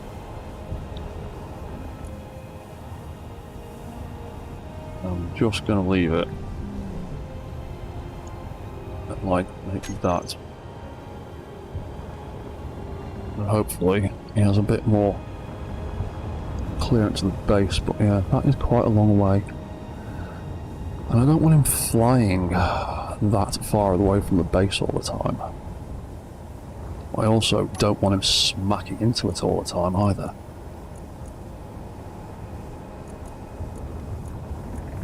Yeah, I'd love some new sound in the game. I've got a few custom sound mods, but some of them are a bit fussy. They don't like working in conjunction with each other. They only like working one at a time per save file, which is a bit annoying.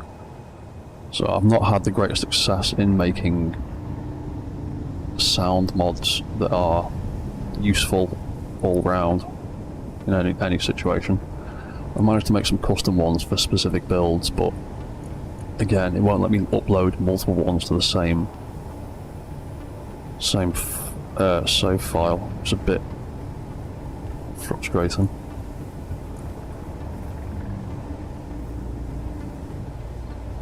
What are you doing?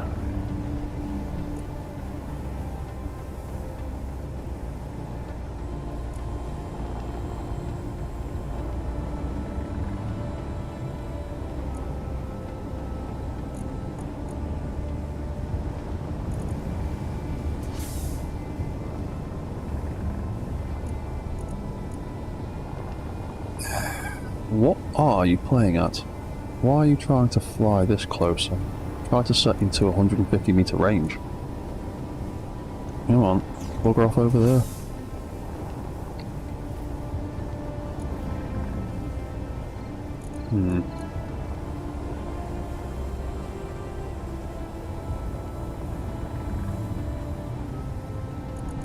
Yeah, I still think that the collision avoidance causes a lot of problems detecting the voxels sometimes.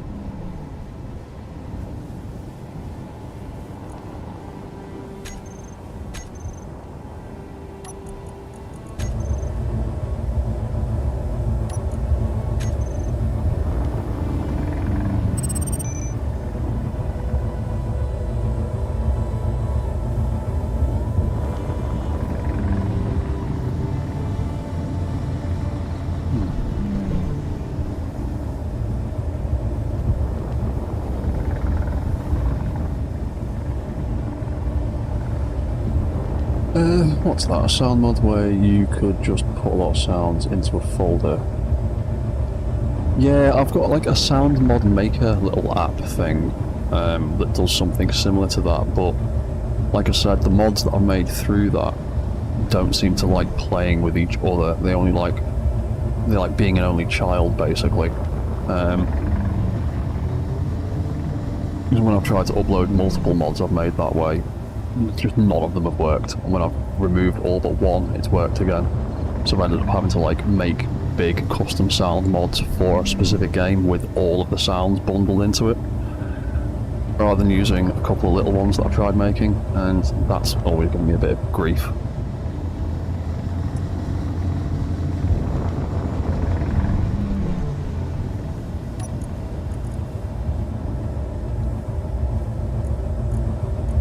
He seems to be having less problems now with that on.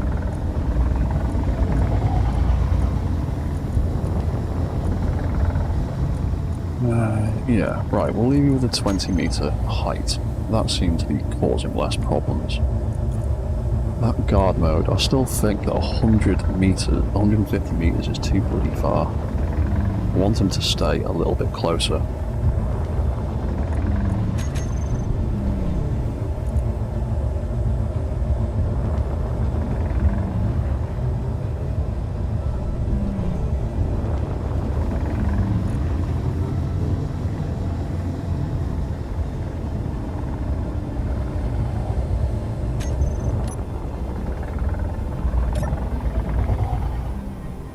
We'll just deal with him crashing occasionally if he does.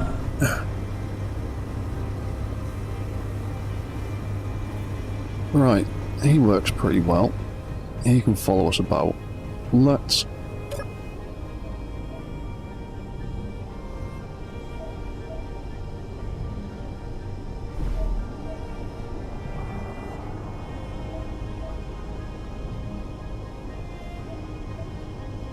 right, so... the sun is going down. Everything's loaded back up.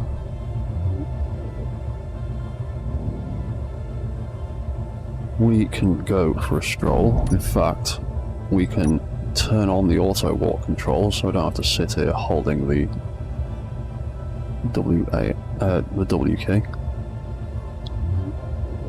And then we'll try making him just plod along. And we could probably, at some point in the future, so I'm going to wrap this up in a minute, because I've been doing this for 4.5 hours now, and it is now 2:30 in the morning where I am.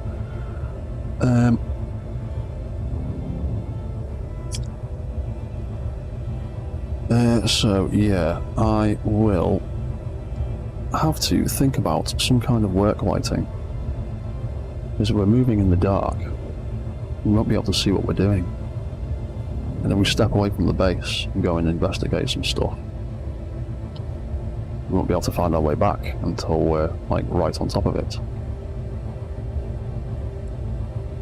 Yeah, same here, John. I am going to go to sleep myself in a minute. But yeah, at some point I need to think about some kind of lighting. For now,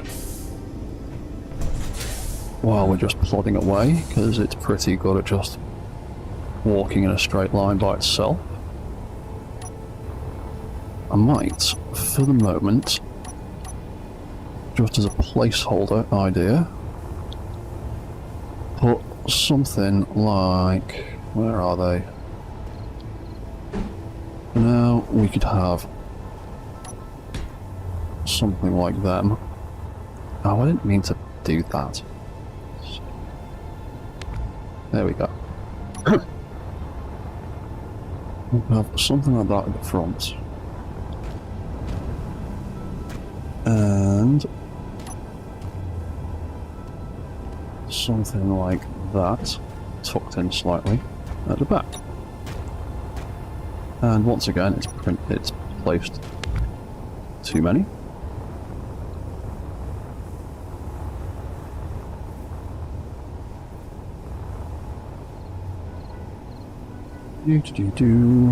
Right, so yeah, that could be a bit of lighting. We'll probably build more. I've got visions of doing big lighting arrays or something along the side of here, but those don't have a connection point under there, so I might have to rig something up slightly differently. Or I might just have like fixed work lights or something under there. But again, there's not enough of a connection point, so I'd have to do something a bit differently. But yeah, when he's walking and doing stuff, he can do comfortably about 6-ish meters a second.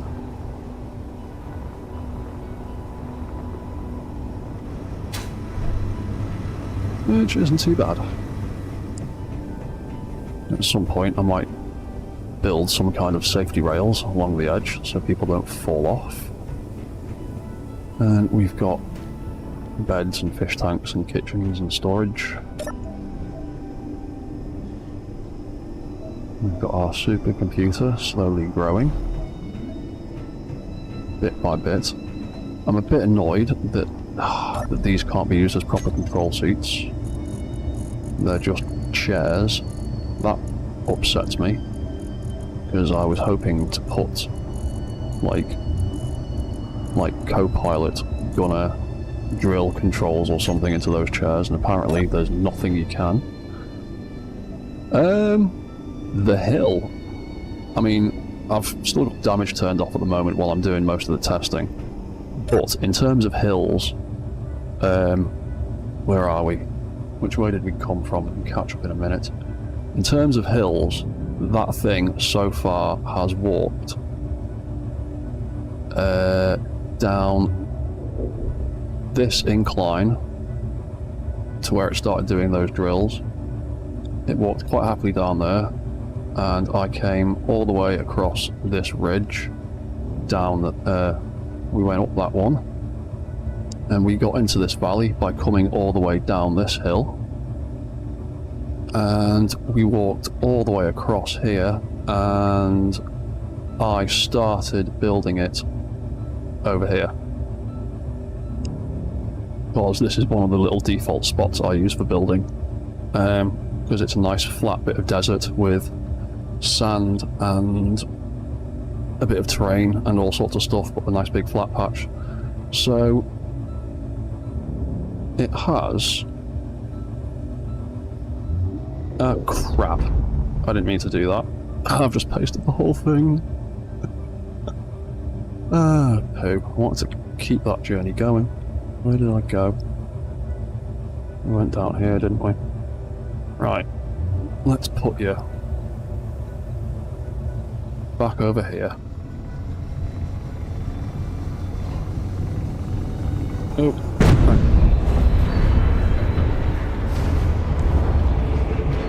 Oh dear. That was silly.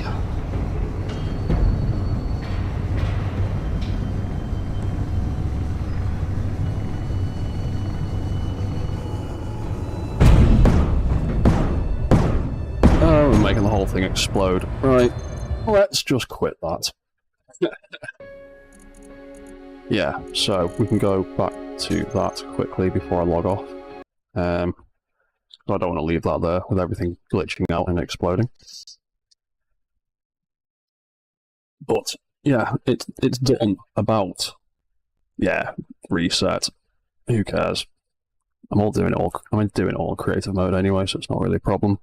But yeah, that mech, since I built the legs and the control system, has done probably 10 kilometers worth of terrain.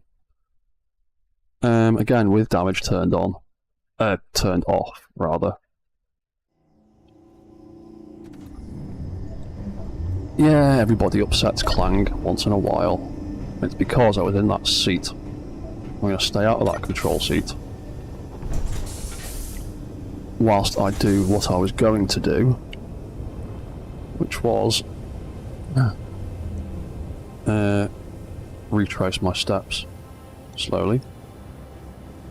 Because we went up there, we went all the way past here. And if I spawn myself in here, I can come back to the mech in a minute.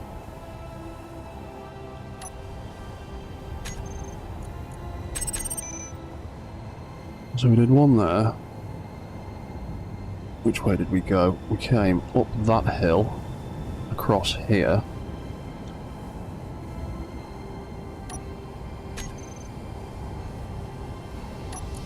Which was there. And we started... Let's see, we'll put another one here. Yeah, right about there. Move from current. And then when I started building it, it was on this plateau. Somewhere around here. Have I got myself back in again? Make another GPS.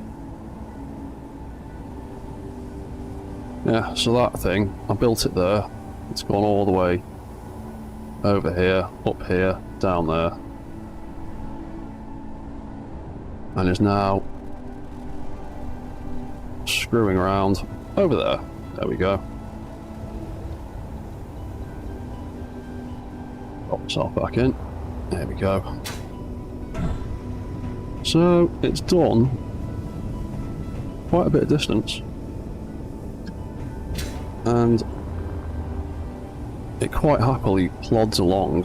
It's the friction settings on the tyres occasionally snag on the terrain a bit when it's going up and down hills or when it gets a bit too bumpy, but for the most part it works pretty well. And then I've got controllers set up with the A and D buttons rigged up to those gyroscopes in the inside the main body of it, and that does the turning. Like, the mouse does absolutely nothing for turning at all.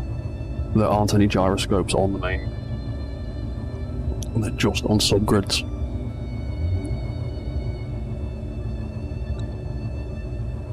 And that way you can potentially control a turret with the mouse and you've still got the W, A and S and D keys to control the mech overall.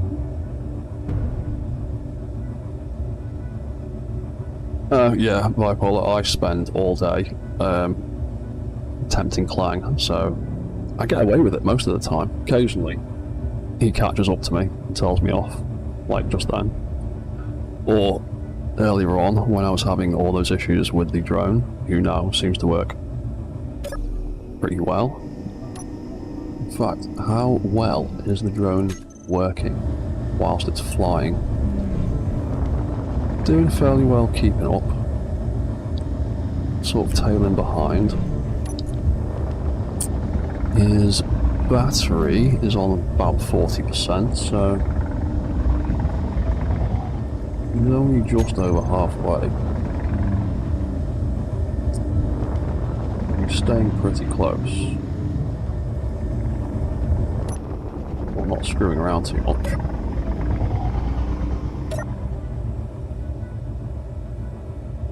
But yeah, he's working pretty well. And then we'll come to a hill in a minute.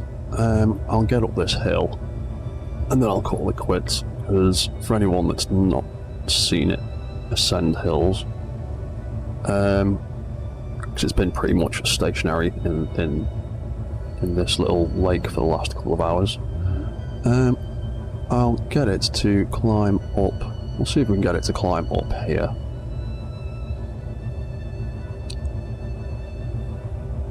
Some of that terrain is quite steep and a bit much.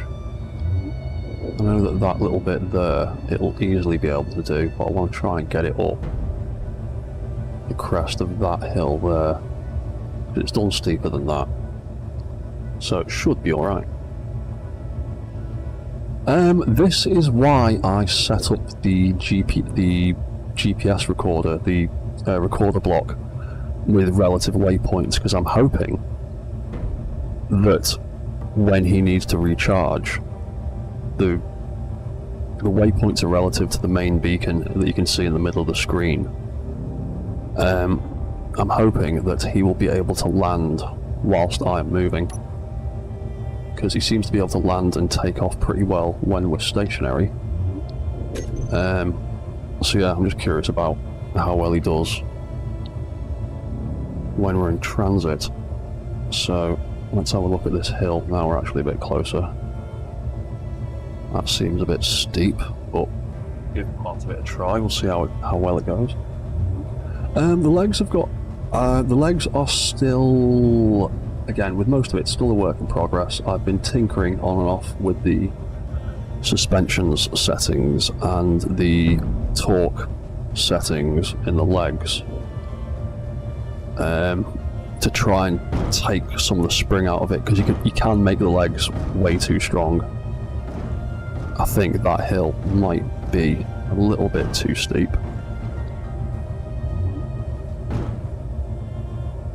We'll see what happens.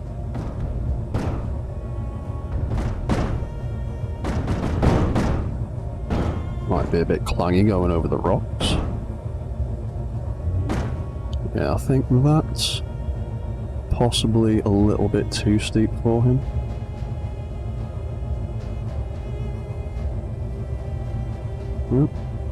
No, there you go. He's getting a bit of purchase. Once he's figured himself out, he can go up that on a pretty horrific angle. He's getting a little bit stuck. Like I was saying, I'm pretty sure there's a roulette wheel kind of thing going on with the friction mechanics in this game. Sometimes it works perfectly, there you go, and sometimes it's all slippy and doesn't quite seem to work, but with a little bit of patience, he's gotten up that horrific hill, and with any luck we should be able to turn, get up there, and you can still pick up speed going uphill as well. The thruster, it's only got one thruster, and that is literally so I've got a trigger for the manual control and for the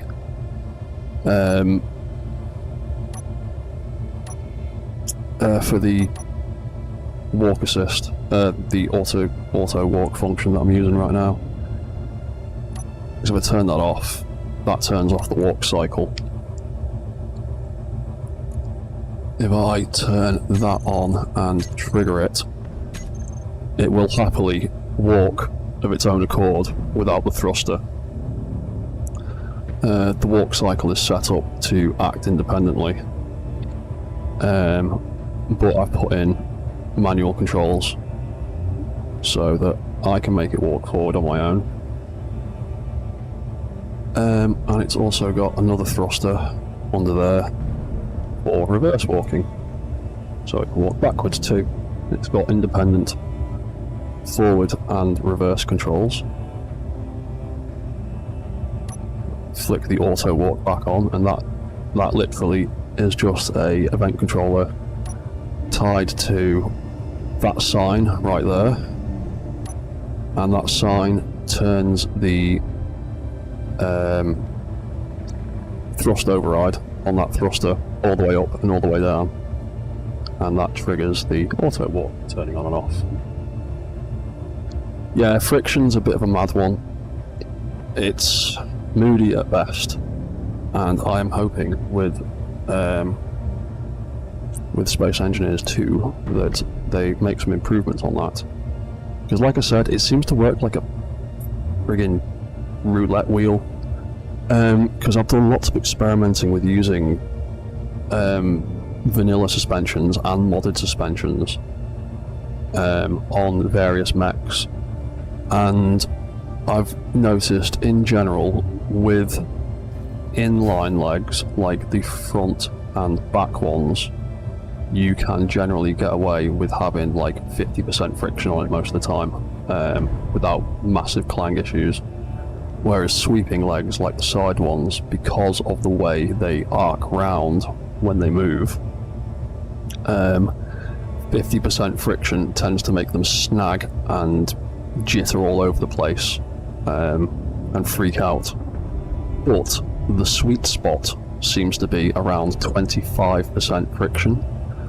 It allows the tyres to just about slide over the ground a little bit if they connect without making it clang and do weird stuff. It generates just enough friction to make it move. It's a bit tricky, but anyway, the sun is going down. We have climbed up that hill. We have walked another 5 kilometers from the last place. So I'm gonna leave this stream here because we are close to 5 hours now, and this is probably the longest stream I've done in a while, or ever. Oh, cool, my outfit came back finally. So, yeah, leave that there. Might be back tomorrow for some more. In fact, I probably will be back tomorrow for some more. And I will do a bit more things on this. I want to sort out another drone for here.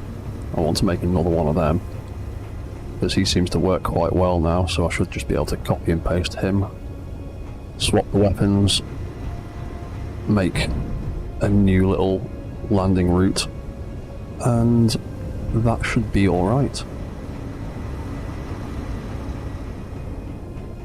So, yeah, I'm going to stop this here, and I'm going to say goodnight.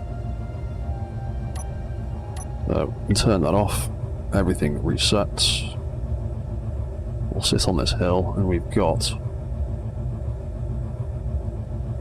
bit of weird terrain and a desert over there. Yeah, might just keep going that way next time. So, yeah, I'll leave that there. So, cheers for watching, cheers for chatting, and I'll see you all next time for some more ridiculous mech nonsense. So, cheers guys, and goodbye for now.